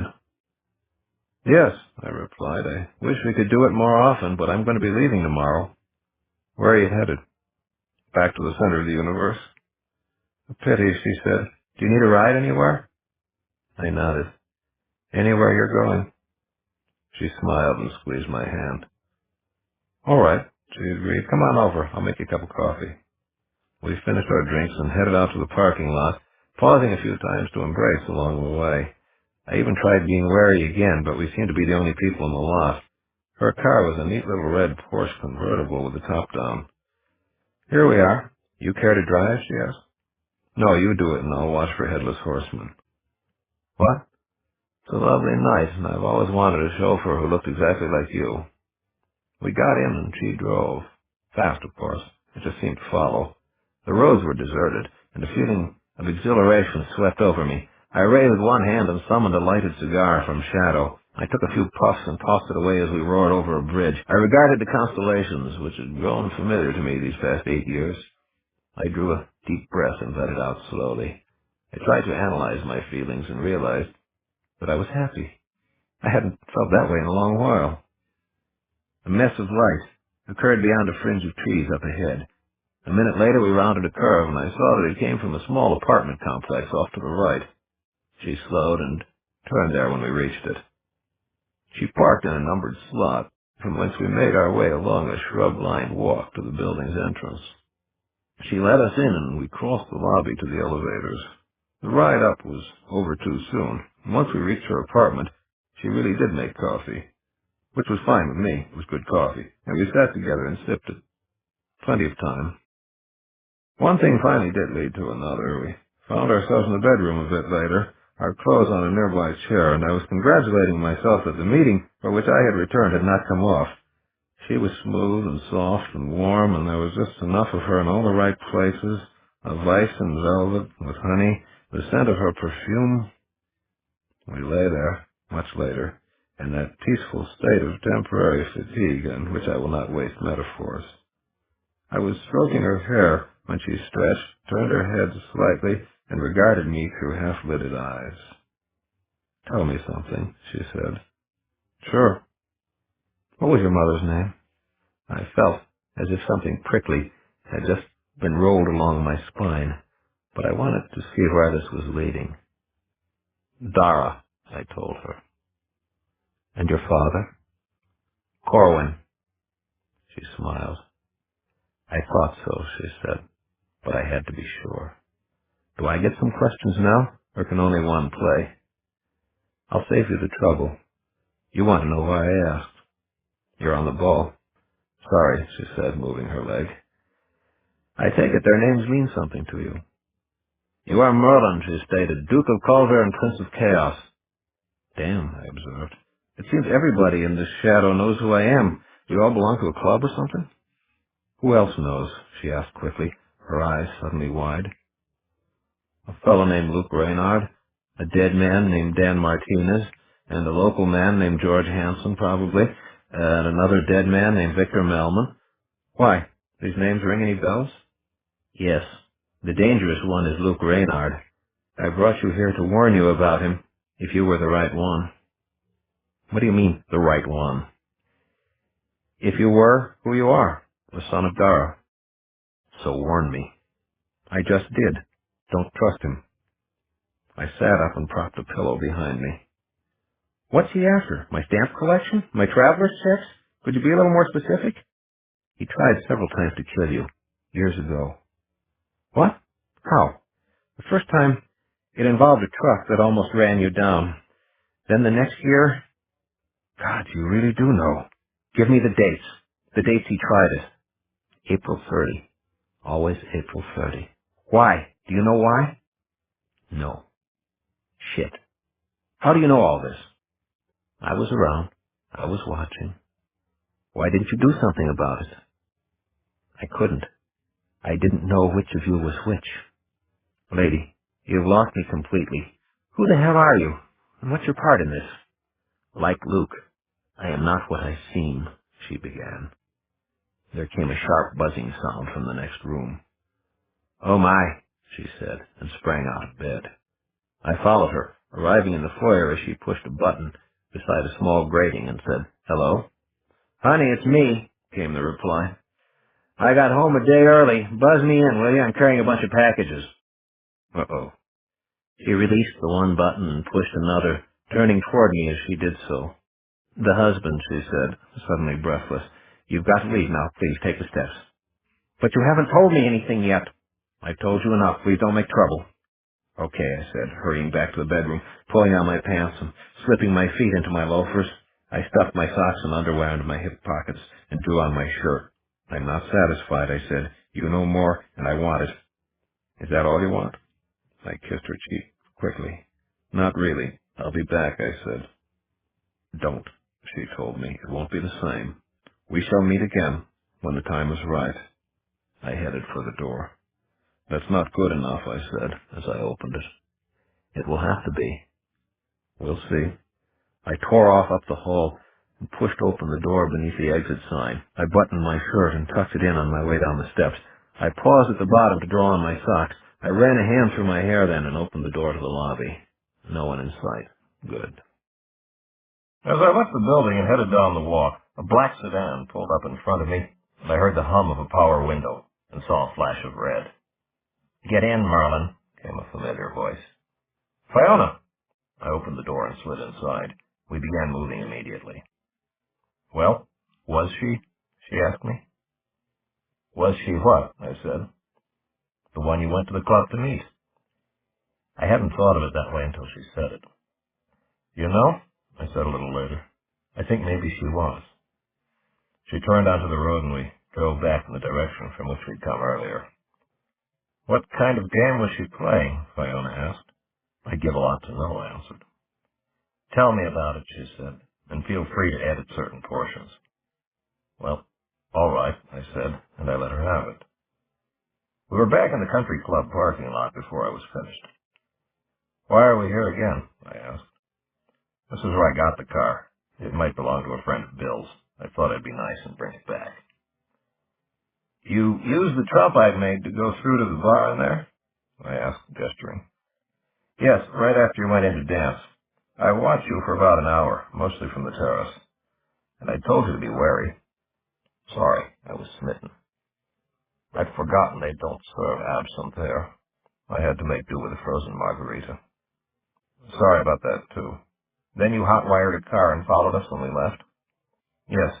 I waited in her parking lot and maintained the most peripheral of touches with you, via your trump. If I'd felt danger, I would have come in after you."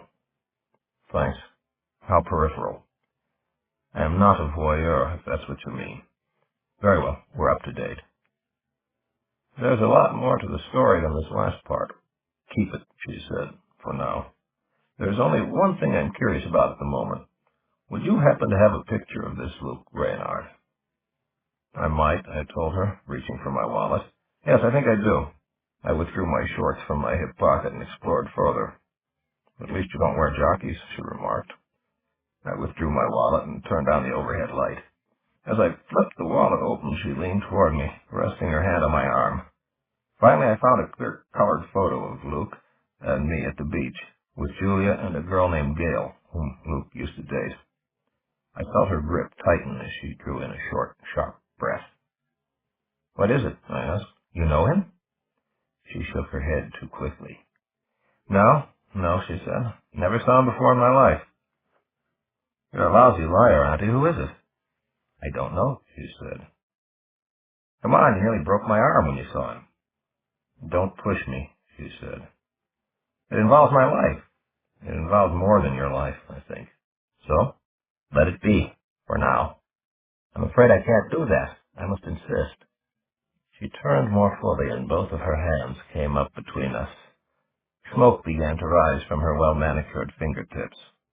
Fracture throbbed upon my wrist, which meant she was sufficiently pissed off to lean on me if it came to that. I made a warding gesture and decided to back off. "Okay, let's call it a day and head home." She flexed her fingers and the smoke fled. Fracture became still. She withdrew a packet of trumps from her purse and shuffled out the one for Amber. "But sooner or later I'm going to have to know," I added. "Later," she said, as the vision of Amber grew before us. One thing I always liked about Fiona, she didn't believe in hiding her feelings. I reached up and switched off the dome light as Amber came on all around us.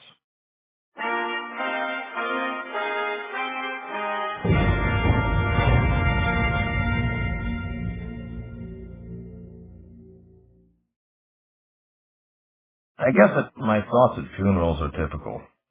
Like Bloom and Ulysses, I usually think the most mundane things about the deceased and the current goings-on. The rest of the time, my mind wanders. On the wide strand of shoreline at the southern foot of Colville, there's a small chapel dedicated to the unicorn, one of several such throughout the realm at places where she'd been sighted. This one seemed most appropriate for Cain's service in that, like Gerard, he had once expressed a desire to be laid to rest in one of the sea caves at the mountain's foot, facing the waters he had sailed so long, so often. One such had been prepared for him, and there would be a procession after the service to inter him there. It was a windy, misty, sea-cool morning with only a few sails in sight, moving to or from the port over half a league westward of us. Technically, I suppose Random should have officiated, since his kingship automatically made him high priest, but aside from reading an opening and closing passage on the passing of princes from the Book of the Unicorn, he turned the service over to Gerard to perform in his stead, as Cain had gotten along with Gerard better than with anyone else in the family. So Gerard's booming voice filled the small stone building, reading long sections involving the sea and mutability. It was said that Dworkin himself had penned the book in his saner days, and that long passages had come direct from the Unicorn. I don't know. I wasn't there. It is also said that we are descended of Dworkin and the Unicorn, which gives rise to some unusual mental images. Origins of anything tend to fade off into myth, though. Who knows? I wasn't around then. And all things return to the sea, Gerard was saying. I looked about me. Besides the family, there were perhaps 40 or 50 people present, mostly nobility from the town, a few merchants with whom Cain had been friendly, representatives of realms and several adjacent shadows where Cain had spent time on both official and personal business, and of course, Vinta Bale. Bill had expressed a desire to be present, and he stood to my left. Martin was at my right. Neither Fiona nor Blaise was present. Blaise had pleaded his injury and excused himself from the service. Fiona had simply vanished. Random had been unable to locate her this morning. Julian departed partway through the service to check on the guard he had posted along the strand, someone having pointed out that a would-be assassin could rack up a high score with that many of us together in one small place. Consequently, Julian's foresters with short sword, dagger, and longbow or lance were spotted strategically all over the place. Every now and then we'd hear the baying of one of his hellhounds, to be answered almost immediately by several others, a mournful, unnerving thing, counterpointing waves, wind, and reflections upon mortality. Where had she gotten off to, I wondered? Fiona? Fear of a trap? Or something to do with last night? And Benedict. He had sent regrets and regards, mentioning sudden business that precluded his making it back in time. Luella simply hadn't shown, and could not be reached by Trump. Flora stood ahead and to the left of me, knowing she looked lovely in dark colors, too. Perhaps I do her injustice, I don't know, but she seemed more fidgety than contemplative. At the conclusion of the service, we filed out, 4 seamen bearing Cain's casket, and we formed up into a procession that would lead to the cave and his sarcophagus. A number of Julian's troops came up to pace us as an armed escort. As we walked along, Bill nudged me and gestured upward with his head toward Calvert. I looked in that direction and beheld a black-cloaked and cowled figure standing upon a ledge in the shadow of a rocky projection. Bill leaned close so that I could hear him above the sound of the pipes and strings that were now playing. "Is that one some part of the ceremony?" he asked. "Not that I know of," I answered. I broke out of line and moved forward. In another minute or so we would pass directly beneath the figure. I caught up with Random and put my hand on his shoulder. When he looked back, I pointed upward. He halted and stared, squinting.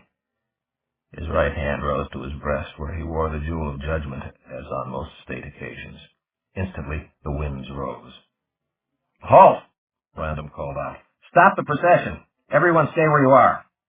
The figure moved then, slightly, head turning as if to stare at Random. In the sky, as if by trick photography, a cloud blew itself together, growing above Calvert. A red, pulsing glow emerged from beneath Random's hand. Suddenly, the figure looked upward, and a hand flashed beneath the cloak, emerging moments later to perform a quick casting movement. A tiny black object hung in the air, then began its descent. "Everybody down!" Gerard called out. Random did not move as the others of us dropped. He remained standing, watching, as lightning emerged from the cloud and played across the face of the cliff. The thunder that followed coincided almost exactly with the explosion that occurred high overhead. The distance had been too great. The bomb had gone off before it reached us, though it would probably have scored if we continued as we were, to pass beneath the ledge and have it drop directly upon us. When the spots stopped dancing before my eyes, I regarded the cliff again. The dark figure was gone. "Did you get him?" I asked Random. He shrugged as he lowered his hand. The jewel had ceased its pulsing. "Everybody on your feet," he called out. "Let's get on with his funeral." And we did. There were no more incidents, and the business was concluded, as planned. My thoughts, and probably everyone else's, were already playing family games as the box was being fitted into the vault. Might the attacker have been one of our absent kin? And if so, which one? What motives might each of them possess for the act? Where were they now? And what were their alibis? Could there have been a coalition involved? Or could it have been an outsider? If so, how was access obtained to the local supply of explosives? Or was this imported stuff? Or had someone local come up with the proper formula? If it were an outsider, what was the motive? And where was the person from? Had one of us imported an assassin? Why? As we filed past the vaults, I did think fleetingly of Kane, but more as part of the puzzle picture than as an individual. I had not known him all that well, but then several of the others had told me early on that he was not the easiest person to get to know. He was tough and cynical and had a streak of cruelty in his nature. He'd made quite a few enemies over the years and seemed even to be proud of this fact. He'd always been decent enough with me, but then we'd never been at cross purposes over anything. So my feelings did not run as deep for him as they did for most of the others. Julian was another of this cut, but more polished on the surface, and no one could be certain what lay beneath that surface on any given day. Kane, I wish I'd gotten to know you better. I'm certain that I am diminished by your passing in ways that I do not even understand. Departing, afterward, heading back to the palace for food and drink, I wondered, not for the first time, how my problems and everyone else's were connected. For I felt they were. I don't mind small coincidences, but I don't trust big ones. And Meg Devlin, did she know something of this business too? It seemed possible that she might. Husband or no husband, I decided, we had a date. Soon. Later, in the big dining hall, amid the buzz of conversation and the rattle of cutlery and crockery, one vague possibility occurred to me, and I resolved to pursue it immediately. Excusing myself from the cold but attractive company of Vinta Bale, third daughter of some minor nobility and apparently Kane's last mistress, I made my way to the far end of the hall and the small knot of people surrounding Random. I was standing there for several minutes wondering how to break in when he spotted me. He excused himself from the others immediately, advanced upon me, and caught hold of my sleeve. "Marlin," he said, "I don't have time now, but I just wanted to let you know that I don't consider our conversation concluded. I want to get together with you again later this afternoon or this evening, as soon as I'm free, so don't go running off anywhere till we've talked, okay?" I nodded. "One quick question," I said, as he began turning back toward the others. "Shoot," he said. "Are there any Amberites currently in residence on the Shadow Earth I just departed? Agents of any sort?" He shook his head. "I don't have any, and I don't believe any of the others do just now. I have a number of contacts there in different places, but they're all natives, like Bill." His eyes narrowed. "Something new come up?" he asked them. I nodded again. "Serious?" "Possibly." "I wish I had the time to hear it, but we'll just have to keep till we talk later." "I understand. I'll send for you," he said, and he returned to his companions. That shot down the only explanation I could think of for Meg Devlin.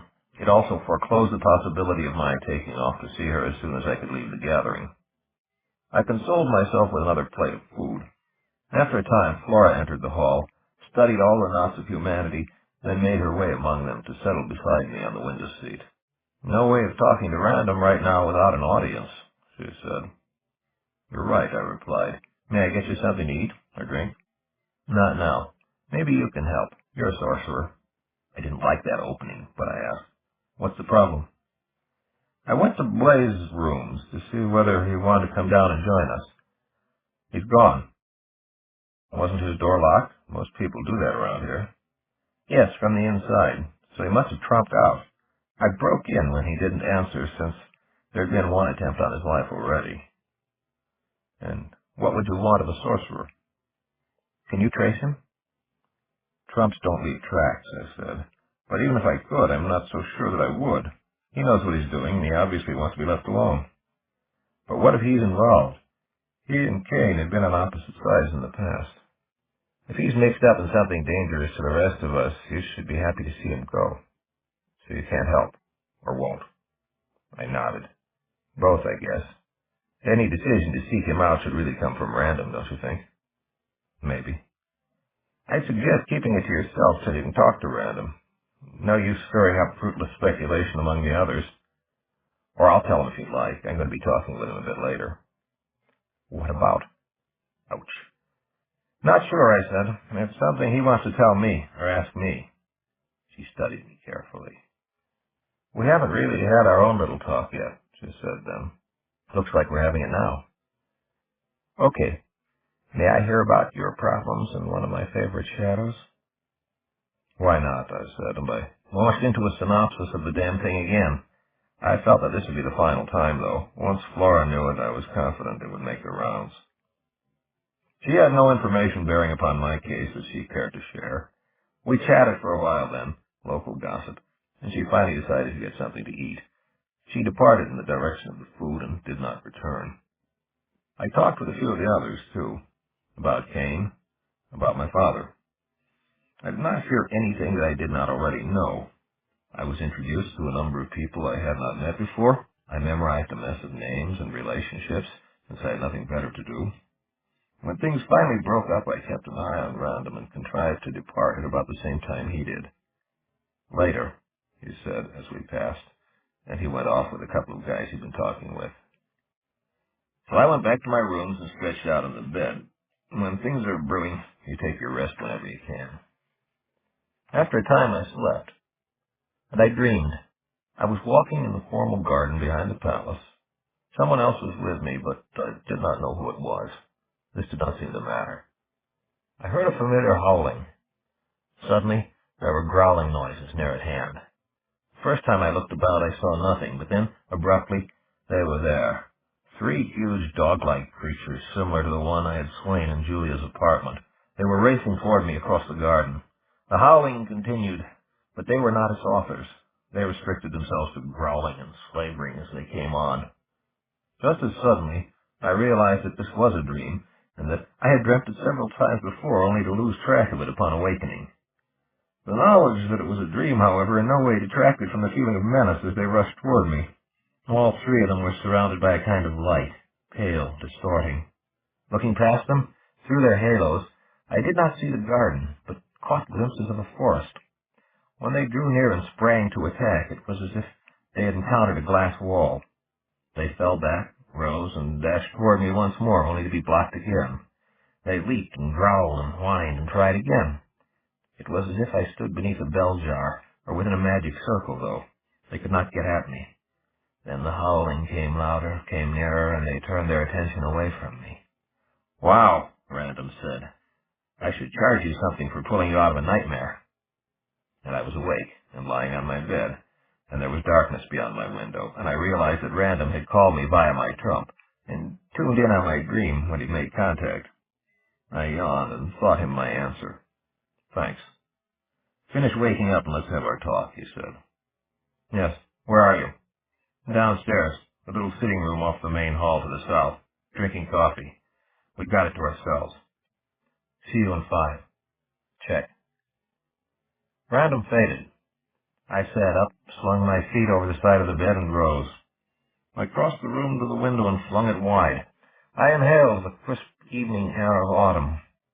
Spring on the shadow earth, fall here in amber, my 2 favorite seasons. I should be heartened, uplifted.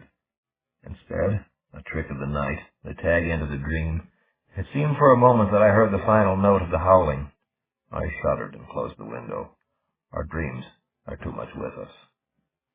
I hiked down to the designated room and took a seat on one of its sofas. Random let me get through half a cup of coffee before he said, Tell me about the ghost wheel.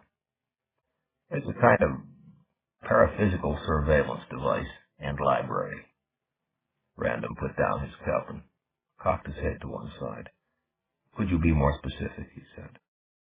Well, My work with computers led me to speculate that basic data processing principles could be employed with interesting results in a place where computer mechanics themselves would not operate, I began. In other words, I had to locate a shadow environment where the operations would remain pretty much invariant, but where the physical construct, all the peripherals, the programming techniques, and the energy inputs would be of a different nature. Merlin, Random said, you lost me already. I designed and built a piece of data processing equipment in a shadow where no ordinary computer could function, I replied, because I used different materials, a radically different design, a different power source. I also chose a place where different physical laws apply, so that it could operate along different lines. I was then able to write programs for it which would not have operated on the shadow Earth where I'd been living. In doing so, I believe that I created a unique artifact. I called it the Ghost Wheel because of certain aspects of its appearance. And it's a surveillance device and a library. What do you mean by that? It ripples through shadow like the pages of a book or a deck of cards, I said. Program it for whatever you want checked out, and it'll keep an eye on it for you. I was planning it as a surprise. You could say, use it to determine whether any of our potential enemies are mobilizing, or follow the progress of shadow storms, or... Wait a minute, he said, raising a hand. How? How does it put through shadows that way? What makes it work? In effect, I explained, it creates the equivalent of multitudes of trumps in an instant. Then, stop. Back up. How can you write a program for the creation of trumps? I thought that they could only be done by a person who was an initiate of either the pattern or the logos. But in this case, I said, the machine itself is of that same class of magical objects as Dad's blade, Creswander. I incorporated elements of the pattern itself into its design. And you are going to surprise us with this. Yes, once it's ready. When will that be? I'm not sure. It had to gather certain critical amounts of data before its programs could become fully operational. I set it to do that a while back, and I haven't had a chance to check on it recently. Random poured some more coffee, took a drink. I don't see where it would save that much in the way of time and effort, he said, a little later. Say I'm curious about something in shadow. I go and investigate, or I send someone. Now, say that instead I want to use this thing to check it out. I still have to spend the time going to the place where you keep it. No, I told him. You summon a remote terminal. Summon? A terminal? Right. I unearthed my amber trumps and dealt myself the one off the bottom. It showed a silver wheel against a dark background. I passed it to Random and he studied it. How do you use it? He asked. Same as the others. You want to call it to you? You do it, he said. I want to watch. Very well, I answered. But while I've set it to gathering data across the shadows, it still won't know a whole lot that's useful at this point. I don't want to question it so much as I want to see it. I raised the card and stared, seeing through it with my mind's eye. After a few moments, there was contact. I called it to me. There followed a small crackling sound and a feeling of ionization in the air as a glowing wheel, about 8 feet in diameter, materialized before me. Diminish terminal size, I ordered. It shrank down to about a third of what it had been, and I ordered it to halt at that point. It looked like a pale picture frame, occasional sparks dancing within it, the view across the room constantly rippling as seen through its center. Random began to extend a hand. Don't, I said, you might get a shock. I still don't have all the bugs out. It can transmit energy? Well, it could, no big deal.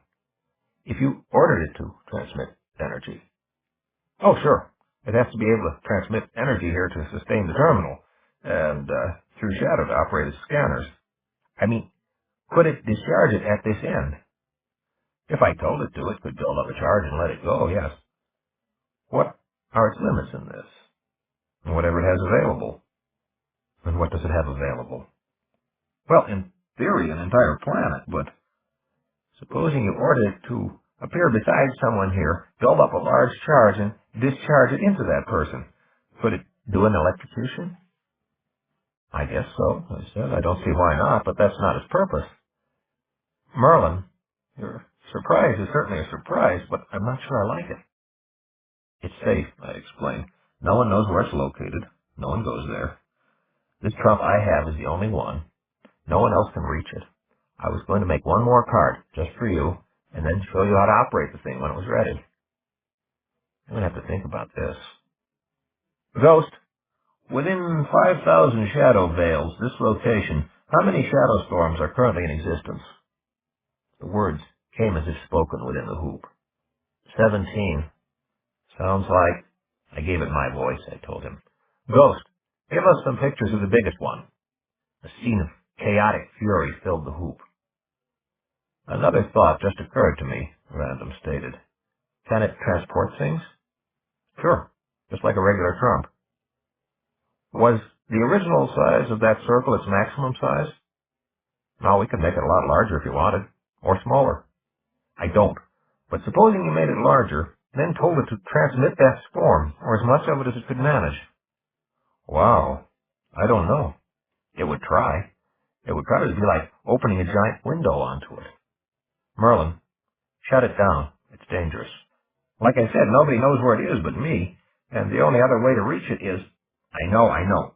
Tell me, could anybody access it with the proper trump, or just by finding it?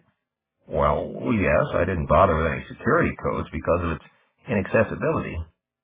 That thing could be an awesome weapon, kid. Shut it down, now. I can't. What do you mean? You can't dump its memory or kill its power from a remote terminal. I would actually have to travel to the site itself to do that. Then I suggest you get going. I want it turned off until there are a lot more safeguards built into it. Even then, well, we'll see.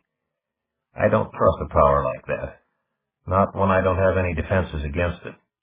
It could strike almost without warning. What were you thinking of when you built that thing? Data processing. Look, we're the only ones. There's always a possibility someone will get wise to it and find a way to get at it. I know. You're in love with your handiwork, and I appreciate what you had in mind, but it's got to go. I've done nothing to offend you. It was my voice, but it came from the wheel. Random stared at it, looked at me, looked back at it. That's not the point, he addressed it. It's your potential that I'm concerned about. Merlin, turn off the terminal. End transmission, I said. Withdraw terminal. It wavered a moment, then was gone. Had you anticipated that comment from the thing? Random asked me. No, I was surprised. I'm beginning to dislike surprises. Maybe that shadow environment's actually altering the thing in subtle ways. You know my wishes. Give it a rest. I bowed my head. Whatever you say, sir. Cut it out. Don't be a martyr. Just do it. I still think it's just a matter of installing a few safeguards. No reason to crash the whole project. If things were quieter, he said, maybe I'd go along with it. But there's too much shit coming down right now, with snipers and bombers and all the things you've been telling me about. I don't need another worry. I got to my feet. Okay, thanks for the coffee, I said. I'll let you know when it's done. He nodded. Good night, Merlin. Good night. As I was stalking out through the big entrance hall, I saw Julian, in a green dressing gown, talking with two of his men. On the floor between them lay a large dead animal. I halted and stared. It was one of those same damn dog things I just dreamed about, like at Julia's. I approached. Hi, Julian. What is it? I asked, gesturing. He shook his head. Don't know, but the hellhounds just killed 3 of them in Arden. I trumped these guys up with one of the carcasses to show Random. You wouldn't know where he is, would you? I stabbed with my thumb back over my shoulder. In the sitting room. He walked off in that direction. I went nearer and prodded the animal with my toe. Should I go back and tell Random I'd met one before? The hell with it, I decided. I couldn't see how the information would be of any vital use. I returned to my rooms and washed up and changed my clothes. Then I stopped by the kitchen and filled my backpack with food. I didn't feel like saying goodbye to anyone, so I just headed for the back and took the big rear staircase down into the gardens. Dark, starry, cool. Walking, I felt a sudden chill as I neared the spot where, in my dream, the dogs had appeared. No howls, no growls, nothing. I passed through that area and continued on my way to the rear of that well-kept site, to the place where a number of trails led off through a more natural landscape. I took the second one from the left. It was a slightly longer route than another I might have chosen, with which it intersected later anyway, but it was easier going, a thing I felt I needed in the night. I was still not all that familiar with the irregularities of the other way.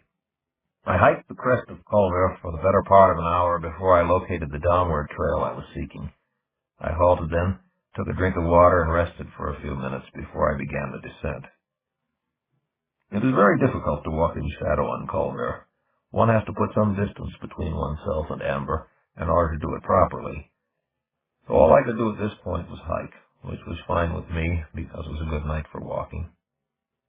I was well on my way down before a glow occurred overhead and the moon crested a shoulder of Culver and poured its light upon my twisting trail.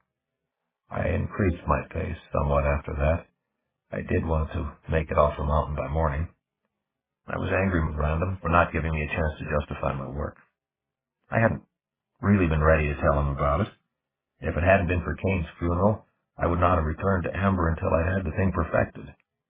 I wasn't even going to mention Ghost Wheel this time around, except that it had figured in a small way in the mystery that had engulfed me, and Random had wanted to know about it in order to have the whole story. Okay, he didn't like what he'd seen, but the preview had been premature. Now, if I shut it down as I'd been ordered, I would ruin a lot of work that had been in progress for some time now. Ghost Wheel was still in a shadow-scanning, self-education phase. I would have been checking on it about now anyway to see how it was coming along and to correct any obvious flaws that had crept into the system. I thought about it as the trail grew steeper and curved on Culver's western face.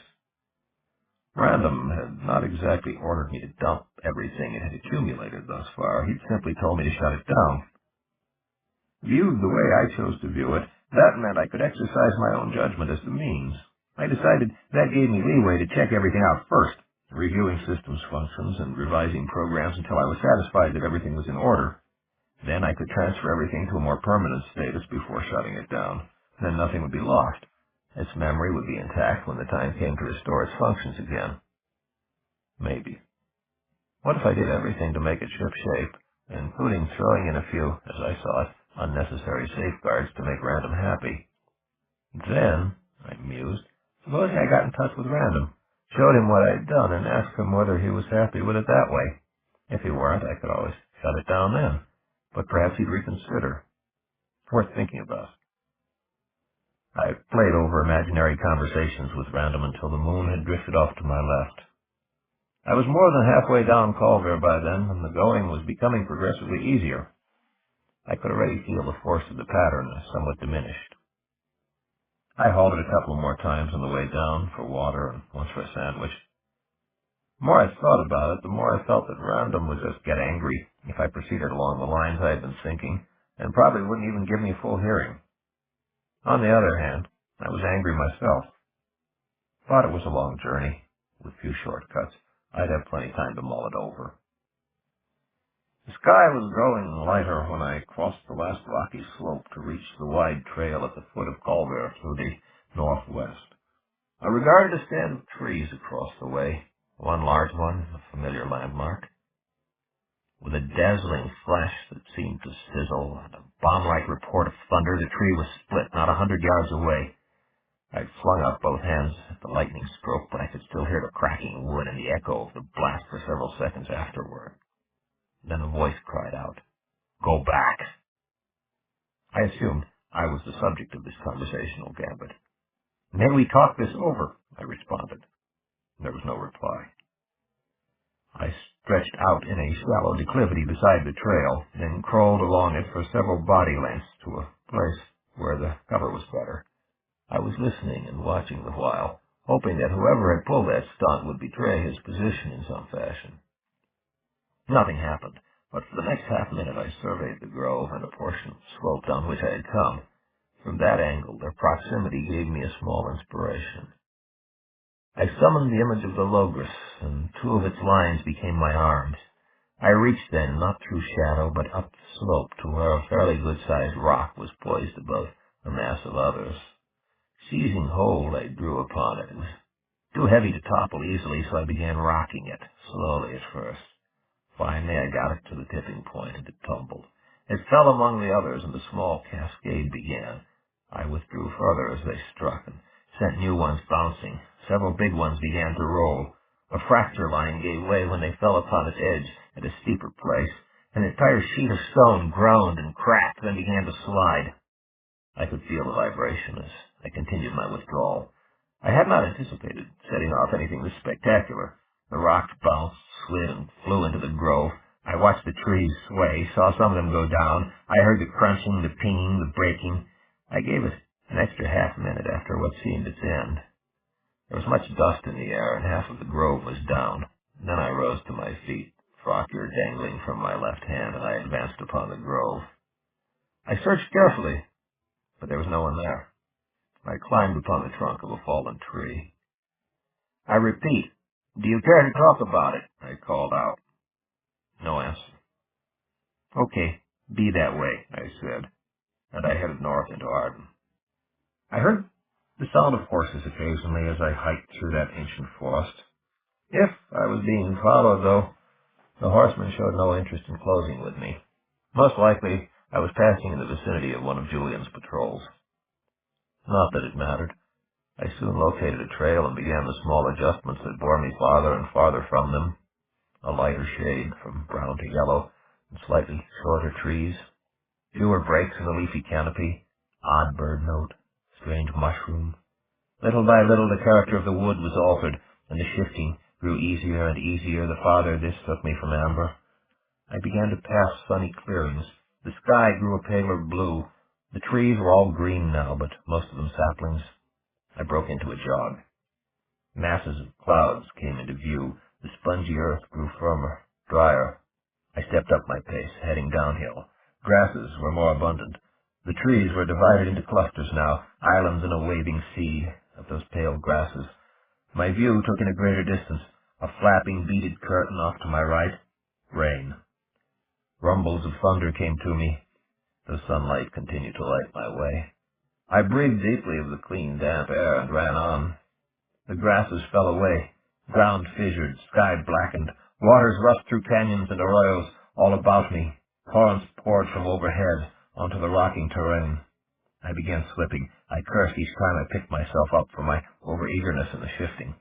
The clouds parted like a theater curtain to where a lemon sun poured warmth and light from salmon-colored sky.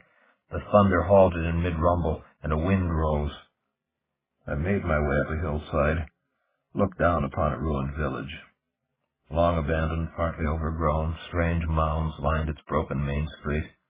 I passed through it beneath a slate-colored sky, picked my way slowly across an icy pond, faces of those frozen beneath me staring sightlessly in all directions. The sky was soot-streaked, the snow hard-packed, my breath feathery as I entered the skeletal wood where frozen birds perched, and etching. Slipping downhill, rolling, sliding into melting and spring, movement again, about me, mucky ground and clumps of green, strange cars on distant highway, a junkyard, smelling, oozing, rusting, smoldering, threading my way amid acres of heaps, rats scurrying, away, shifting faster, breathing harder, skyline beneath smog cap, delta bottom, seashore, golden pylons along the road, countryside with lakes, brown grasses beneath green sky, slowing, rolling grassland, river and lake, slowing, breeze and grass, sea-like, mopping my brow and my sleeve, sucking air, walking now. I moved through the field at a normal pace, preferring to do my resting in a congenial spot such as this, where I could see for a good distance. The wind made soft noises as it passed among the grasses. The nearest lake was a deep lime color. Something in the air smelled sweet. I thought I saw a brief flash of light off to my right, but when I looked that way, there was nothing unusual to be seen. A little later, I was certain that I heard a distant sound of hoofbeats, but again, I saw nothing. That's the trouble with shadows. You don't always know what's natural there. You're never certain what to look for. Several minutes passed. Then I smelled it before I saw anything. Smoke. The next instant there was a rush of fire. A long line of flame cut across my path. And again the voice. I told you to go back. The wind was behind the fire, pushing it toward me. I turned to head away and saw that it was already flanking me. It takes a while to build up the proper mental set for shadow shifting, and I let mine go. I doubted I could set it up again in time. I began running. The line of flame was curving about me as if to describe a huge circle. I did not pause to admire the precision of the thing, however, as I could feel the heat by then, and the smoke was getting thicker. Above the fire's crackling, it seemed that I could still hear the drumming of hoofs. My eyes were beginning to water, though, and streams of smoke further diminished my vision, and again I detected no sign of the person who had sprung the trap. Yet, definitely, the ground was shaking with the rapid progress of a hoofed creature headed in my direction. The flames flashed higher, drew nearer, as the circle rushed toward closure. I was wondering what new menace was approaching, when a horse and rider burst into view through the gap in the fiery wall. The rider drew back the reins, but the horse, a chestnut, was not too happy at the nearness of the flames. It bared its teeth, biting at the bit, and tried several times to rear. "Hurry! Behind me!" the rider cried, and I rushed to mount. The rider was a dark-haired woman. I caught only a glimpse of her features. She managed to turn the horse back in the direction from which she had come, and she shook the reins. The chestnut started forward, and suddenly it reared. I managed to hang on. When its front hoofs struck the ground, the beast wheeled and tore off toward the right. It was almost into the flames when it wheeled again. "Damn," I heard the rider say, as she worked almost frantically with the reins. The horse turned again, neighing loudly. Bloody spittle dripped from its mouth, and by then the circle was closed. The smoke was heavy and the flames very near. I was in no position to help beyond giving it a pair of sharp kicks in the flanks when it began moving in a straight line again. It plunged into the flames to our left, almost screaming as it went. I had no idea how wide the band of fire was at that point. I could feel a searing along my legs, though, and I smelled burning hair. Then the beast was rearing again. The rider was screaming back at it, and I found that I could no longer hold on. I felt myself sliding backward just as we broke through the ring of fire and into a charred, smoldered area where the flames had already passed. I fell amid hot black clumps. Ashes rose about me. I rolled frantically to my left, and I coughed and squeezed my eyes shut against the cloud of ashes that assailed my face. I heard the woman scream, and I scrambled to my feet, rubbing my eyes. My vision came clear in time for me to see the chestnut rising from where he had apparently fallen atop his rider. The horse immediately tore off to be lost among clouds of smoke. The woman lay very still, and I rushed to her side. Kneeling, I brushed sparks from her clothing and checked for breathing and a pulse. Her eyes opened while I was doing this. "Back's broken, I think," she said, coughing. "Don't feel much. Escape, if you can. Leave me. I'll die anyway." "No way," I said. "But I've got to move you. There's a lake nearby, if I remember right." I removed my cloak from where it was tied about my waist, and I spread it out beside her. I inched her onto it as carefully as I could, folded it over her to protect her against the flames, and began dragging her in what I hoped was the proper direction. We made it through a shifting patchwork of fire and smoke. My throat was raw, my eyes watering steadily, and my trousers on fire when I took a big step backward and felt my heels swish downward into mud. I kept going. Finally, I was waist deep in the water and supporting her there. I leaned forward, pushed a flap of the cloak back from her face. Her eyes were still open, but they looked unfocused, and there was no movement. Before I could feel for a carotid pulse, however, she made a hissing noise, then spoke my name. "Merlin," she said hoarsely. "I'm sorry." "You helped me, and I couldn't help you," I said. "I'm sorry." "Sorry I didn't last longer," she continued. "No good with horses. They're following you." "Who?" I asked. "Called off the dogs, though.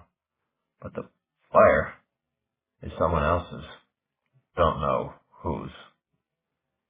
"I don't know what you're talking about." I splashed a little water onto her cheeks to cool them. Between the soot and her singed, disheveled hair, it was difficult to judge her appearance. "Someone behind you," she said, her voice growing fainter. "Someone ahead, too. Don't know about that one. Sorry." "Who?" I asked again. And who are you? How do you know me? Why? She smiled faintly. Sleep with you. Can't now. I'm going. Her eyes closed. No! I cried. Her face contorted and she sucked in a final breath. She expelled it then, using it to form the whispered words. Just let me sink here. Goodbye. A cloud of smoke blew across her face. I held my breath and shut my eyes as a larger billow followed, engulfing us. When the air finally cleared again, I studied her. Her breathing had ceased and there was no pulse, no heartbeat. There was no non-burning, non-marshy area available for even an attempt at CPR. She was gone. She'd known she was going. I wrapped my cloak about her carefully, turning it into a shroud. Last of all, I folded a flap over her face. I fixed everything into place with the clasp I'd used to close it at my neck when I'd worn it. Then I waded out into deeper water. Just let me sink here. Sometimes the dead sink quickly, sometimes they float. Goodbye, lady, I said. I wish I knew your name. Thanks again. I released my hold upon her. The waters swirled. She was gone. After a time, I looked away, then moved away. Too many questions, no answers. Somewhere, a maddened horse was screaming.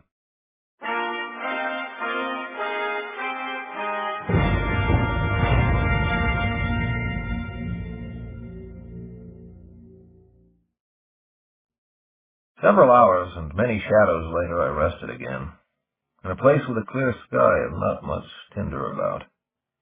I bathed in a shallow stream and afterwards summoned fresh clothing out of shadow. Clean and dry, then I rested on the bank and made myself a meal. It seemed as if every day were now in April 30. It seemed as if everyone I met knew me, as if everyone were playing an elaborate double game.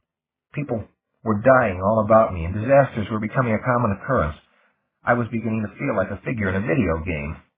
What would be next, I wondered? A meteor shower? There had to be a key. The nameless lady who had given her life to pull me out of the fire had said that someone was following me, and that there was someone ahead of me also. What did that mean? Should I wait for my pursuer to catch up and simply ask him, her, or it what the hell was going on? Or should I push on fast, hopefully catch the other party and make inquiry there? Would either give me the same answer? Or were there two different answers involved? Would a duel satisfy someone's honor? I'd fight it then. Or a bribe.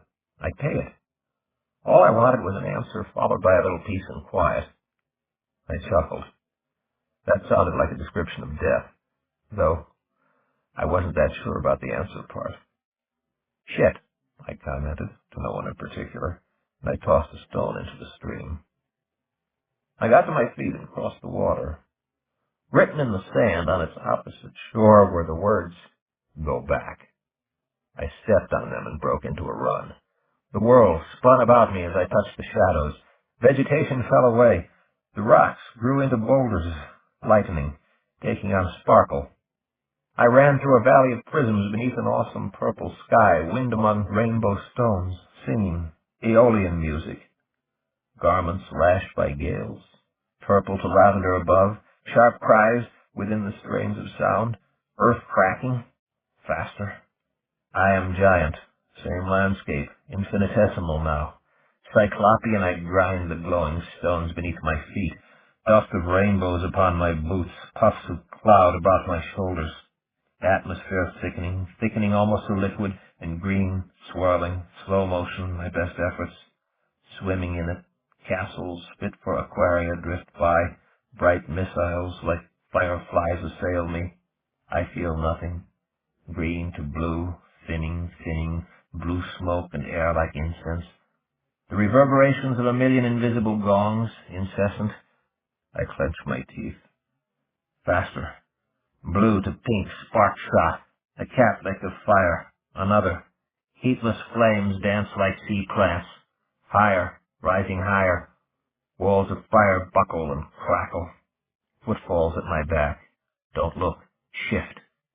Sky split down the middle by sun a comet streaking. Here and gone. Again. 3 days and as many heartbeats. I breathe the air spicy, swirl the fires, descend to purple earth, prism in the sky. I race the course of a glowing river across a field of fungus, color of blood, spongy, spores that turn to jewels, fall like bullets. Night on a plate of brass, footfalls echoing to eternity, knobbed machine-like plants clanking, metal flowers retracting back to metal stalks, stalks to consoles, clank, clank, sigh, echoes only at my back. I spin once. Was that a dark figure ducking behind a windmill tree, or only the dance of shadows in my shadow-shifting eyes? Forward, through glass and sandpaper, orange ice, landscape of pale flesh. There is no sun, only pale light. There is no earth, only thin bridges and islands in the air. The world is crystal matrix. Up, down, around, through a hole in the air, and down a chute, sliding, to a cobalt beach beside a still copper sea. Twilight without stars, faint glow everywhere. Dead, dead this place. Blue rocks, broken statues of inhuman beings, nothing stirring. Stop. I drew a magic circle about me in the sand and invested it with the forces of chaos. I spread my new cloak then at its center, stretched out and went to sleep. I dreamed that the waters rose up to wash away a portion of the circle, and that a green, scaly being with purple hair and sharp teeth crept out of the sea and came to me to drink my blood. When I awoke, I saw that the circle was broken, and a green, scaly being with purple hair and sharp teeth lay dead upon the beach, a half-dozen yards from me. Frogger knotted tightly about his throat, and the sand disturbed all around. I must have slept very deeply. I retrieved my strangling cord and crossed another bridge over infinity. On the next leg of my journey, I was nearly caught up in a flash flood the first time I paused to rest. I was no longer unwary, however, and I kept ahead of it long enough to shift away. I received another warning, in burning letters on the face of an obsidian mountain, suggesting I withdraw, retire, go home. My shouted invitation to a conference was ignored.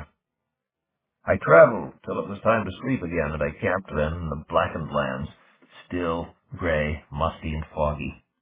I found myself an easily defended cleft, warded against magic, and slept. Later, how much later I'm uncertain, I was awakened from a dreamless slumber by the pulsing of Frogger upon my wrist. I was instantly awake, and then I wondered why. I heard nothing, and I saw nothing untoward within my limited field of vision. But Frogger, who is not 100% perfect, always has a reason when she does give an alarm. I waited, and I recalled my image of the Logress while I did so. When it was fully before me, I fitted my hand within it as if it were a glove, and I reached. I seldom carry a blade above the length of a middle-sized dagger. It's too damn cumbersome having several feet of steel hanging at my side, bumping into me, catching onto bushes, and occasionally even tripping me up. My father and most of the others in Amber and the courts swear by the heavy, awkward things, but they're probably made of sterner stuff than myself. I've nothing against them in principle. I love fencing, and I've had a lot of training in their use. I just find carrying one all the time to be a nuisance. The belt even rubs a raw place on my hip after a while. Normally, I prefer Frogger and improvisation. However, this, I was willing to admit, might be a good time to be holding one. For now I heard bellows-like hissing sounds and scrambling noises from somewhere outside and to my left. I extended through shadows, seeking a blade. I extended. Damn, I had come far from any metalworking culture of the appropriate anatomy and at the proper phase in its historical development. I continued to reach, sweat suddenly beading my brow. Far, very far, and the sounds came nearer, louder, faster. There came rattling, stamping, and spitting noises, a roar. Contact. I felt the haft of the weapon in my hand. Seize and summon. I called it to me, and I was thrown against the wall by the force of its delivery. I hung there a moment before I could draw it from the sheath in which it was still encased. In that moment, things grew silent outside. I waited 10 seconds. 15. Half a minute. Nothing now. I wiped my palms on my trousers. I continued to listen. Finally, I advanced. There was nothing immediately before the opening save a light fog, and as the peripheral lines of sight opened, there was still nothing to behold. Another step. No. Another. I was right at the threshold now. I leaned forward and darted a quick glance in either direction. Yes, there was something off to the left. Dark, low, unmoving, half masked by the fog. Crouched, ready to spring at me? Whatever it was, it did not stir, and it kept total silence. I did the same. After a time, I noticed another dark form of the same general outlines beyond it, and possibly a third even farther away. None of them showed any inclination to raise the sort of hell I had been listening to but minutes before. I continued my vigil. Several minutes must have passed before I stepped outside. Nothing was roused by my movement. I took another step and waited. Then another. Finally, moving slowly, I approached the first form. An ugly brute, covered with scales the color of dried blood, a couple 100 pounds worth of creature, long and sinuous. Nasty teeth, too, I noted, when I opened its mouth with the point of my weapon. I knew it was safe to do this because its head was almost completely severed from the rest of it, a very clean cut. A yellow-orange liquid still flowed from the wound. I could see from where I stood that the other two forms were creatures of the same sort, in all ways. They were dead, too. The second one I examined had been run through several times and was missing one leg. The third had been hacked to pieces. All of them oozed, and they smelled faintly of cloves. I inspected the well-trampled area. Mixed in with that strange blood and the dew were what seemed to be the partial impressions of a boot, human scale. I saw farther, and I came across one intact footprint. It was pointed back in the direction from which I had come.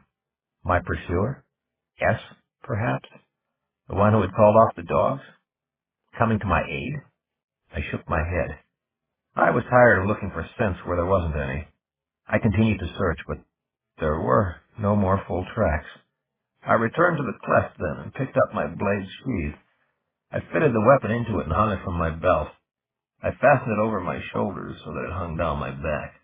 The hilt would protrude just over my backpack once I'd shouldered that item. I couldn't see how I could jog with it at my side. I ate some bread and the rest of the meat, drank some water, too, and a mouthful of wine. I resumed my journey. I ran much of the next day, though day is something of a misnomer. Beneath unchanging stippled skies, checkered skies, skies lit by perpetual pinwheels and fountains of light. I ran until I was tired, and I rested and ate and ran some more. I rationed my food, for I had a feeling I'd have to send far for more, and such an act places its own energy demands upon the body. I eschewed shortcuts, for flashy shadows spanning hell runs also have their price, and I did not want to be all whacked out when I arrived. I checked behind me often. Usually I saw nothing suspicious. Occasionally, though, I thought that I glimpsed distant pursuit. Other explanations were possible, however, considering some of the tricks the shadows can play. I ran until I knew that I was finally nearing my destination. There came no new disaster, followed by an order to turn back. I wondered fleetingly whether this was a good sign or if the worst were yet to come. Either way, I knew that one more sleep and a little more journeying would put me where I wanted to be. Add a little caution and a few precautions, and there might even be reason for optimism. I ran through a vast, forest-like stand of crystalline shapes. Whether they were truly living things or represented some geological phenomenon, I did not know. They distorted perspectives and made shifting difficult. However, I saw no signs of living things in that glossy, glassy place, which led me to consider making my final campsite there. I broke off a number of the limbs and drove them into the pink ground, which had the consistency of partly set putty. I constructed a circular palisade standing to about shoulder height, myself at its center. I unwound Frockier from my wrist, then voiced the necessary instructions as I placed her atop my rough and shining wall. Frockier elongated, stretching herself as thin as a thread and twining among the shard-like branches. I felt safe. I did not believe anything could cross that barrier without Frockier springing loose and twining herself to deathly tightness about it. I spread my cloak, lay down, and slept. For how long, I'm not certain. and I recall no dreams. There were no disturbances either. When I woke, I moved my head to reorient it, but the view was the same. In every direction but down, the view was filled with interwoven crystal branches. I climbed slowly to my feet and pressed against them. Solid. They had become a glass cage. Although I was able to break off some lesser branches, these were mainly from overhead, and it did nothing to work my release. Those which I had planted initially had thickened considerably, having apparently rooted themselves solidly. They would not yield to my strongest kicks. The damn thing infuriated me. I swung my blade, and glassy chips flew all about. I muffled my face with my cloak then, and swung several times more. Then I noticed that my hand felt wet.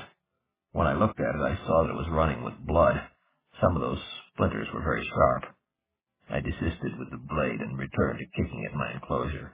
The walls creaked occasionally and made chiming noises, but they held. I am not normally claustrophobic, and my life was not in imminent peril, but something about this shining prison annoyed me, out of all proportion to the situation itself. I raged for perhaps 10 minutes before I forced myself to sufficient calmness that I might think clearly. I studied the tangle until I discerned the uniform color and texture of Frakir running through it. I placed my fingertips upon her and spoke an order. Her brightness increased, and she ran through the spectrum and settled into a red glow. The first creaking sound occurred a few seconds later. I quickly withdrew to the center of the enclosure and wrapped myself fully in my cloak. If I crouched, I decided, some of the overhead pieces would fall a greater distance, striking me with more force. So I stood upright, protecting my head and neck with my arms and hands as well as with the cloak. The creaking sounds became cracking sounds, followed by rattling, snapping, breaking. I was suddenly struck across the shoulder, but I maintained my footing. Ringing and crunching, the edifice began to fall about me. I held my ground, though I was struck several times more. When the sound ceased and I looked again, I saw that the roof had been removed, and I stood calf-deep amid fallen branches of the hard, coral-like material. Several of the side members had splintered off at near to ground level. Others now stood at unnatural angles, and this time a few well-placed kicks brought them down. My cloak was torn in a number of places, and Frakir coiled now about my left ankle and began to migrate to my wrist. The stuff crunched underfoot as I departed. I shook out my cloak and brushed myself off. I traveled for perhaps half an hour then, leaving the place far behind me, before I halted and took my breakfast in a hot, bleak valley smelling faintly of sulfur. As I was finishing, I heard a crashing noise. A horned and tusked purple thing went racing along the ridge to my right, pursued by a hairless, orange-skinned creature with long claws and a forked tail. Both were wailing in different keys. I nodded. It was just one damn thing after another. I made my way through frozen lands and burning lands, under skies both wild and placid. Then at last, hours later, I saw the low range of dark hills, and aurora streaming upward from behind them. That was it. I needed but approach and pass through, and I would see my goal beyond the last and most difficult barrier of all.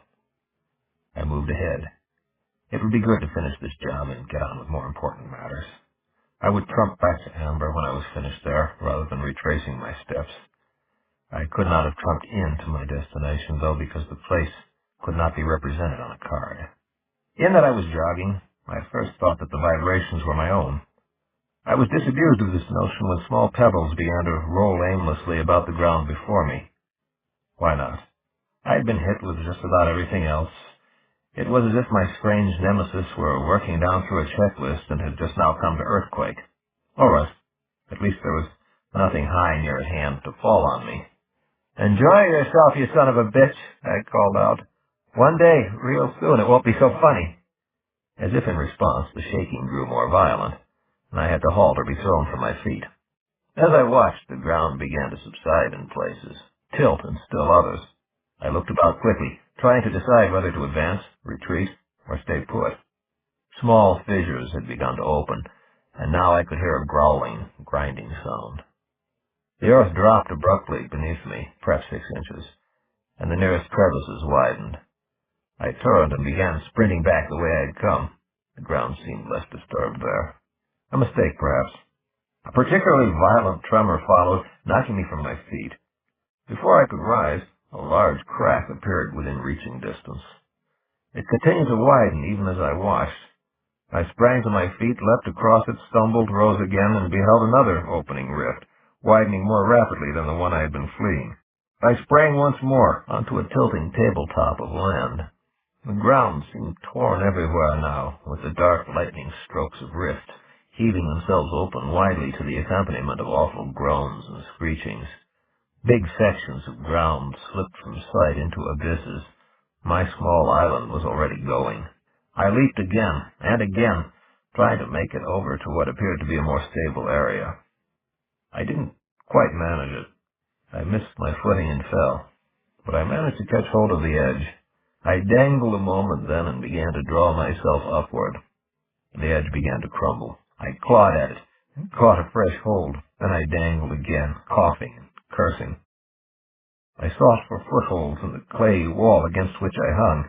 It yielded somewhat beneath the thrusting of my boots, and I dug in, blinking dirt from my eyes, trying for a firmer hold overhead. I could feel Fakir loosening, tightening into a small loop, one end free and flowing over my knuckles, hopefully to locate something sufficiently firm set to serve as an anchor. But no, my left-hand hold gave way again. I clung with my right and groped for another. Loose earth fell about me as I failed, and my right hand was beginning to slip. Dark shadow above me, through dust and swimming eyes. My right hand fell loose. I thrust with my legs for another try. My right wrist was clasped as it sped upward and forward once again. A big hand with a powerful grip held me. Moments later it was joined by another, and I was drawn upward, quickly, smoothly. I was over the edge and seeking my footing in an instant. My wrist was released. I wiped my eyes. Luke! He was dressed in green, and blades must not have bothered him the way they do me, for a good-sized one hung at his right side. He seemed to be using a rolled cloak for a backpack, and he wore its clasp like a decoration upon his left breast, an elaborate thing, a golden bird of some sort. This way, he said, turning, and I followed him. He led me, of course, back into the left, tangent to the route I had taken on entering the valley. The footing grew steadier as we hurried that way, mounting at last a low hill that seemed completely out of range in the disturbance. Here we paused to look back. "Come no farther," a great voice boomed from that direction. "Thanks, Luke," I panted. "I don't know how you're here or why, but—" He raised a hand. "Right now I just want to know one thing," he said, rubbing at a short beard he seemed to have grown in an amazingly brief time, and causing me to note that he was wearing the ring of the blue stone. "Name it," I told him. "How come whatever it was that just spoke has your voice?" he asked. "Uh-oh." I knew it sounded familiar. "Come on," he said, "you must know. Every time you're threatened, and it warns you back, it's your voice that I hear doing it, echo-like." "How long have you been following me, anyhow?" "Quite a distance." "Those dead creatures outside the cleft where I camped. I took them out for you." "Where are you going? What is that thing?" "Right now, I have only suspicions as to exactly what's going on, and it's a long story, but the answer should lie beyond that next range of hills." I gestured toward the aurora. He stared off in that direction, then nodded. "Let's get going," he said. "There is an earthquake in progress," I observed. "Seems pretty much confined to this valley," he stated. "We can cut around it and proceed, and quite possibly encounter its continuance." He shook his head. "It seems to me," he said, "that whatever it is that's trying to bar your way exhausts itself after each effort and takes quite a while to recover sufficiently to make another attempt. But the attempts are getting closer together," I noted, "and more spectacular each time." "Is it because we're getting closer to their source?" he asked. "Possibly." "Then let's hurry."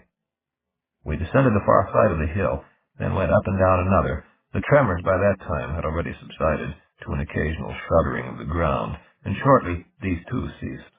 We made our way into and along another valley, which for a while headed us far to the right of our goal, then curved gently back in the proper direction toward that final range of barren hills, lights flickering beyond them against the low, unmoving base of a cloud-like line of white under a mauve to violet sky. No fresh perils were presented. "Luke," I asked after a time, "what happened on that mountain, that night in New Mexico?" "I had to go away. Fast," he answered. "What about Dan Martinez's body?" "Took it with me." "Why?" "I don't like leaving evidence lying about." "That doesn't really explain much." I know, he said, and he broke into a jog. I paced him. And you know who I am, I continued. Yes. How? Not now, he said, not now. He increased his pace. I matched it. And why were you following me? I saved your ass, didn't I? Yeah, and I'm grateful, but it still doesn't answer the question. Race you to that leaning stone, he said, and he put on a burst of speed. I did too, and I caught him. Try as I could, I couldn't pass him, though, and we were breathing too hard by then to ask or answer questions. I pushed myself, ran faster. He did too, keeping up. The leaning stone was still a good distance off. We stayed side by side, and I saved my reserve for the final sprint. It was crazy, but I'd run against him too many times. It was almost a matter of habit by now. That and the old curiosity. Had he gotten a little faster? Had I? Or a little slower? My arms pumped. My feet thudded. I got control of my breathing. Maintained it in an appropriate rhythm. I edged a little ahead of him, and he did nothing about it. The stone was suddenly a lot nearer. We held our distance for perhaps half a minute, and then he cut loose. He was abreast of me. He was past me. Time to dig in. I drove my legs faster. The blood thudded in my ears. I sucked air and pushed with everything I had. The distance between us began to narrow again. The leaning rock was looking bigger and bigger. I caught him before we reached it, but try as I might, I could not pull ahead. We raced past it side by side and collapsed together. Photo finish, I gasped. Gotta call it a tie, he panted. You always surprise me, right at the end. I groped out my water bottle and passed it to him. He took a swig and handed it back. We emptied it that way, a little at a time. Damn, he said then, getting slowly to his feet. Let's see what's over those hills. I got up and went along. When I finally recovered my breath, the first thing I said was, You seem to know a hell of a lot more about me than I do about you. I think so, he said after a long pause. And I wish I didn't. What does that mean? Not now, he replied. Later. You don't read War and Peace on your coffee break. I don't understand. Time, he said. There's always either too much time or not enough. Right now there's not enough. You lost me. Wish I could. The hills were nearer and the ground remained firm beneath our feet. We trudged steadily onward. I thought of Bill's guesswork, Random's suspicions, and Meg Devlin's warning. I also thought of that round of strange ammunition I'd found in Luke's jacket. That thing we're heading toward, he said, before I could frame a fresh question of my own. That's your ghost wheel, isn't it? Yes. He laughed, then. So you were telling the truth back in Santa Fe when you told me it required a peculiar environment. What you didn't say was that you'd found that environment and built the thing there.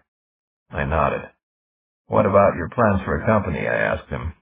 That was just to get you to talk about it. And what about Dan Martinez? The things he said. I don't know. I really didn't know him. I still don't know what he wanted, or why he came at us shooting. Luke, what is it that you want, anyhow? Right now, I just want to see that damn thing, he said. Did building it out here in the boonies endow it with some sort of special properties? Yes. Like what? Like a few I didn't even think of, unfortunately, I answered. Name one. Sorry, I said. Question and answer is a two-way game. Hey, I'm the guy who just pulled you out of a hole in the ground. I gather you're also the guy who tried to kill me on a bunch of April 30ths. Not recently, he said. Honest. You mean you really did? Well, yeah. But I had reasons. It's a long story, and... Jesus, Luke, why? What did I ever do to you? It's not that simple, he answered. We reached the base of the nearest hill, and he started climbing it. Don't, I called him. You can't go over. He halted. Why not? The atmosphere ends 30 or 40 feet up. You're kidding. I shook my head. And it's worse on the other side, I added. We have to find a passage through. There's one farther to the left. I turned and headed in that direction. Shortly, I heard his footfalls. So you gave it your voice, he said. So? So I see what you're up to and what's been going on. It's become sentient in that crazy place you built it. It went wild and you're heading to shut it down. It knows it and it's got the power to do something about it. It's your ghost wheel that's been trying to get you to turn back, isn't it? Probably. Why didn't you just trump in? You can't construct a trump for a place that keeps changing. What do you know about trumps, anyway? Enough, he said. I saw the passage I was seeking up ahead. I approached the place and I halted before I entered it. Luke, I said, I don't know what you want, or why, or how you got here, and you don't seem to care to tell me. I will tell you something for free, though. This could be very dangerous. Maybe you ought to go back to wherever you came from and let me handle it. There's no reason to place you in jeopardy. I think there is, he said. Besides, I might be useful. How? He shrugged. Let's get on with it, Merlin. I want to see that thing. Okay, come on. I led the way into the narrow place where the stone had been riven.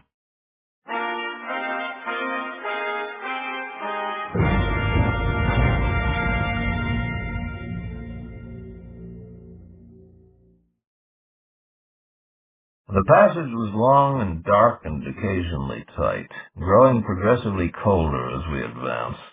But at length we emerged onto the wide rocky shelf that faced the steaming pit.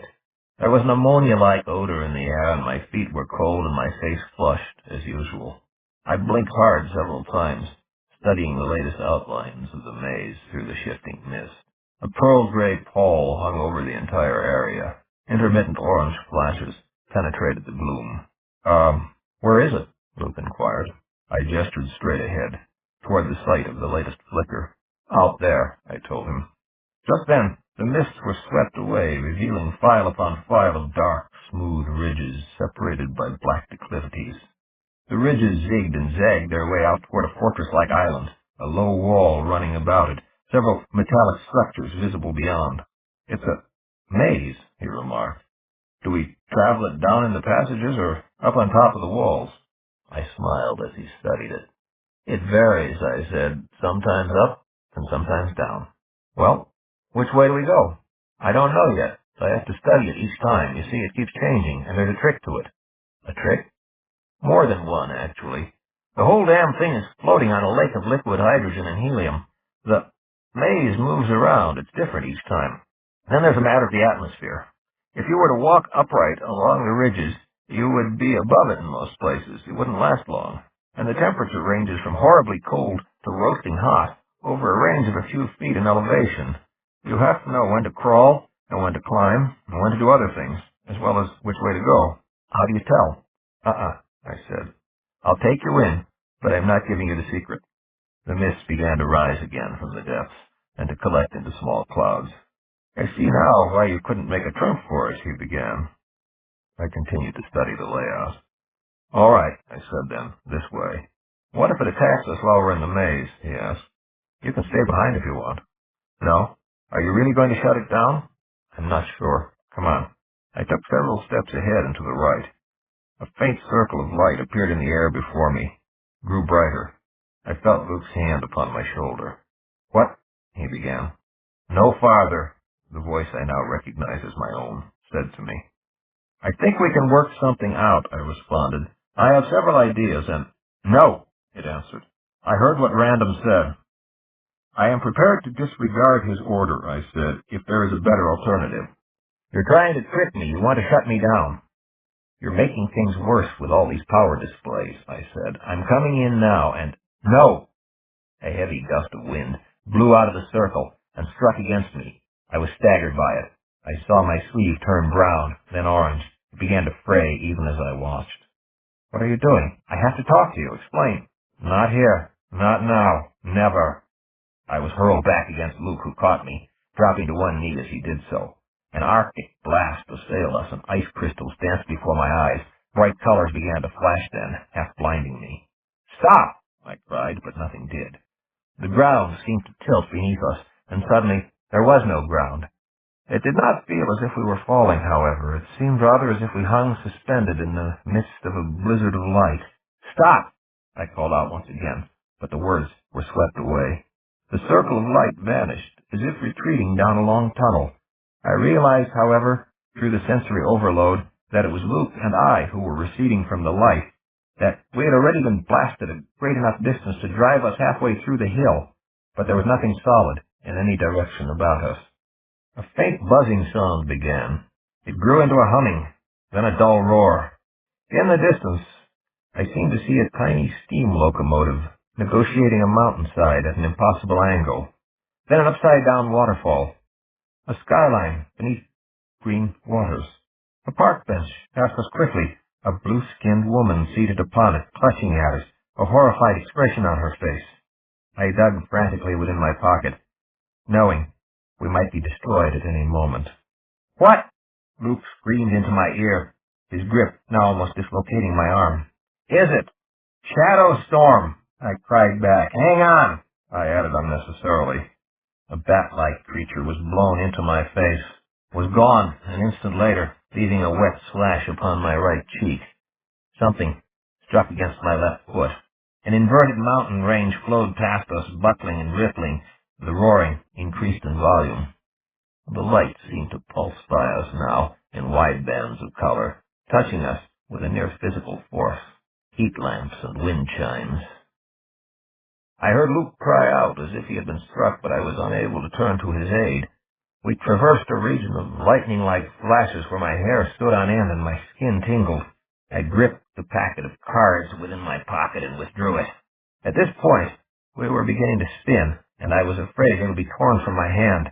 I held them tightly, fearing to sort through them, keeping them close to my body. I drew them upward slowly, carefully. Whichever one lay on top would have to be our exit. Dark bubbles formed and broke about us, discharging noxious fumes. I saw, as I raised my hand, that my skin was gray in appearance, sparkling with fluorescent swirls. Luke's hand upon my arm looked cadaverous, and when I glanced back at him, a grinning death's head met my gaze. I looked away, turned my attention back to the cards. It was hard to focus my vision through the grayness, through a peculiar distancing effect, but it finally came clear. It was the grassy spit of land I regarded. How long ago? Quiet waters about it, the edge of something crystalline and bright, jutting into view off toward the right. I held it within my attention. Sounds from beyond my shoulder indicated that Luke was trying to address me, but I could not distinguish his words. I continued to regard the trump, and it grew clearer, but slowly, slowly. Something struck me hard below the right side of my rib cage. I forced myself to ignore it and continued to concentrate. At last, the scene on the card seemed to move toward me, to grow larger. There was a familiar sense of coldness to it now, as the scene engulfed me, and I it. An almost elegiac feeling of stillness hung over that little lake. I fell forward into the grass, my heart pounding, my sides throbbing. I was gasping, and the subjective sense of worlds rushing by me was still present, like the after-images of highways upon closing one's eyes at the end of a long day's drive. Smelling sweet water, I passed out. I was vaguely aware of being dragged, carried, then helped, stumbling along. There followed a spell of full unconsciousness, shading over into sleep and dreaming. I walked the streets of a ruined amber beneath the lowering sky. A crippled angel with a fiery sword stalked the heights above me, slashing. Wherever its blade fell, smoke, dust, and flame rose up. Its halo was my ghost wheel, pouring forth mighty winds, ridden by abominations that streamed past the angel's face like a dark living veil, working disorder and ruin wherever they fell. The palace was half collapsed, and there were gibbets nearby where my relatives hung, twisting in the gusts. I had a blade in one hand and crockier dangled from the other. I was climbing now, going up to meet and do battle with the bright dark nemesis. An awful feeling lay upon me as I mounted my rocky way, as if my imminent failure was a thing foregone. Even so, I decided, the creature was going to leave here with wounds to lick. It took note of me as I drew near, turning in my direction. Its face was still hidden as it raised its weapon. I rushed forward, regretting only that I had not time to envenom my blade. I spun twice as I went in, feinting to strike somewhere in the vicinity of its left knee. There followed a flash of light, and I was falling, bits of flame descending about me like a burning blizzard.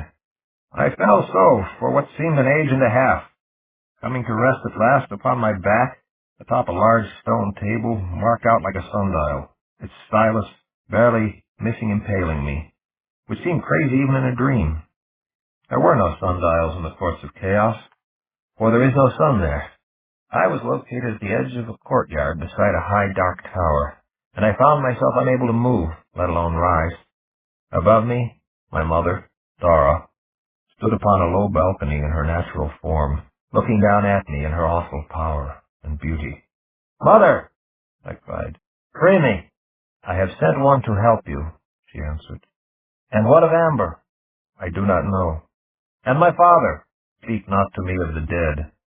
The stylus turned slowly, positioned itself above my throat, began a gradual but steady descent. "Help me!" I cried. "Hurry! Where are you?" she called out, head turning, eyes darting. "Where have you gone?" "I'm still here!" I yelled. "Where are you?" I felt the stylus touch the side of my neck. The vision broke and fell apart. My shoulders were propped against something unyielding. My legs were stretched out before me. Someone had just squeezed my shoulder, the hand brushing against my neck. "Merle, you okay? Want a drink?" a familiar voice was asking. I took a deep breath and sighed it out. I blinked several times. The light was blue, the world a field of lines and angles. A dipper of water appeared before my mouth. "Here." It was Luke's voice. I drank it all. "Want another?" "Yes. Just a minute." I felt his weight shift, heard his footsteps recede. I regarded the diffusely illuminated wall 6 or 7 feet before me. I ran my hand along the floor. It seemed to be of the same material. Shortly, Luke returned, smiling, and passed me the dipper. I drained it and handed it back. "Want more?" he asked. "No. Where are we?" "In a cave. Pretty big place." "Where'd you get the water?" "In a side cavern. Up that way." He gestured. "Several barrels of it in there. Also lots of food. Want something to eat?" "Not yet. Are you okay?" "Kind of beat," he replied, "but intact. You don't seem to have any broken bones, and that cut on your face has stopped bleeding." "That's something anyway," I said. I climbed slowly to my feet, the final strands of dreams withdrawing slowly as I rose. I saw then that Luke had turned and was walking away. I followed him for several paces before I thought to inquire, "Where are you going?" "In there," he answered, pointing with the dipper. I followed him through an opening in the wall and into a cold cavern about the size of my old apartment's living room. 4 large wooden barrels stood along the wall to my left, and Luke proceeded to hang the dipper on the upper edge of the nearest. Against the far wall were great stacks of cartons and piles of sacks. "Canned goods," he announced. "Fruit, vegetables, ham, salmon, biscuits, sweets, several cases of wine, a Coleman stove, plenty of sterno, even a bottle or 2 of cognac." He turned and brushed quickly past me, headed on up the hall again. "Now where?" I asked. But he was moving fast and did not reply. I had to hurry to catch up. We passed several branches and openings before he halted at another, nodding. "Latrine in there. Just a hole with some boards over it. Good idea to keep it covered, I'd say." "What the hell is this?" I asked. He raised his hand. "It will all become clear in a minute. This way." He swung around the sapphire corner and vanished.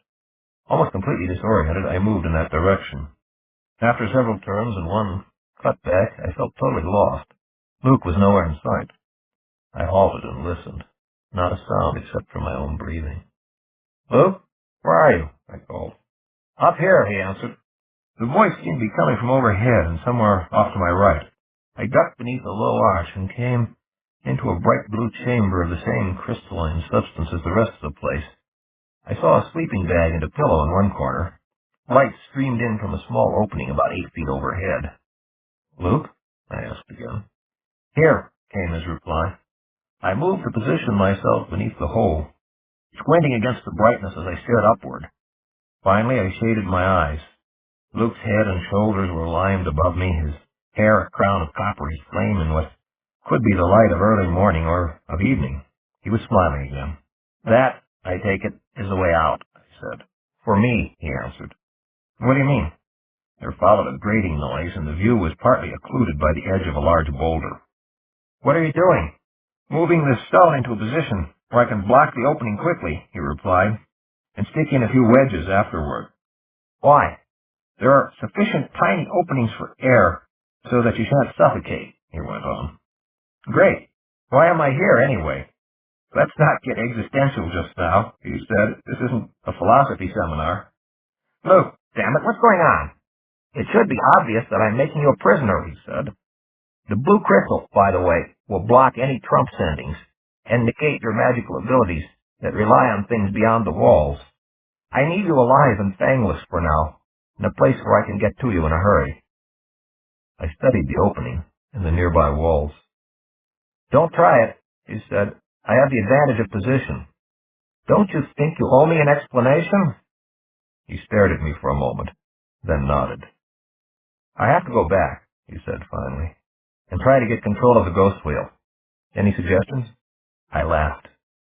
It's not on the best of terms with me at the moment. I'm afraid I can't help you. He nodded again. I'll just have to see what I can do. God, what a weapon. If I can't swing it myself, I'll have to come back and pick your brains for some ideas. You'll be thinking about it, okay? I'll be thinking about a lot of things, Luke. You're not going to like some of them. You're not in a position to do much. Not yet, I said. He caught hold of the boulder, began to move it. Luke! I cried. He paused, studied me, his expression changing to one I'd never seen before. That's not really my name, he stated after a moment. What then? I am your cousin, Ronaldo, he said slowly. I killed Kane. I came close with Blaze. I missed with the bomb at the funeral, though. Someone spotted me. I will destroy the House of Amber, with or without your ghost wheel, but it would make things a lot easier if I had that kind of power. What's your bitch, Luke? Ronaldo? Why the vendetta? I went after Kane first, he continued, because he's the one who actually killed my father. I didn't know. I stared at the flash of the phoenix clasped upon his breast. I didn't know that Brand had a son, I finally said. You do now, old buddy. That's another reason why I can't let you go, why I have to keep you in a place like this. Don't want you warning the others. You're not going to be able to pull this off. He was silent for several seconds. Then he shrugged. Win or lose, I have to try. Why April 30? I said suddenly. Tell me that. It was the day I got the news of my dad's death. He drew upon the boulder, and it slid into the hole, blocking it fully. There followed some brief hammerings. Luke? He did not answer. I could see his shadow through the translucent stone. After a while it straightened, then dropped from sight. I heard his boots strike the ground outside. Ronaldo? He did not answer, but I heard his retreating footsteps. I count the days by the lightening and darkening of the blue crystal walls. It has been over a month since my imprisonment, though I do not know how slowly or rapidly time flows here in relation to other shadows. I have paced every hall and chamber of this great cave, but I have found no way out. My trumps do not work here, not even the trumps of doom. My magic is useless to me, limited as it is by walls the color of Luke's ring. I begin to feel that I might enjoy even the escape of temporary insanity, but my reason refuses to surrender to it, there being too many puzzles to trouble me. Dan Martinez, Meg Devlin, my Lady of the Lake. Why? And why did he spend all of that time in my company? Luke, Ronaldo, my enemy. I have to find a way to warn the others. If he succeeds in turning Ghost Wheel upon them, then Brand's dream, my nightmare of vengeance, will be realized. I see now that I have made many mistakes. Forgive me, Julia. I will taste the measure of my confinement yet again. Somewhere there must be a gap in the icy blue logic that surrounds me, against which I hurl my mind, my cries, my bitter laughter. Up this hall, down that tunnel, the blue is everywhere. The shadows will not bear me away, for there are no shadows here. I am Merlin the Pent, son of Corwin the Lost, and my dream of light has been turned against me. I stalk my prison like my own ghost. I cannot let it end this way. Perhaps the next tunnel, or the next.